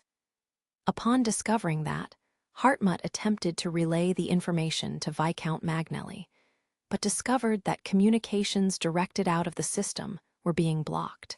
It was highly likely that the relay satellite used for hyperspace communications between systems had been either deactivated or destroyed. Further analysis of the data had brought to light that Baronet Radius was in the process of enacting a scheme titled simply Plan B, and that the Bloodies were involved in this plan. The details of Plan B were unhinged, and cutting off communications with other systems was the first step. That meant that Plan B was currently underway. Is Baronet Radius serious? What else was I supposed to say? Essentially, the goal of Plan B was to destroy evidence of Baronet Radius's wrongdoing. The scale of the plan was utterly insane, though. Radius intended to destroy all the evidence, including the colony of Raimai Prime itself. I had doubts at first too, Colonel Netzer said, but it seems the plan is already proceeding. Schemes to destroy life support systems, defenses, the system army's hangars, and the army fleet itself have activated in multiple sectors simultaneously. Idiotic. Baronet Radius might be a noble, but does he really think any Imperial citizens will go along with his actions? This universe was quite advanced technologically, but it would still be impossible for the Baronet to enact such a major plan with only his underlings' help. Plan B might have been possible if he had a machine intelligence like May and a slew of combat bots to serve as that intelligence's arms and legs. Except that there was no way a machine intelligence would go along with this plan of his. Space pirates have apparently sneaked into the colony. God damn it, I swore, then stared at the cockpit ceiling in disbelief. You're telling me that, to destroy the evidence proving he collaborated with space pirates, he's going to use those pirates to destroy Raimai Prime itself? Seriously, what'd he give them to get them to do this? Oh, I see. He plans to hand over Raimai Prime itself to the space pirates. Do they really think that'll work? Beats me, but they're without a doubt enacting the plan, which means there's only one thing for us to do. A colony defense battle, eh? It would be difficult for space pirates to continuously block interstellar communication and ship traffic. They simply didn't have the organizational strength to maintain this situation for long. Yet, this sequence of events felt familiar. A colony being attacked by pirates, followed by a defensive battle. Events like this had existed in the game Stella Online. They'd typically been referred to as raid battles. Upon checking the DAL system Army's fleet information, I couldn't help but groan. Is this all we have in terms of fighting power? The fleet was technically military size, but they only had 6 corvettes, 3 destroyers, and a cruiser, no battleships. If I compared this situation to a raid battle in Stella Online, this colony's defenses were way weaker than they should be. Then again, Colonel Netzer had said that the pirates had sabotaged various locations in the colony. Colonel Netzer, this information isn't confirmed, but will likely have to deal with a Galleon-class ship. Galleon-class? Colonel Netzer seemed confused. Oh, does he not know what a Galleon-class ship is? Come to think of it, I haven't heard anyone refer to them since coming here. A gigantic space pirate battleship. It's not a chimera ship remodeled for battle from a civilian ship. Its base is a real battleship built for combat. They're customized for pillaging, so they aren't quite on the same level as a true battleship. They still qualify as battleships, though. This was a problem. Should I have May escape in the Black Lotus right away? If it was just our 3 ships, the Krishna, Antlion, and Black Lotus, that attempted it, we could probably break through the space pirates' blockade. Our odds of escaping were higher than those of defeating a galleon with the forces we had on hand. This is my first time hearing of such a ship. They usually hide deep within space. They don't travel through hyperspace like most ships. In any case, they're huge, about half the size of this colony, and they're equipped with tons of defensive weapons. Their long-range cannons aren't that impressive, but in close-range combat, they're extremely strong. If you enter their defensive weapons range, they can turn you to scrap in seconds. Assuming that such a ship exists, what should we do? The main cannons of destroyer-size vessels and larger ships should outrange them. Our only option is to hit them continuously while keeping out of range.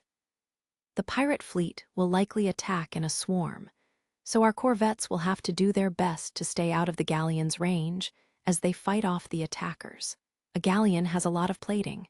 To be more precise, its vital parts are buried deep inside, so they're hard to take down.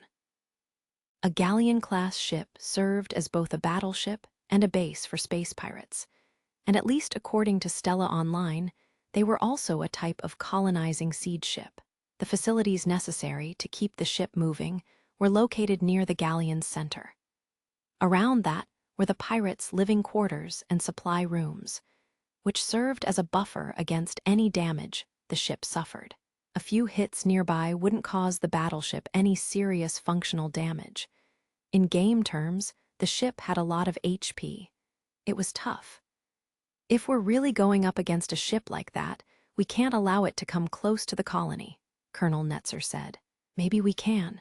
If the colony's defenses are active, it should have more firepower than the galleon. The pirates' goal is to take over the colony itself, so they aren't likely to fire on the colony directly. You could use several strategies in Stella Online's colony defense battles. The simplest was assembling sufficient strength to win a direct battle, and the second simplest was to buy time until a colony's defenses were back online. Are you suggesting we use the colony as a shield? I wouldn't go that far, but I think we should use it to our advantage. As it stands, if a galleon does show up, we won't have the strength to take it down ourselves. Hopefully it doesn't. In truth, given my luck, it probably was going to show up. Yeah, it was coming. I was sure of it. For the record, there were more ways to defeat a galleon than those mentioned above. For example, you could pinpoint a ship's weaknesses and destroy them, or send a ton of face-to-face combat troops aboard the galleon to take it over from within. But those strategies required even more firepower than we had, as well as a fleet with the ability, knowledge, and coordination to strike at weak points. For the second option, we would also need tons of soldiers and assault ships capable of getting those troops onto the galleon. In other words, these strategies weren't applicable to our current situation. Huh, you're asking whether the Krishna and I could handle the galleon somehow. Well, that wouldn't be impossible, but a direct confrontation wouldn't be easy to win either. A single mistake, and bye-bye. To be honest, taking on a galleon-class ship with just the Krishna would be even tougher than charging into a swarm of crystal life forms by myself. A galleon was capable of blanketing space with far more firepower. Their laser cannons' number and density were just incomparable. "It seems today simply isn't our day," Colonel Netzer said. "The Star System Army's radar net just detected a fleet approaching the colony. Within that fleet, there's a huge signal that we haven't encountered before. They'll be here in roughly an hour and a half." "Oh, you detected them already?" By Star System Army's radar net, Colonel Netzer was referring to the information captured by the network of military-use scouting satellites belonging to the Star System Army. Those were incredible tools that, if used well, could detect ships even while those ships were using FTL travel. During FTL travel, a ship moved through an alternate dimension, so it wasn't possible to directly see the ship or their ID. Still, it was possible to identify the ship type. A huge signal that they hadn't seen before was without a doubt a galleon-class ship. "Looks like we've got no choice," I said. "Well, I guess I'll handle it somehow." The Black Lotus was still on Raimai Prime. I couldn't exactly run away and leave Tina, Wiska, Dr. Shauko, and May behind. Elma's Antlion wasn't exactly fast, so she wouldn't necessarily get away in time either. The Krishna could probably escape, but if only the three of us got out, what would the point be? Tell Hartmut to prioritize restoring the colony's defenses and to get them back online as soon as possible. If we lose this battle and the galleon reaches the colony, all hell will break loose. "I'll do that. There's still some time until they arrive. Do you have a plan?" "I do. An excellent one at that. It'll be a bit expensive, though," I said. If this had been Stella Online, we would have had no choice but to wait until the galleon-class ship appeared. But this wasn't a game, it was reality. If we couldn't beat the ship in a head-on fight, we'd just have to use tricks instead. I'd have Hartmut bear the cost of enacting this plan. I was sure he'd agree. It would, after all, be cheaper than losing a colony. It had been a long time since we'd had a job this big. We'd even gone so far as to grab people from our home base for it. Apparently, there was an idiot willing to hand over an entire colony to us. It seemed that, after happily making use of our services, he wanted to erase the evidence. What an idiot.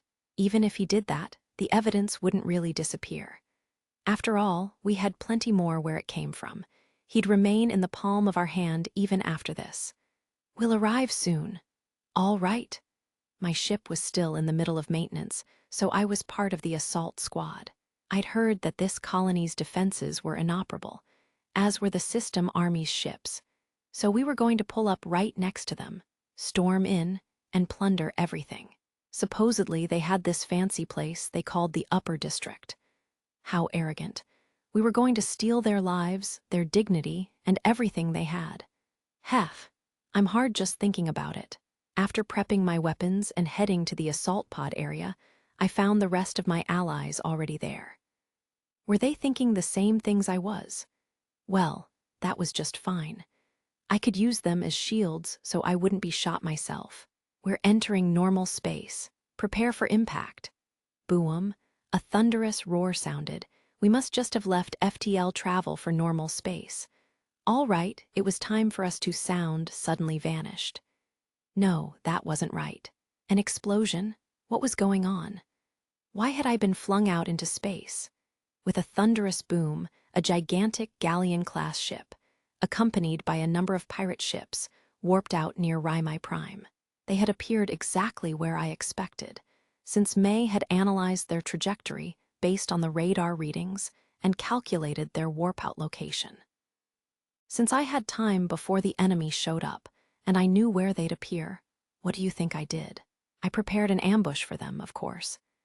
I could do things in this universe that weren't possible in the game.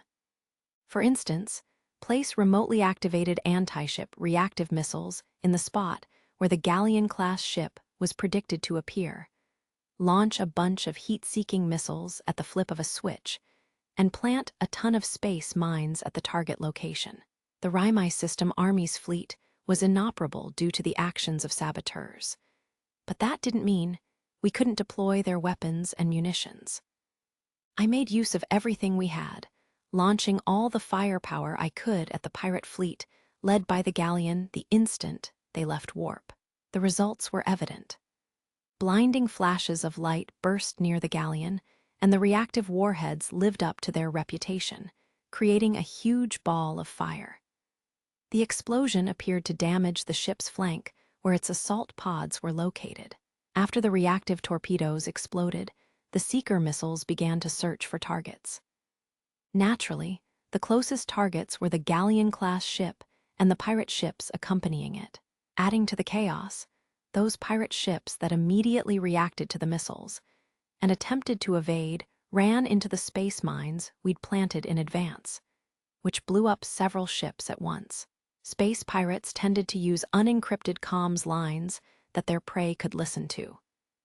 They did that intentionally, wanting to intimidate their targets and instill fear. In a situation like this, though, where they were the ones being hunted, their transmissions sounded like sinners screaming as they roasted in hell. Damn it, ambush. Heavy damage, we've taken heavy damage. We're breached, save me. Jaya, my eyes, my eyes.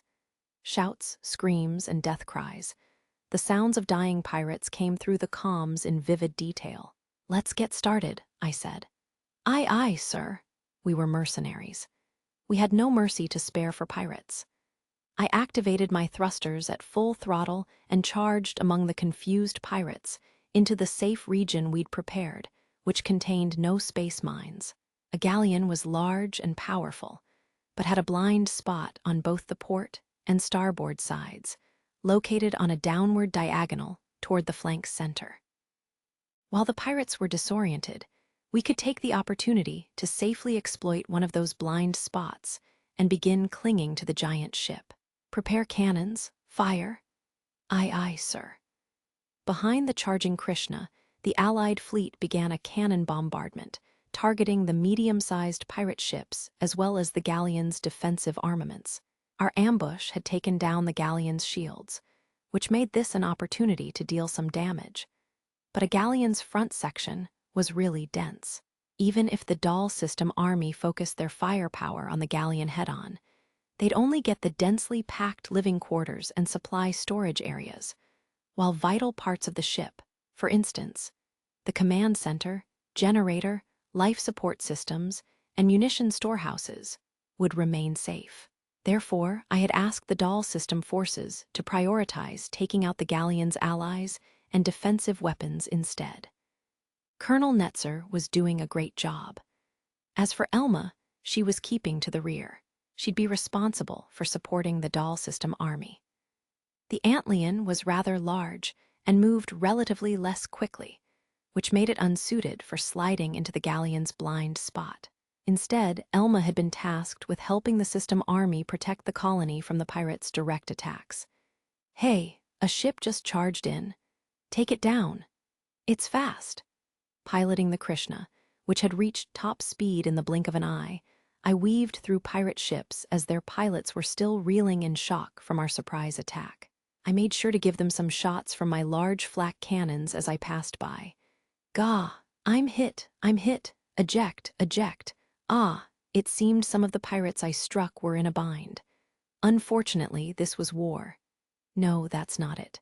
They're just space pirates, and you don't go to war with space pirates. Pest extermination, that's what this is.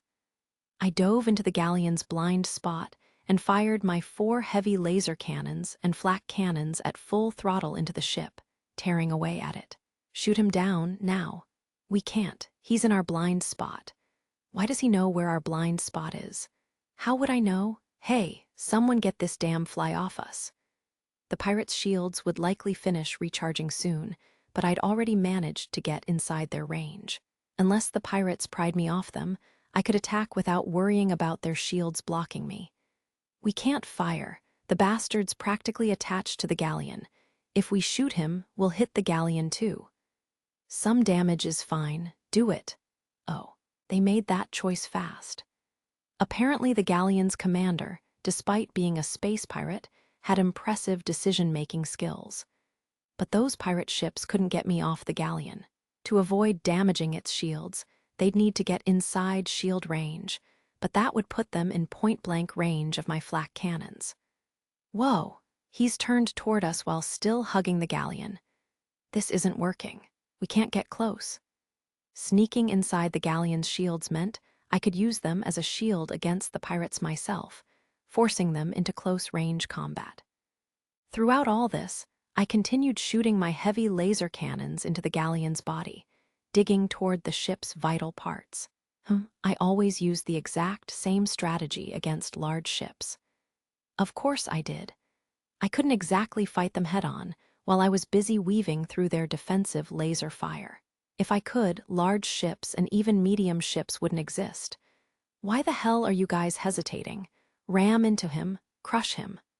Whoa there, I exclaimed. It seemed that the galleon's captain had become impatient. He was now giving the pirates ridiculous orders. I see.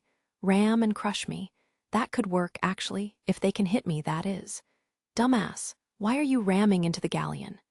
The bastard won't stay still. I flitted around, dodging pirate ships that attempted to ram the Krishna, so they slammed into the galleon instead. Although the galleon ship was large, the damage caused by a heavy pirate ship, with its shields up slamming into it at high speed, was significant, especially in sections where the plating had already peeled away. For the record, if they'd used signals that differentiated between allies and enemies, they could easily have entered and left shield range as they wished. Without those signals, though, they could leave shield range, but not enter. It's about time to end this. See ya. Several pirate ship collisions and continued attacks from the Krishna's flak cannons and heavy laser cannons had opened a large hole in the galleon's side. I fired anti-ship reactive torpedoes with a delayed fuse into that hole, then traveled out through the blind spot I'd used to approach the galleon, retreating. Moments after I'd moved far enough away, an internal explosion rocked the galleon and it shut down. The anti-ship reactive torpedoes had blown up and destroyed a vital part of the ship. The gigantic ship itself didn't explode into pieces, maintaining its form, but it was still basically a corpse at this point. That's that. Now we just need to hunt down the small fry. There were a lot of them, but now that we'd polished off the galleon, the fight was already decided. Time to make some money. Chapter 7. Heartmut and Area. Hey, you know, I can do more than you have me doing. Well, I'm not writing off your abilities or anything like that. You understand, right? I do, but I don't like it. You get why, don't you? It's about having the right person in the right place. You should understand that well, Elma. Well, yeah, but after we finished cleaning up, as in, cleaning up the remaining pirates, I regrouped with Elma's Antlion, and we returned to Raimai Prime for a breather. There, Elma clung to me and began complaining about the battle we'd just taken part in.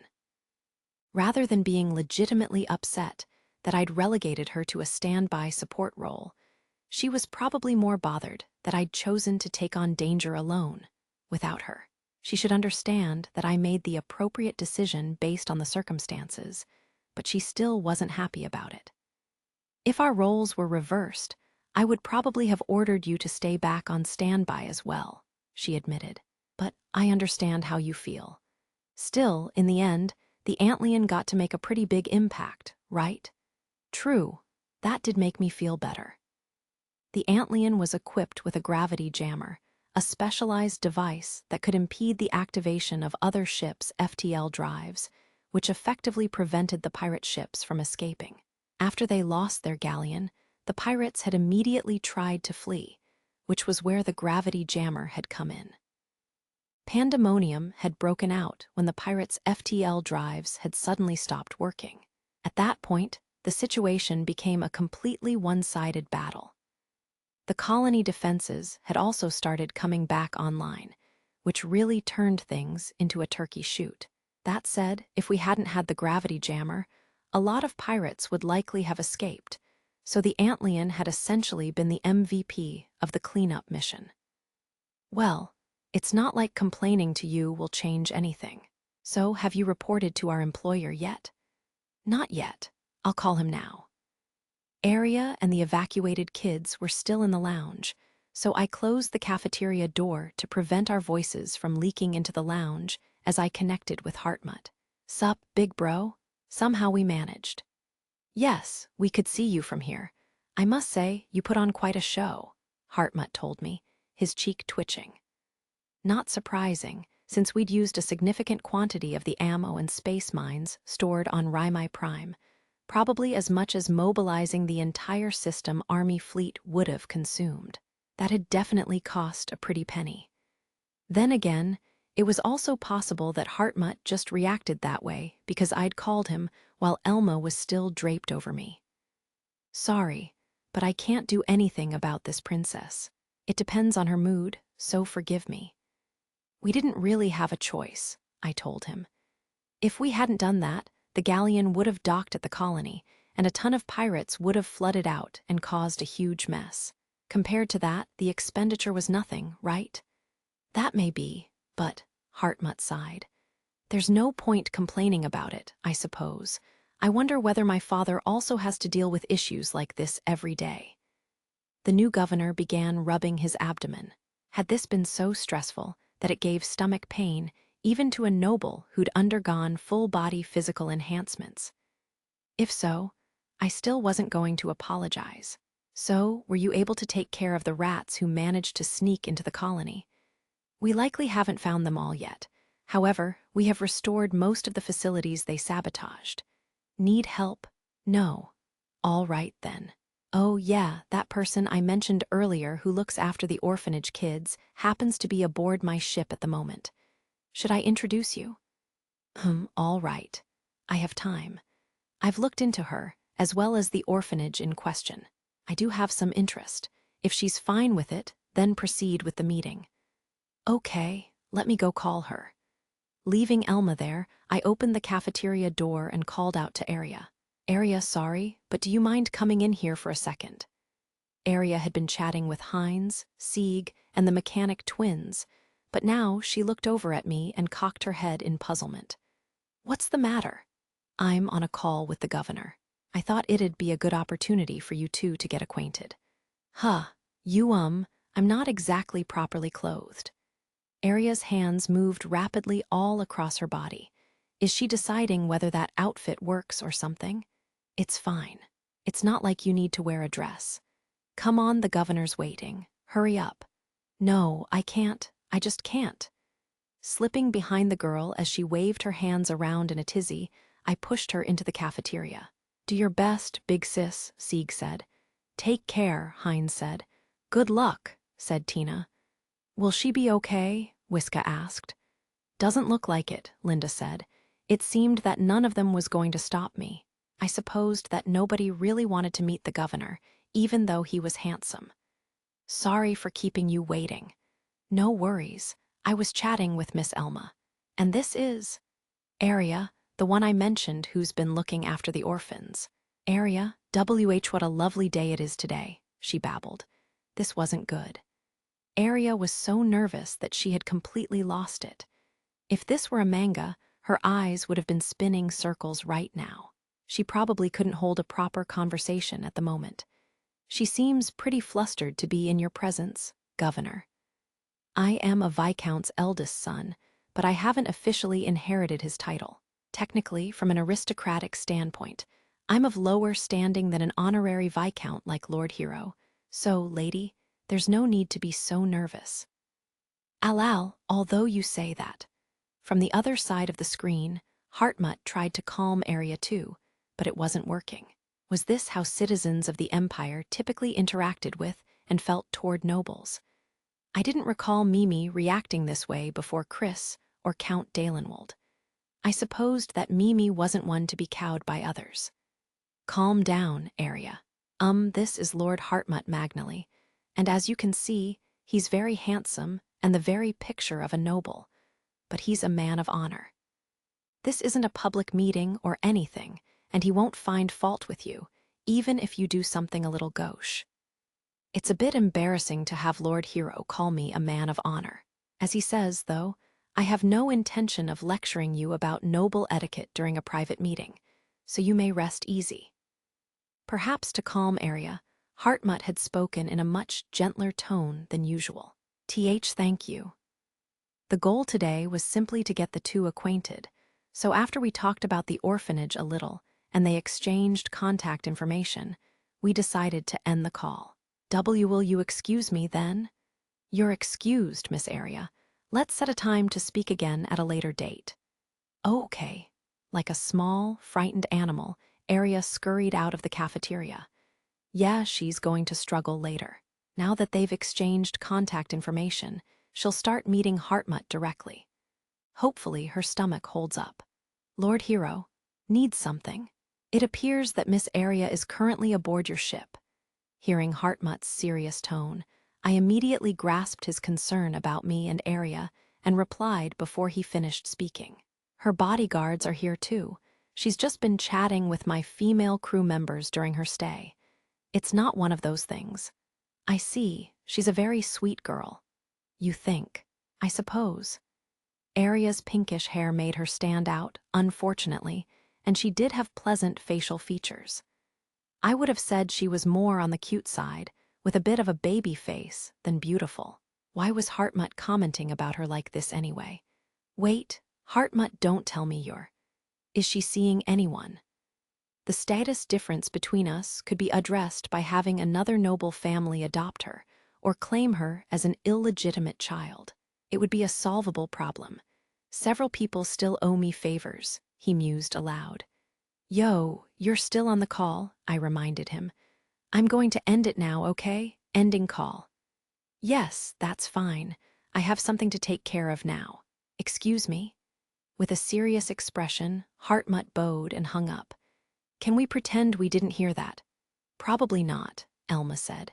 Perhaps imagining the events that would follow, she nodded, her expression resembling that of a Tibetan fox. We knew nothing at all. Nothing about this obvious pain-in-the-ass landmine of a situation that involved a noble family's heir falling in love at first sight with a commoner. Wah, are you serious? Ah. After Arya and the kids returned to the orphanage, the crew and I gathered for dinner. When I shared what had happened today, Tina immediately began screaming hysterically. Well, I guess it isn't all that hysterical a reaction to hearing that a noble fell in love at first sight with your friend. That is surprising. But hey, should you really be ignoring your little sister right next to you? You just knocked your full beer mug onto her, and now she's tearing up. What should we do, hun? We need to call Arya and warn her. No, let's just leave them be. They're not children, so they'll probably figure out an acceptable approach. You say that, but a commoner girl can't just refuse a noble when he comes onto her. Tina was shouting, slamming her fist onto the table for emphasis. Can you dial it back a little, please? The overly large cafeteria table bent as it might have in an over-the-top anime scene, and everything on it went flying, including the plates. Ah, Kyugi cried. Huh, Mimi blurted. Mimi's dinner and Kyugi's inarazushi were now a total mess, and the dinner I had ordered had spilled from its bowl. Calm down, I told Tina. That might be the case, but it's not like involving ourselves would change anything. If I felt that Hartmut was just going to toy with Arya and discard her later, then yeah, I'd get involved. But I don't think that's what's going on. He said something about having another noble adopt her, and that he had favors he could call in. That kind of makes it hard for me to interfere. After all, at this point, Hartmut and I were connected by business. He was pretty honorable, and he was also the heir of a noble and the governor of this colony, So he had status and wealth in addition to being handsome. The difference in social status between him and Arya would probably be a pain. But if they wanted to get together, then in my opinion, it was fine to just let them. But even if Hartmut had another family adopt Arya, forcibly solving the social status issue, could she survive noble society? And there were definitely a lot of other problems to worry about. For one thing, was Hartmut not already engaged to someone else? As a Viscount's eldest son, it wouldn't be strange for him to have been engaged since birth. In that case, what's he planning to do with Arya? Does he intend to make her a concubine, a mistress, a local wife? I wasn't sure what he was thinking on that front. Regardless, though, it still wasn't something for me to get involved in. Hun, Hun, are you saying you don't care if Arya becomes some noble brat's toy? She isn't listening, is she freaking drunk?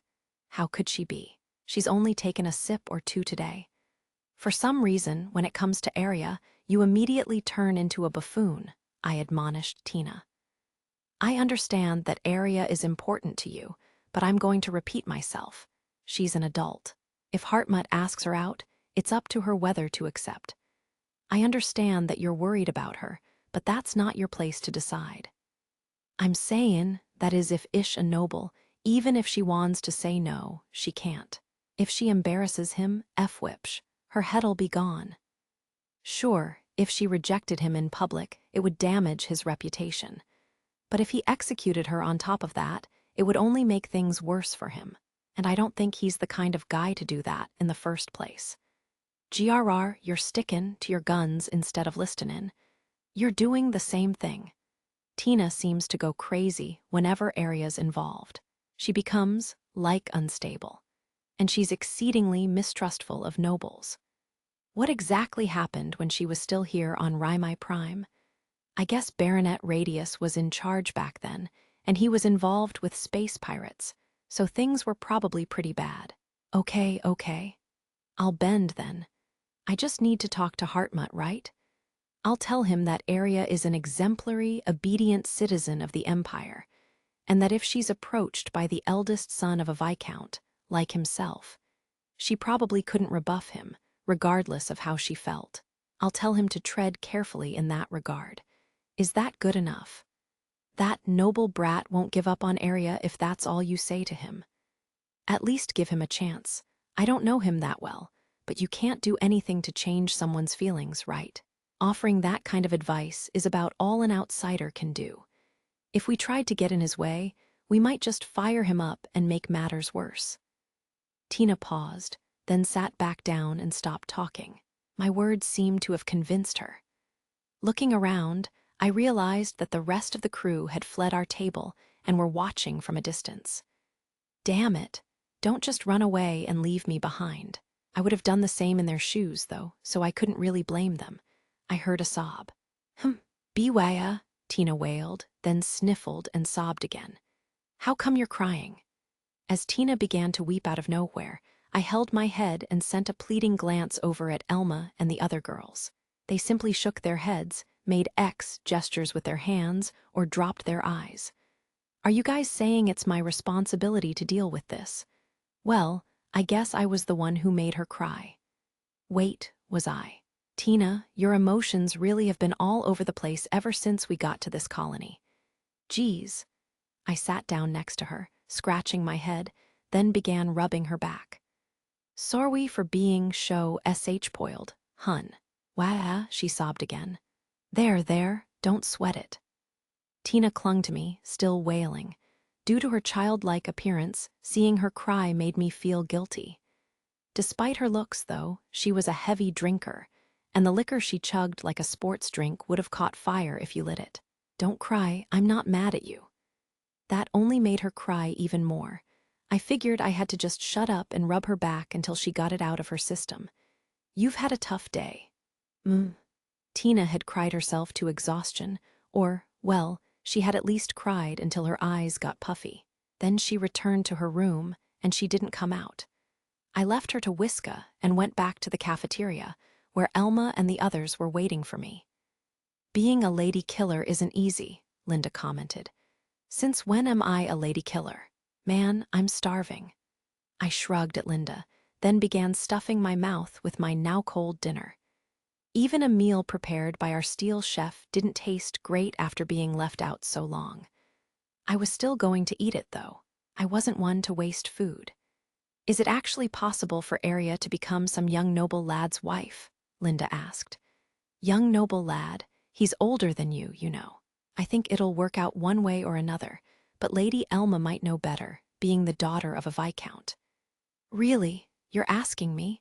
The tomboy who left her family to become a mercenary. Huh. Big sis Elma is one of them. Seriously? It's true, she has this huge mansion in the capital. Mimi held her hands wide to show just how large the house was. Yeah, that's pretty big. It's not that big, geez, Elma protested. The Black Lotus is way bigger.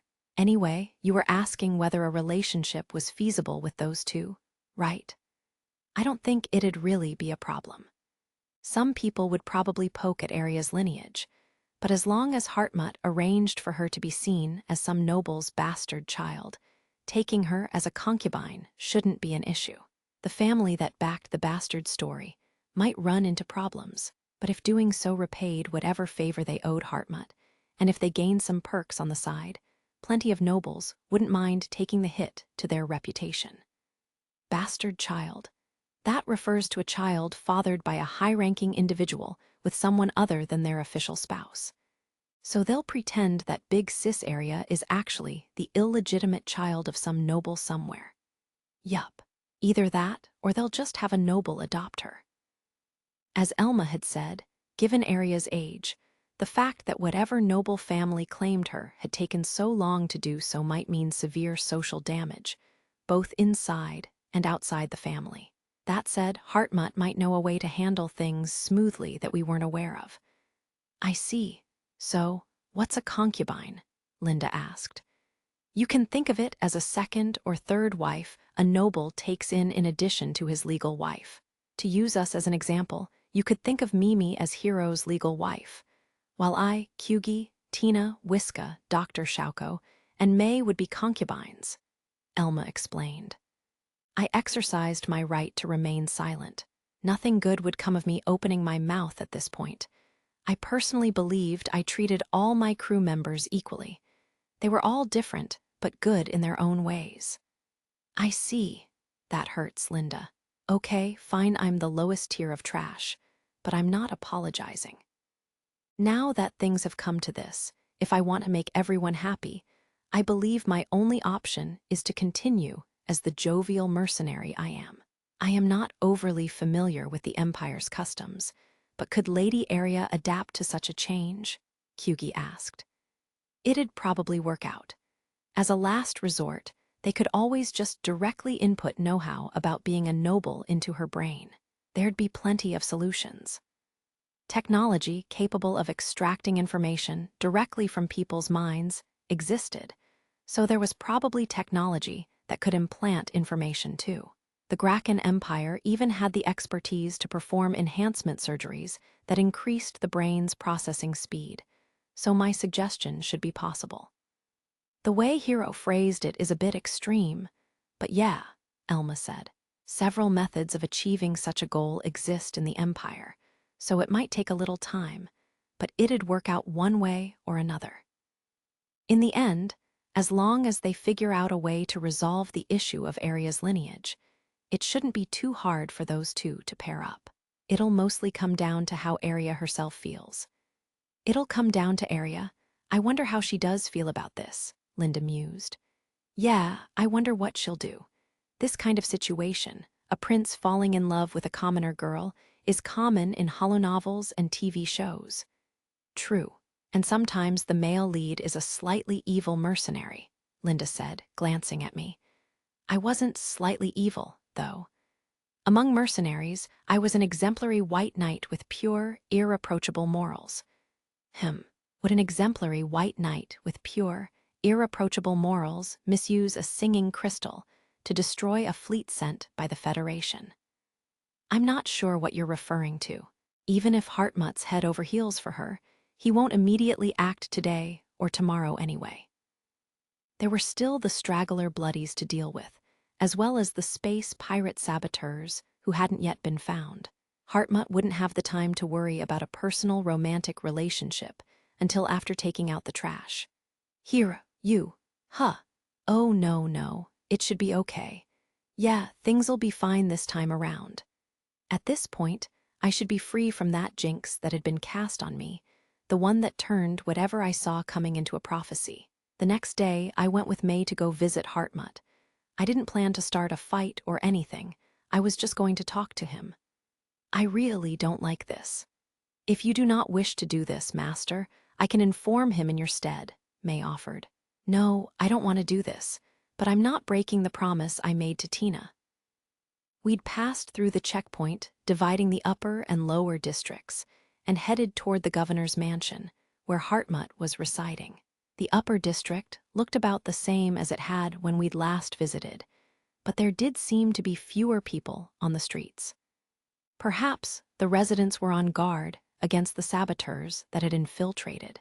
I still really didn't want to do this. What kind of joke is this? A guy like me has to go up to that perfect model of male beauty, Hartmut, and discuss the relationship between a man and a woman. I'm not exactly qualified. Master, you maintain smooth, fulfilling relationships with multiple women at once. Therefore, I believe you could indeed be considered an expert in the field. Only because you and all the other girls are so understanding and willing to help me. I'm well aware that these things working out has less to do with me and more to do with you guys. My personal virtues might contribute a specific percentage to that, but that hardly put me in a position to lecture Hartmut on how he should behave. Well, no point dwelling on it.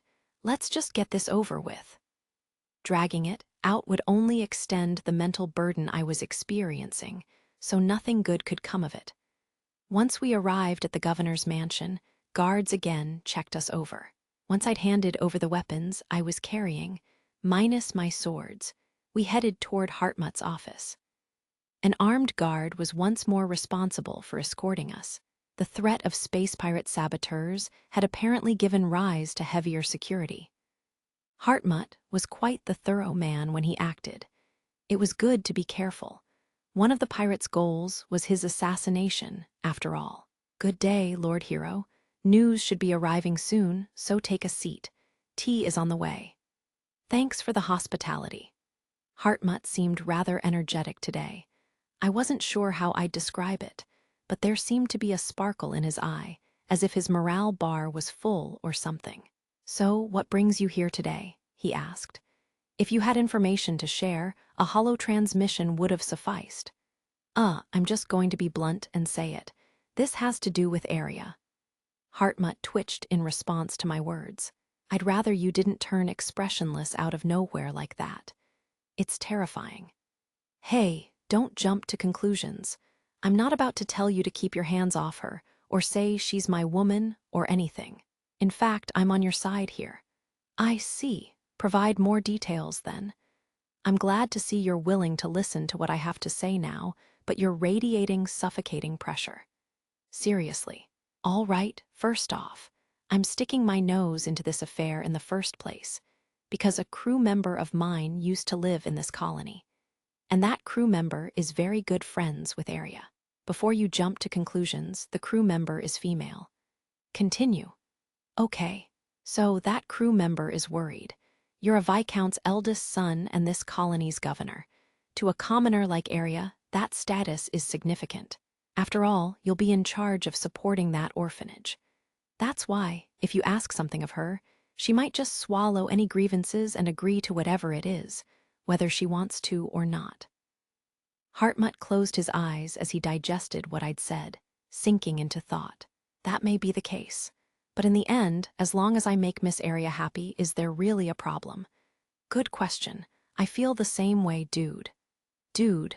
In the end, that's what matters, right? If everyone's happy, it's all good. I completely agree. Every story had to travel across hills and mountains before reaching a happy ending. That was especially true in this situation, since we were talking about a real, complex relationship between a man and a woman, not just some fiction. It was impossible for such a thing to be smooth sailing from beginning to end. In any case, the first thing you'll need to do is convey your affection to her, I continued. I can't tell you not to do that, since that would be tantamount to telling you to keep your hands off her. And I'm kind of proceeding under the assumption that you do like her, although you haven't said as much. Is that okay with you? It's a bit embarrassing to hear it laid out like that, but yes. Hartmut averted his eyes and gave a small nod, his ears tinged with faint redness. Gah, a handsome guy blushing has quite an impact. If I did something like that, it'd look like a bit from a stand-up routine. What attracted you to her in the first place anyway? Her looks. It is true that I was attracted to Miss Aria's sweet appearance, but most of all, I was drawn to her nobility, virtue, and determination. After you brought the orphanage to my attention, I looked into it myself. I came to understand the circumstances under which she'd been managing it. I see. Makes sense. If I'd gotten there even a day later, Aria and the kids would likely be dead now. The kids were in a better state than she was, though. The adults at the scene, including Aria, had all been down for the count due to pandemic and malnutrition. They honestly could have died. The fact that the kids had been in a better state did indicate that the adults had prioritized giving the kids whatever medicine and food they had, although they needed it just as much. Hartmut's observation that Aria was noble seemed on the mark. Also, it's the innocent, modest way she conducts herself. As I'm the Magnelli household's eldest son, the women who usually approach me are more, how do I put it? Hartmut closed his eyes again and sighed. Ah, I see. I more or less knew what he was saying. The women who usually approached him were pretty on the outside, but they likely emitted the same vibe a carnivorous plant would have. Or maybe they were more the domineering type. Yeah. Anyway, I agree that as long as you make Aria happy in the end, this isn't a problem. I just wanted you to be aware of my crew's concerns, and for you to keep them in mind when you talk to her. Thank you for informing me.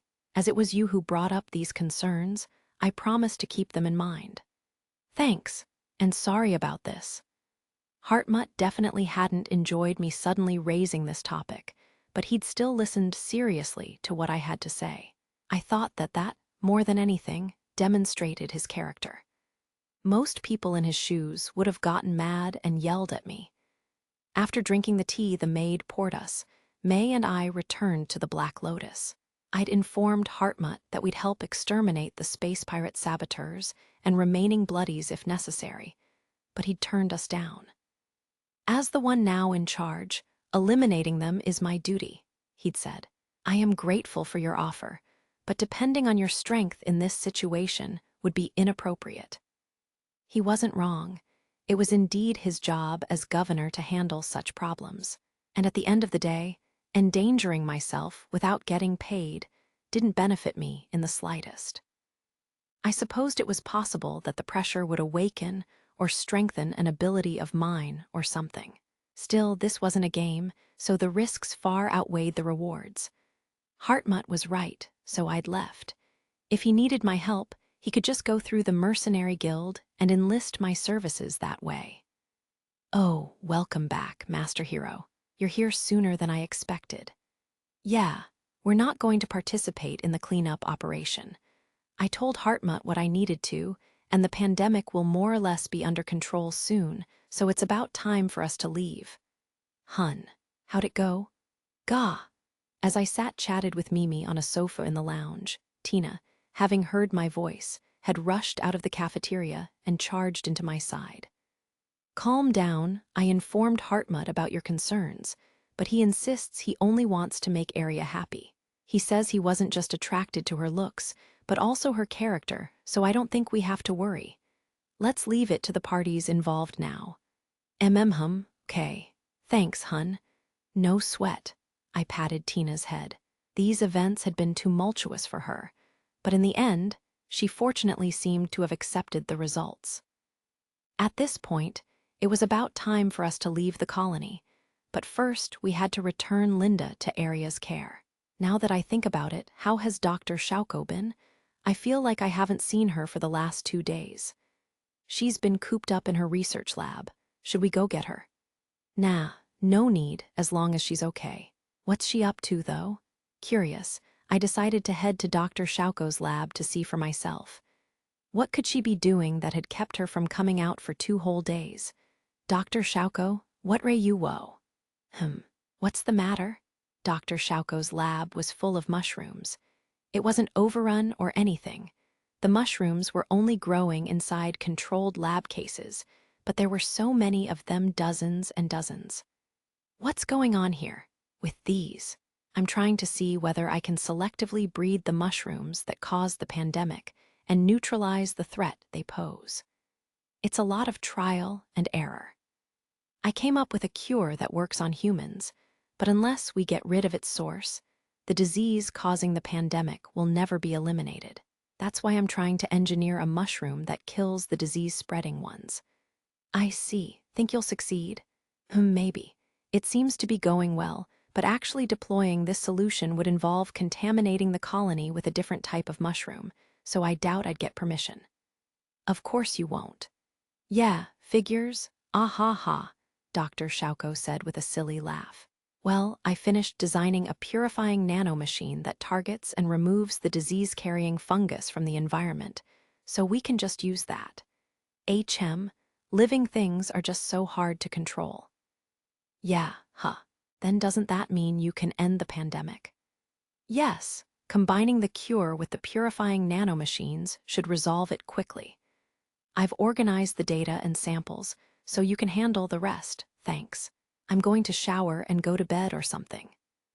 Dr. Shauko told me, yawning. She pushed a large, sturdy container that I could barely get my arms around into my chest, yawned again, and left the lab.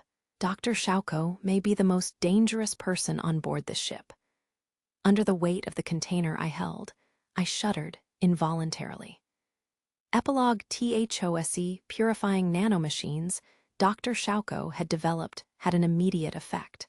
In the district where they were first deployed, the concentration of pathogenic spores dropped significantly. Hartmut gradually expanded the scope of the trial, and in conjunction with the cure Dr. Shauko had created, that was quickly bringing the pandemic under control. A week had passed since I delivered Dr. Shauko's container to Hartmut.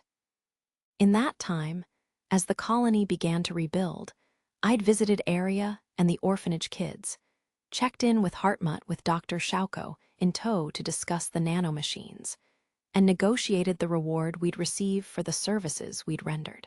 It had been a busy week. Man, nanomachines are insanely powerful. I can't believe a single scientist could make such a huge difference. I muttered as Dr. Shauko rested her head on my lap in the lounge. The holo display was tuned to the local colony news, where an anchor was reporting on the steady eradication of the pandemic.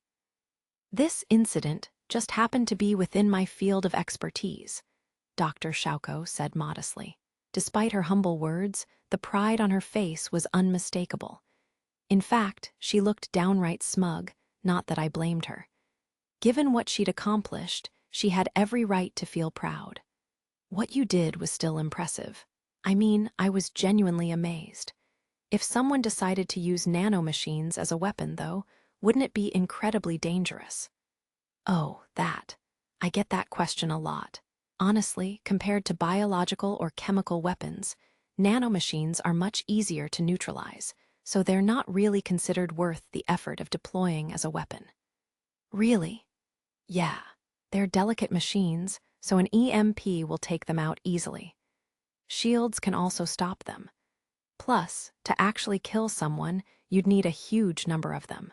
If you wanted to eradicate a whole colony of people with nanomachines, you'd need to efficiently spread a quantity equal to the mass of the Krishna.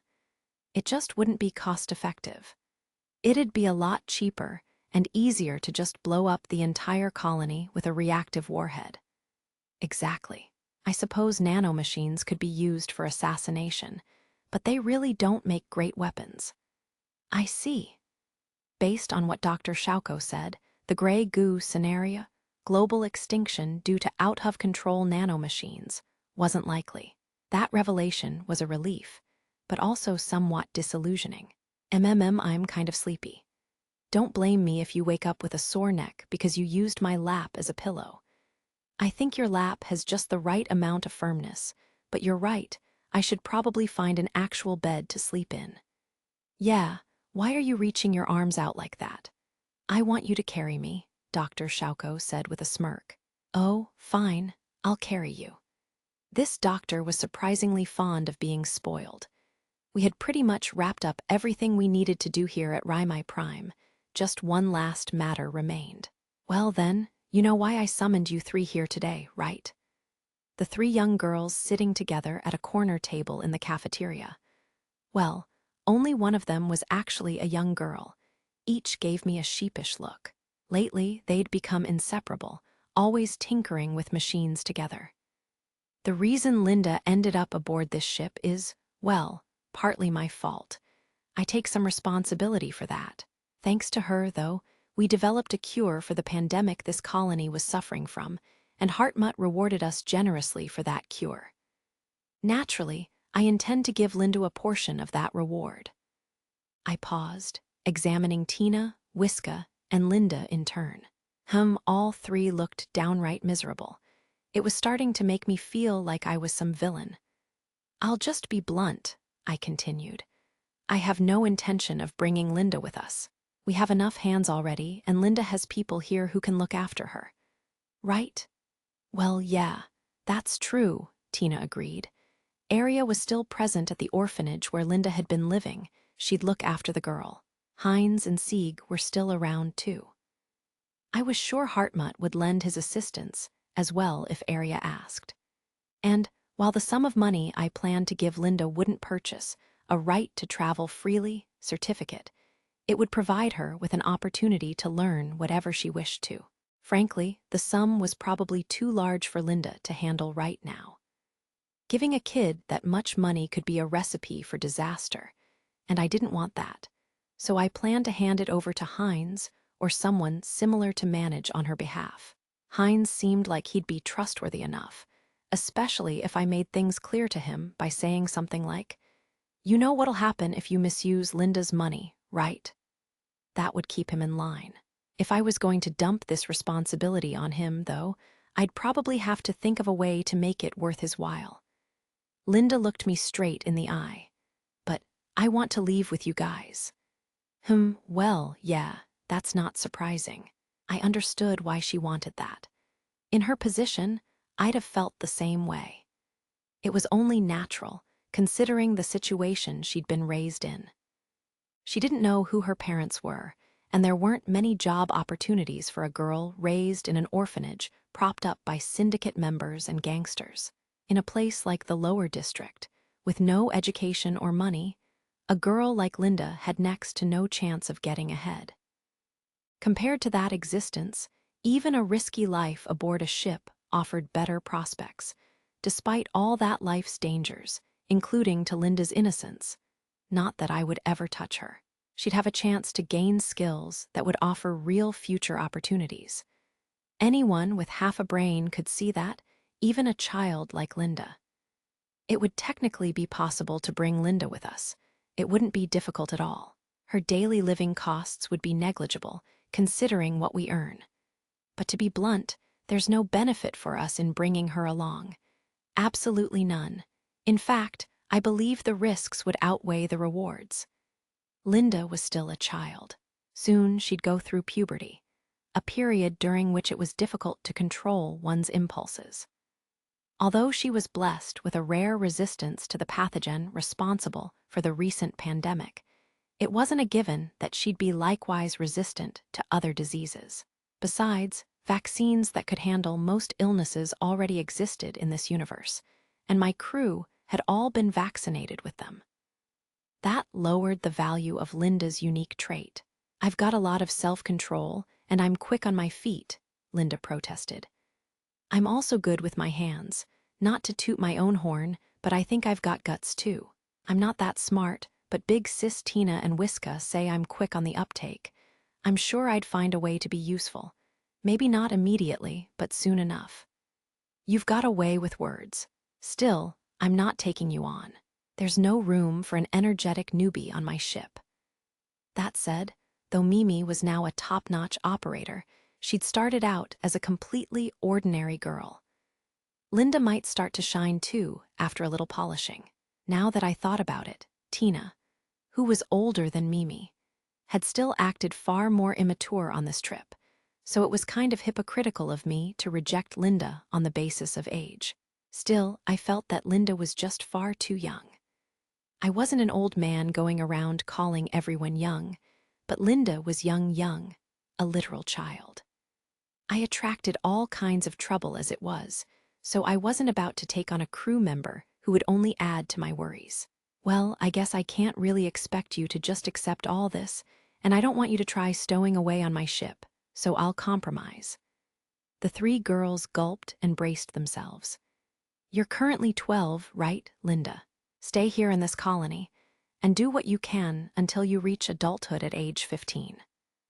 Ideally, by then, you'll have acquired some skills that will make you a useful crew member. But even if you haven't, as long as you're healthy and have grown appropriately for your age both mentally and physically, if you still want to join us, I'll come get you. Really? I never lie. But don't forget what it means to freely make the choice to board my ship and become a permanent member of my crew. I'm pretty sure you know what I'm getting at. Anybody who signs up should be prepared for everything that implies, because when it comes to willing recruits, I won't hold back. Wah, Linda blushed, shuddering visibly for a moment. I'm sure you'll grow up into one hell of a lady. Ha ha ha. You're a total pervert, she glared at me. What a bastard, I shrugged in response. Yup, I'm a card-carrying perverted bastard. So what? Anyway, I'm just running my mouth. Don't take it so seriously. I'll do my best to arrange whatever environment you need here. Do your best to take advantage of this opportunity to become who you want to be. I don't mind if you decide to go down a different path. Joining our crew is only one of your options. Then I passed the baton to the twins by adding, just so you know, making a living as a mercenary is a road full of peril. Even Tina and Whiska's role as engineers puts them constantly in dangerous situations. That's true, Tina confirmed. We're always fighting space pirates, and if you lose to them, dying is the best-case scenario, Whiska agreed. Dying is the best-case scenario. What's the worst? Linda asked. Being captured and turned into some kind of toy until you eventually die. The absolute worst-case scenario is getting turned into a commodity where you're passed around like a mere object to all kinds of perverts. Yikes, Linda visibly recoiled. I was sure that the colony's syndicates and gangs were no strangers to brutality, but that would be nothing compared to space pirates' actions. Space pirates were the type of people who'd pass the time by severing your head and hooking it up to a life support system to create an amusing singing object. Well, I have no intention of ever losing to space pirates, I said, but as a mercenary, the possibility exists. Keep that in mind and do your best over the next 3 years. Okay, fine, Linda said with a serious expression, nodding. I returned her nod. I figured that should do for the situation with Linda. All that was left now was to ensure Heinz's and Sieg's assistance, inform Hartmut about Linda's situation, and keep Arya in the loop. Quite demanding, actually. But I was doing this for Tina. Almost finished. When I set about arranging an appropriate learning environment for Linda, it was ultimately a smooth process. Even thinking about managing this much money makes my stomach churn. But since you're the one asking, big bro, I'll do my best. You won't be disappointed. Heinz seemed glad that I'd turned to him rather than Hartmut about this matter, and he happily agreed to manage Linda's cut of the reward money. For better or worse, he had various connections in the colony, and he agreed to listen to Linda's requests and take care of her. Heinz and Sieg would be Linda's guardians for 3 years, so I paid for those 3 years of service in advance. After all, I was flush with money after being rewarded for taking down that galleon. The cost of hiring their services for 3 years was practically nothing compared to that reward, but Heinz and Sieg would be able to live as they pleased during that period, or if they were inclined to, use the money to start a business. That was how much I was paying them, separate, of course, from Linda's reward money. I asked Hartmut to keep an eye on her as well, so don't get into some weird conflict with him. Hartmut agreed to arrange the opportunity for Linda to receive higher education if she desired. Depending how the dice rolled, 3 years from now, she could have grown into an elite young lady. We know, big bro. She's slated to become another of your women, so we'll make sure to keep flies away from her, Heinz said. Let's not get ahead of ourselves. If Linda finds someone she likes, let her do as she pleases. If Linda fell in love with someone and gave up on joining my crew, choosing to live in the colony instead, I wouldn't mind. Her life belonged to her. There was no reason for her to tie herself to me. But if she still felt the same way in 3 years, then I'd bring her with me. That was all there was to it. She was far too young right now, but in 3 years she'd be 15, the same age Mimi had been when she first joined me on the Krishna. The Graken Empire considered 15-year-olds adults, so it should be fine for Linda to decide her own path at that age. Now that I thought about it, I had no idea what would happen to me in the next 3 years. But unless I ended up dying somewhere, I'd likely still be a mercenary. That's the plan. Understood, Heinz said. By the way, isn't it about that time?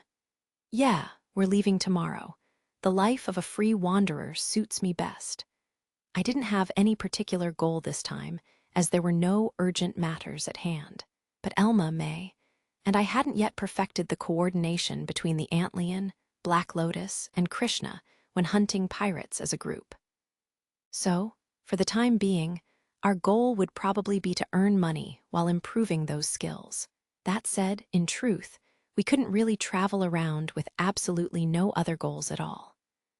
I'd probably call a meeting with everyone that night to discuss where we wanted to go. Know how I said I'd call a meeting with everyone that night to discuss where we wanted to go? That was a lie. Well, not a complete lie. UHSO, in conclusion, while I'm not super happy about it, it seems our next destination is the Cleon system. Yay, everyone clap. Kyugi, who was completely lost, was the only one who clapped. Kyugi's so cute. Ha ha ha.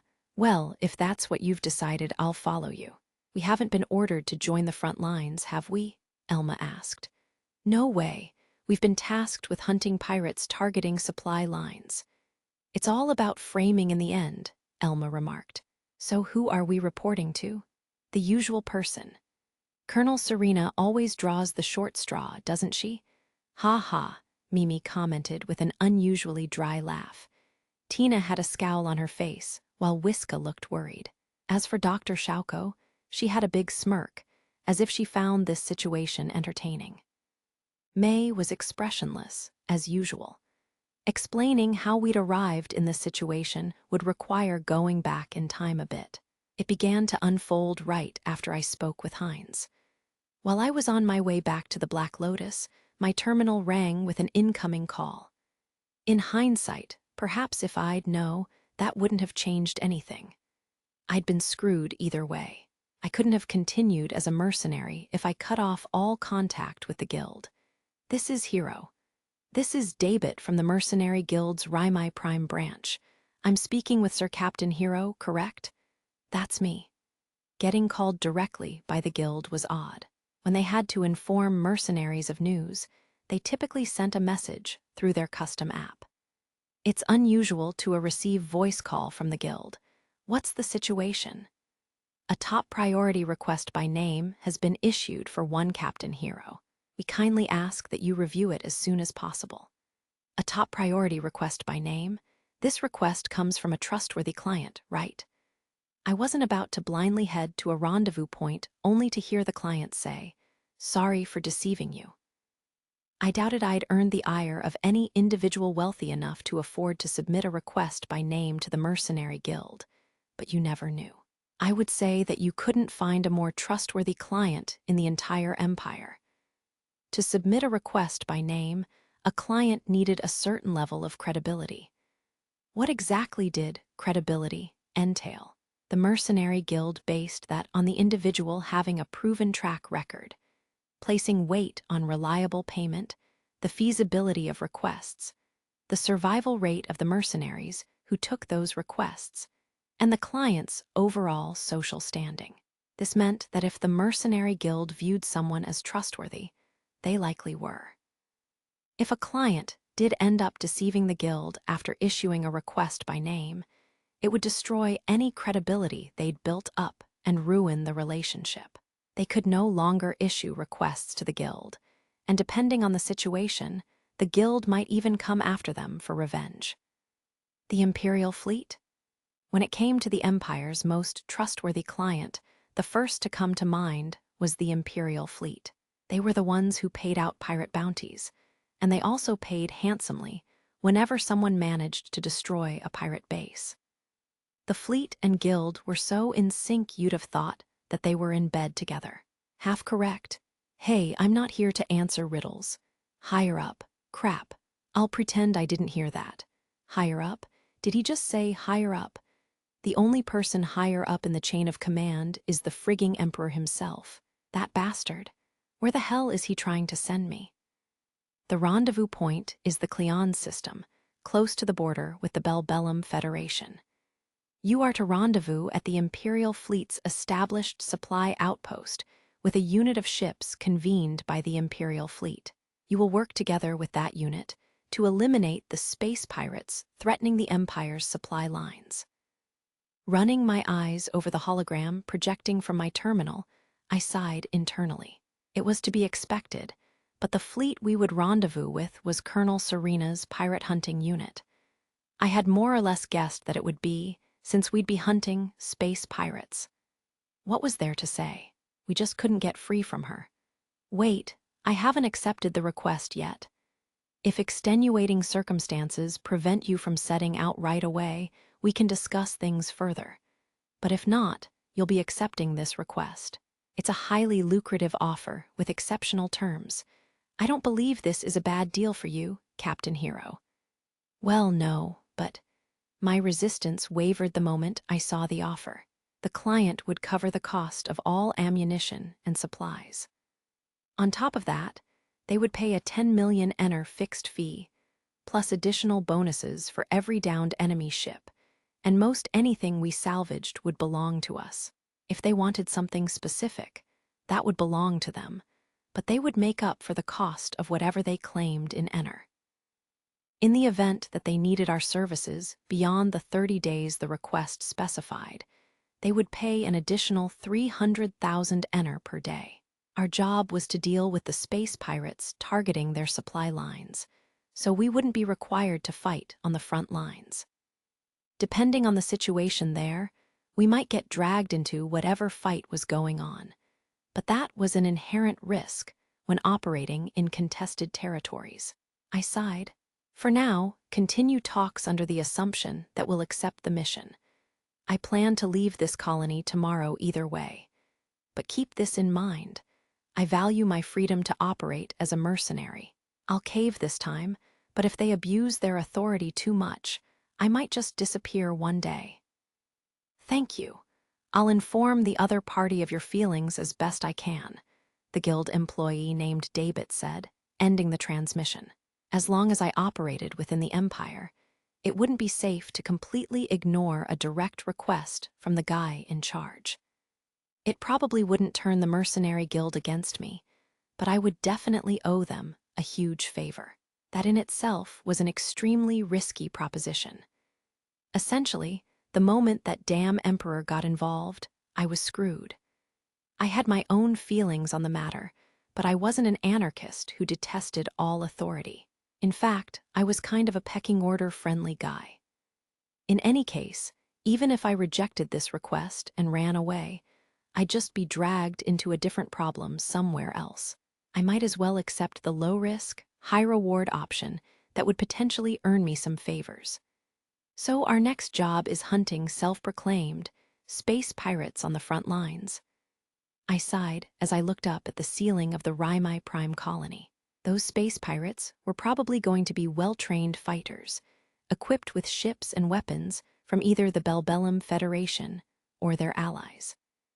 I supposed we'll make bank off whatever we manage to salvage, a ha ha ha sigh.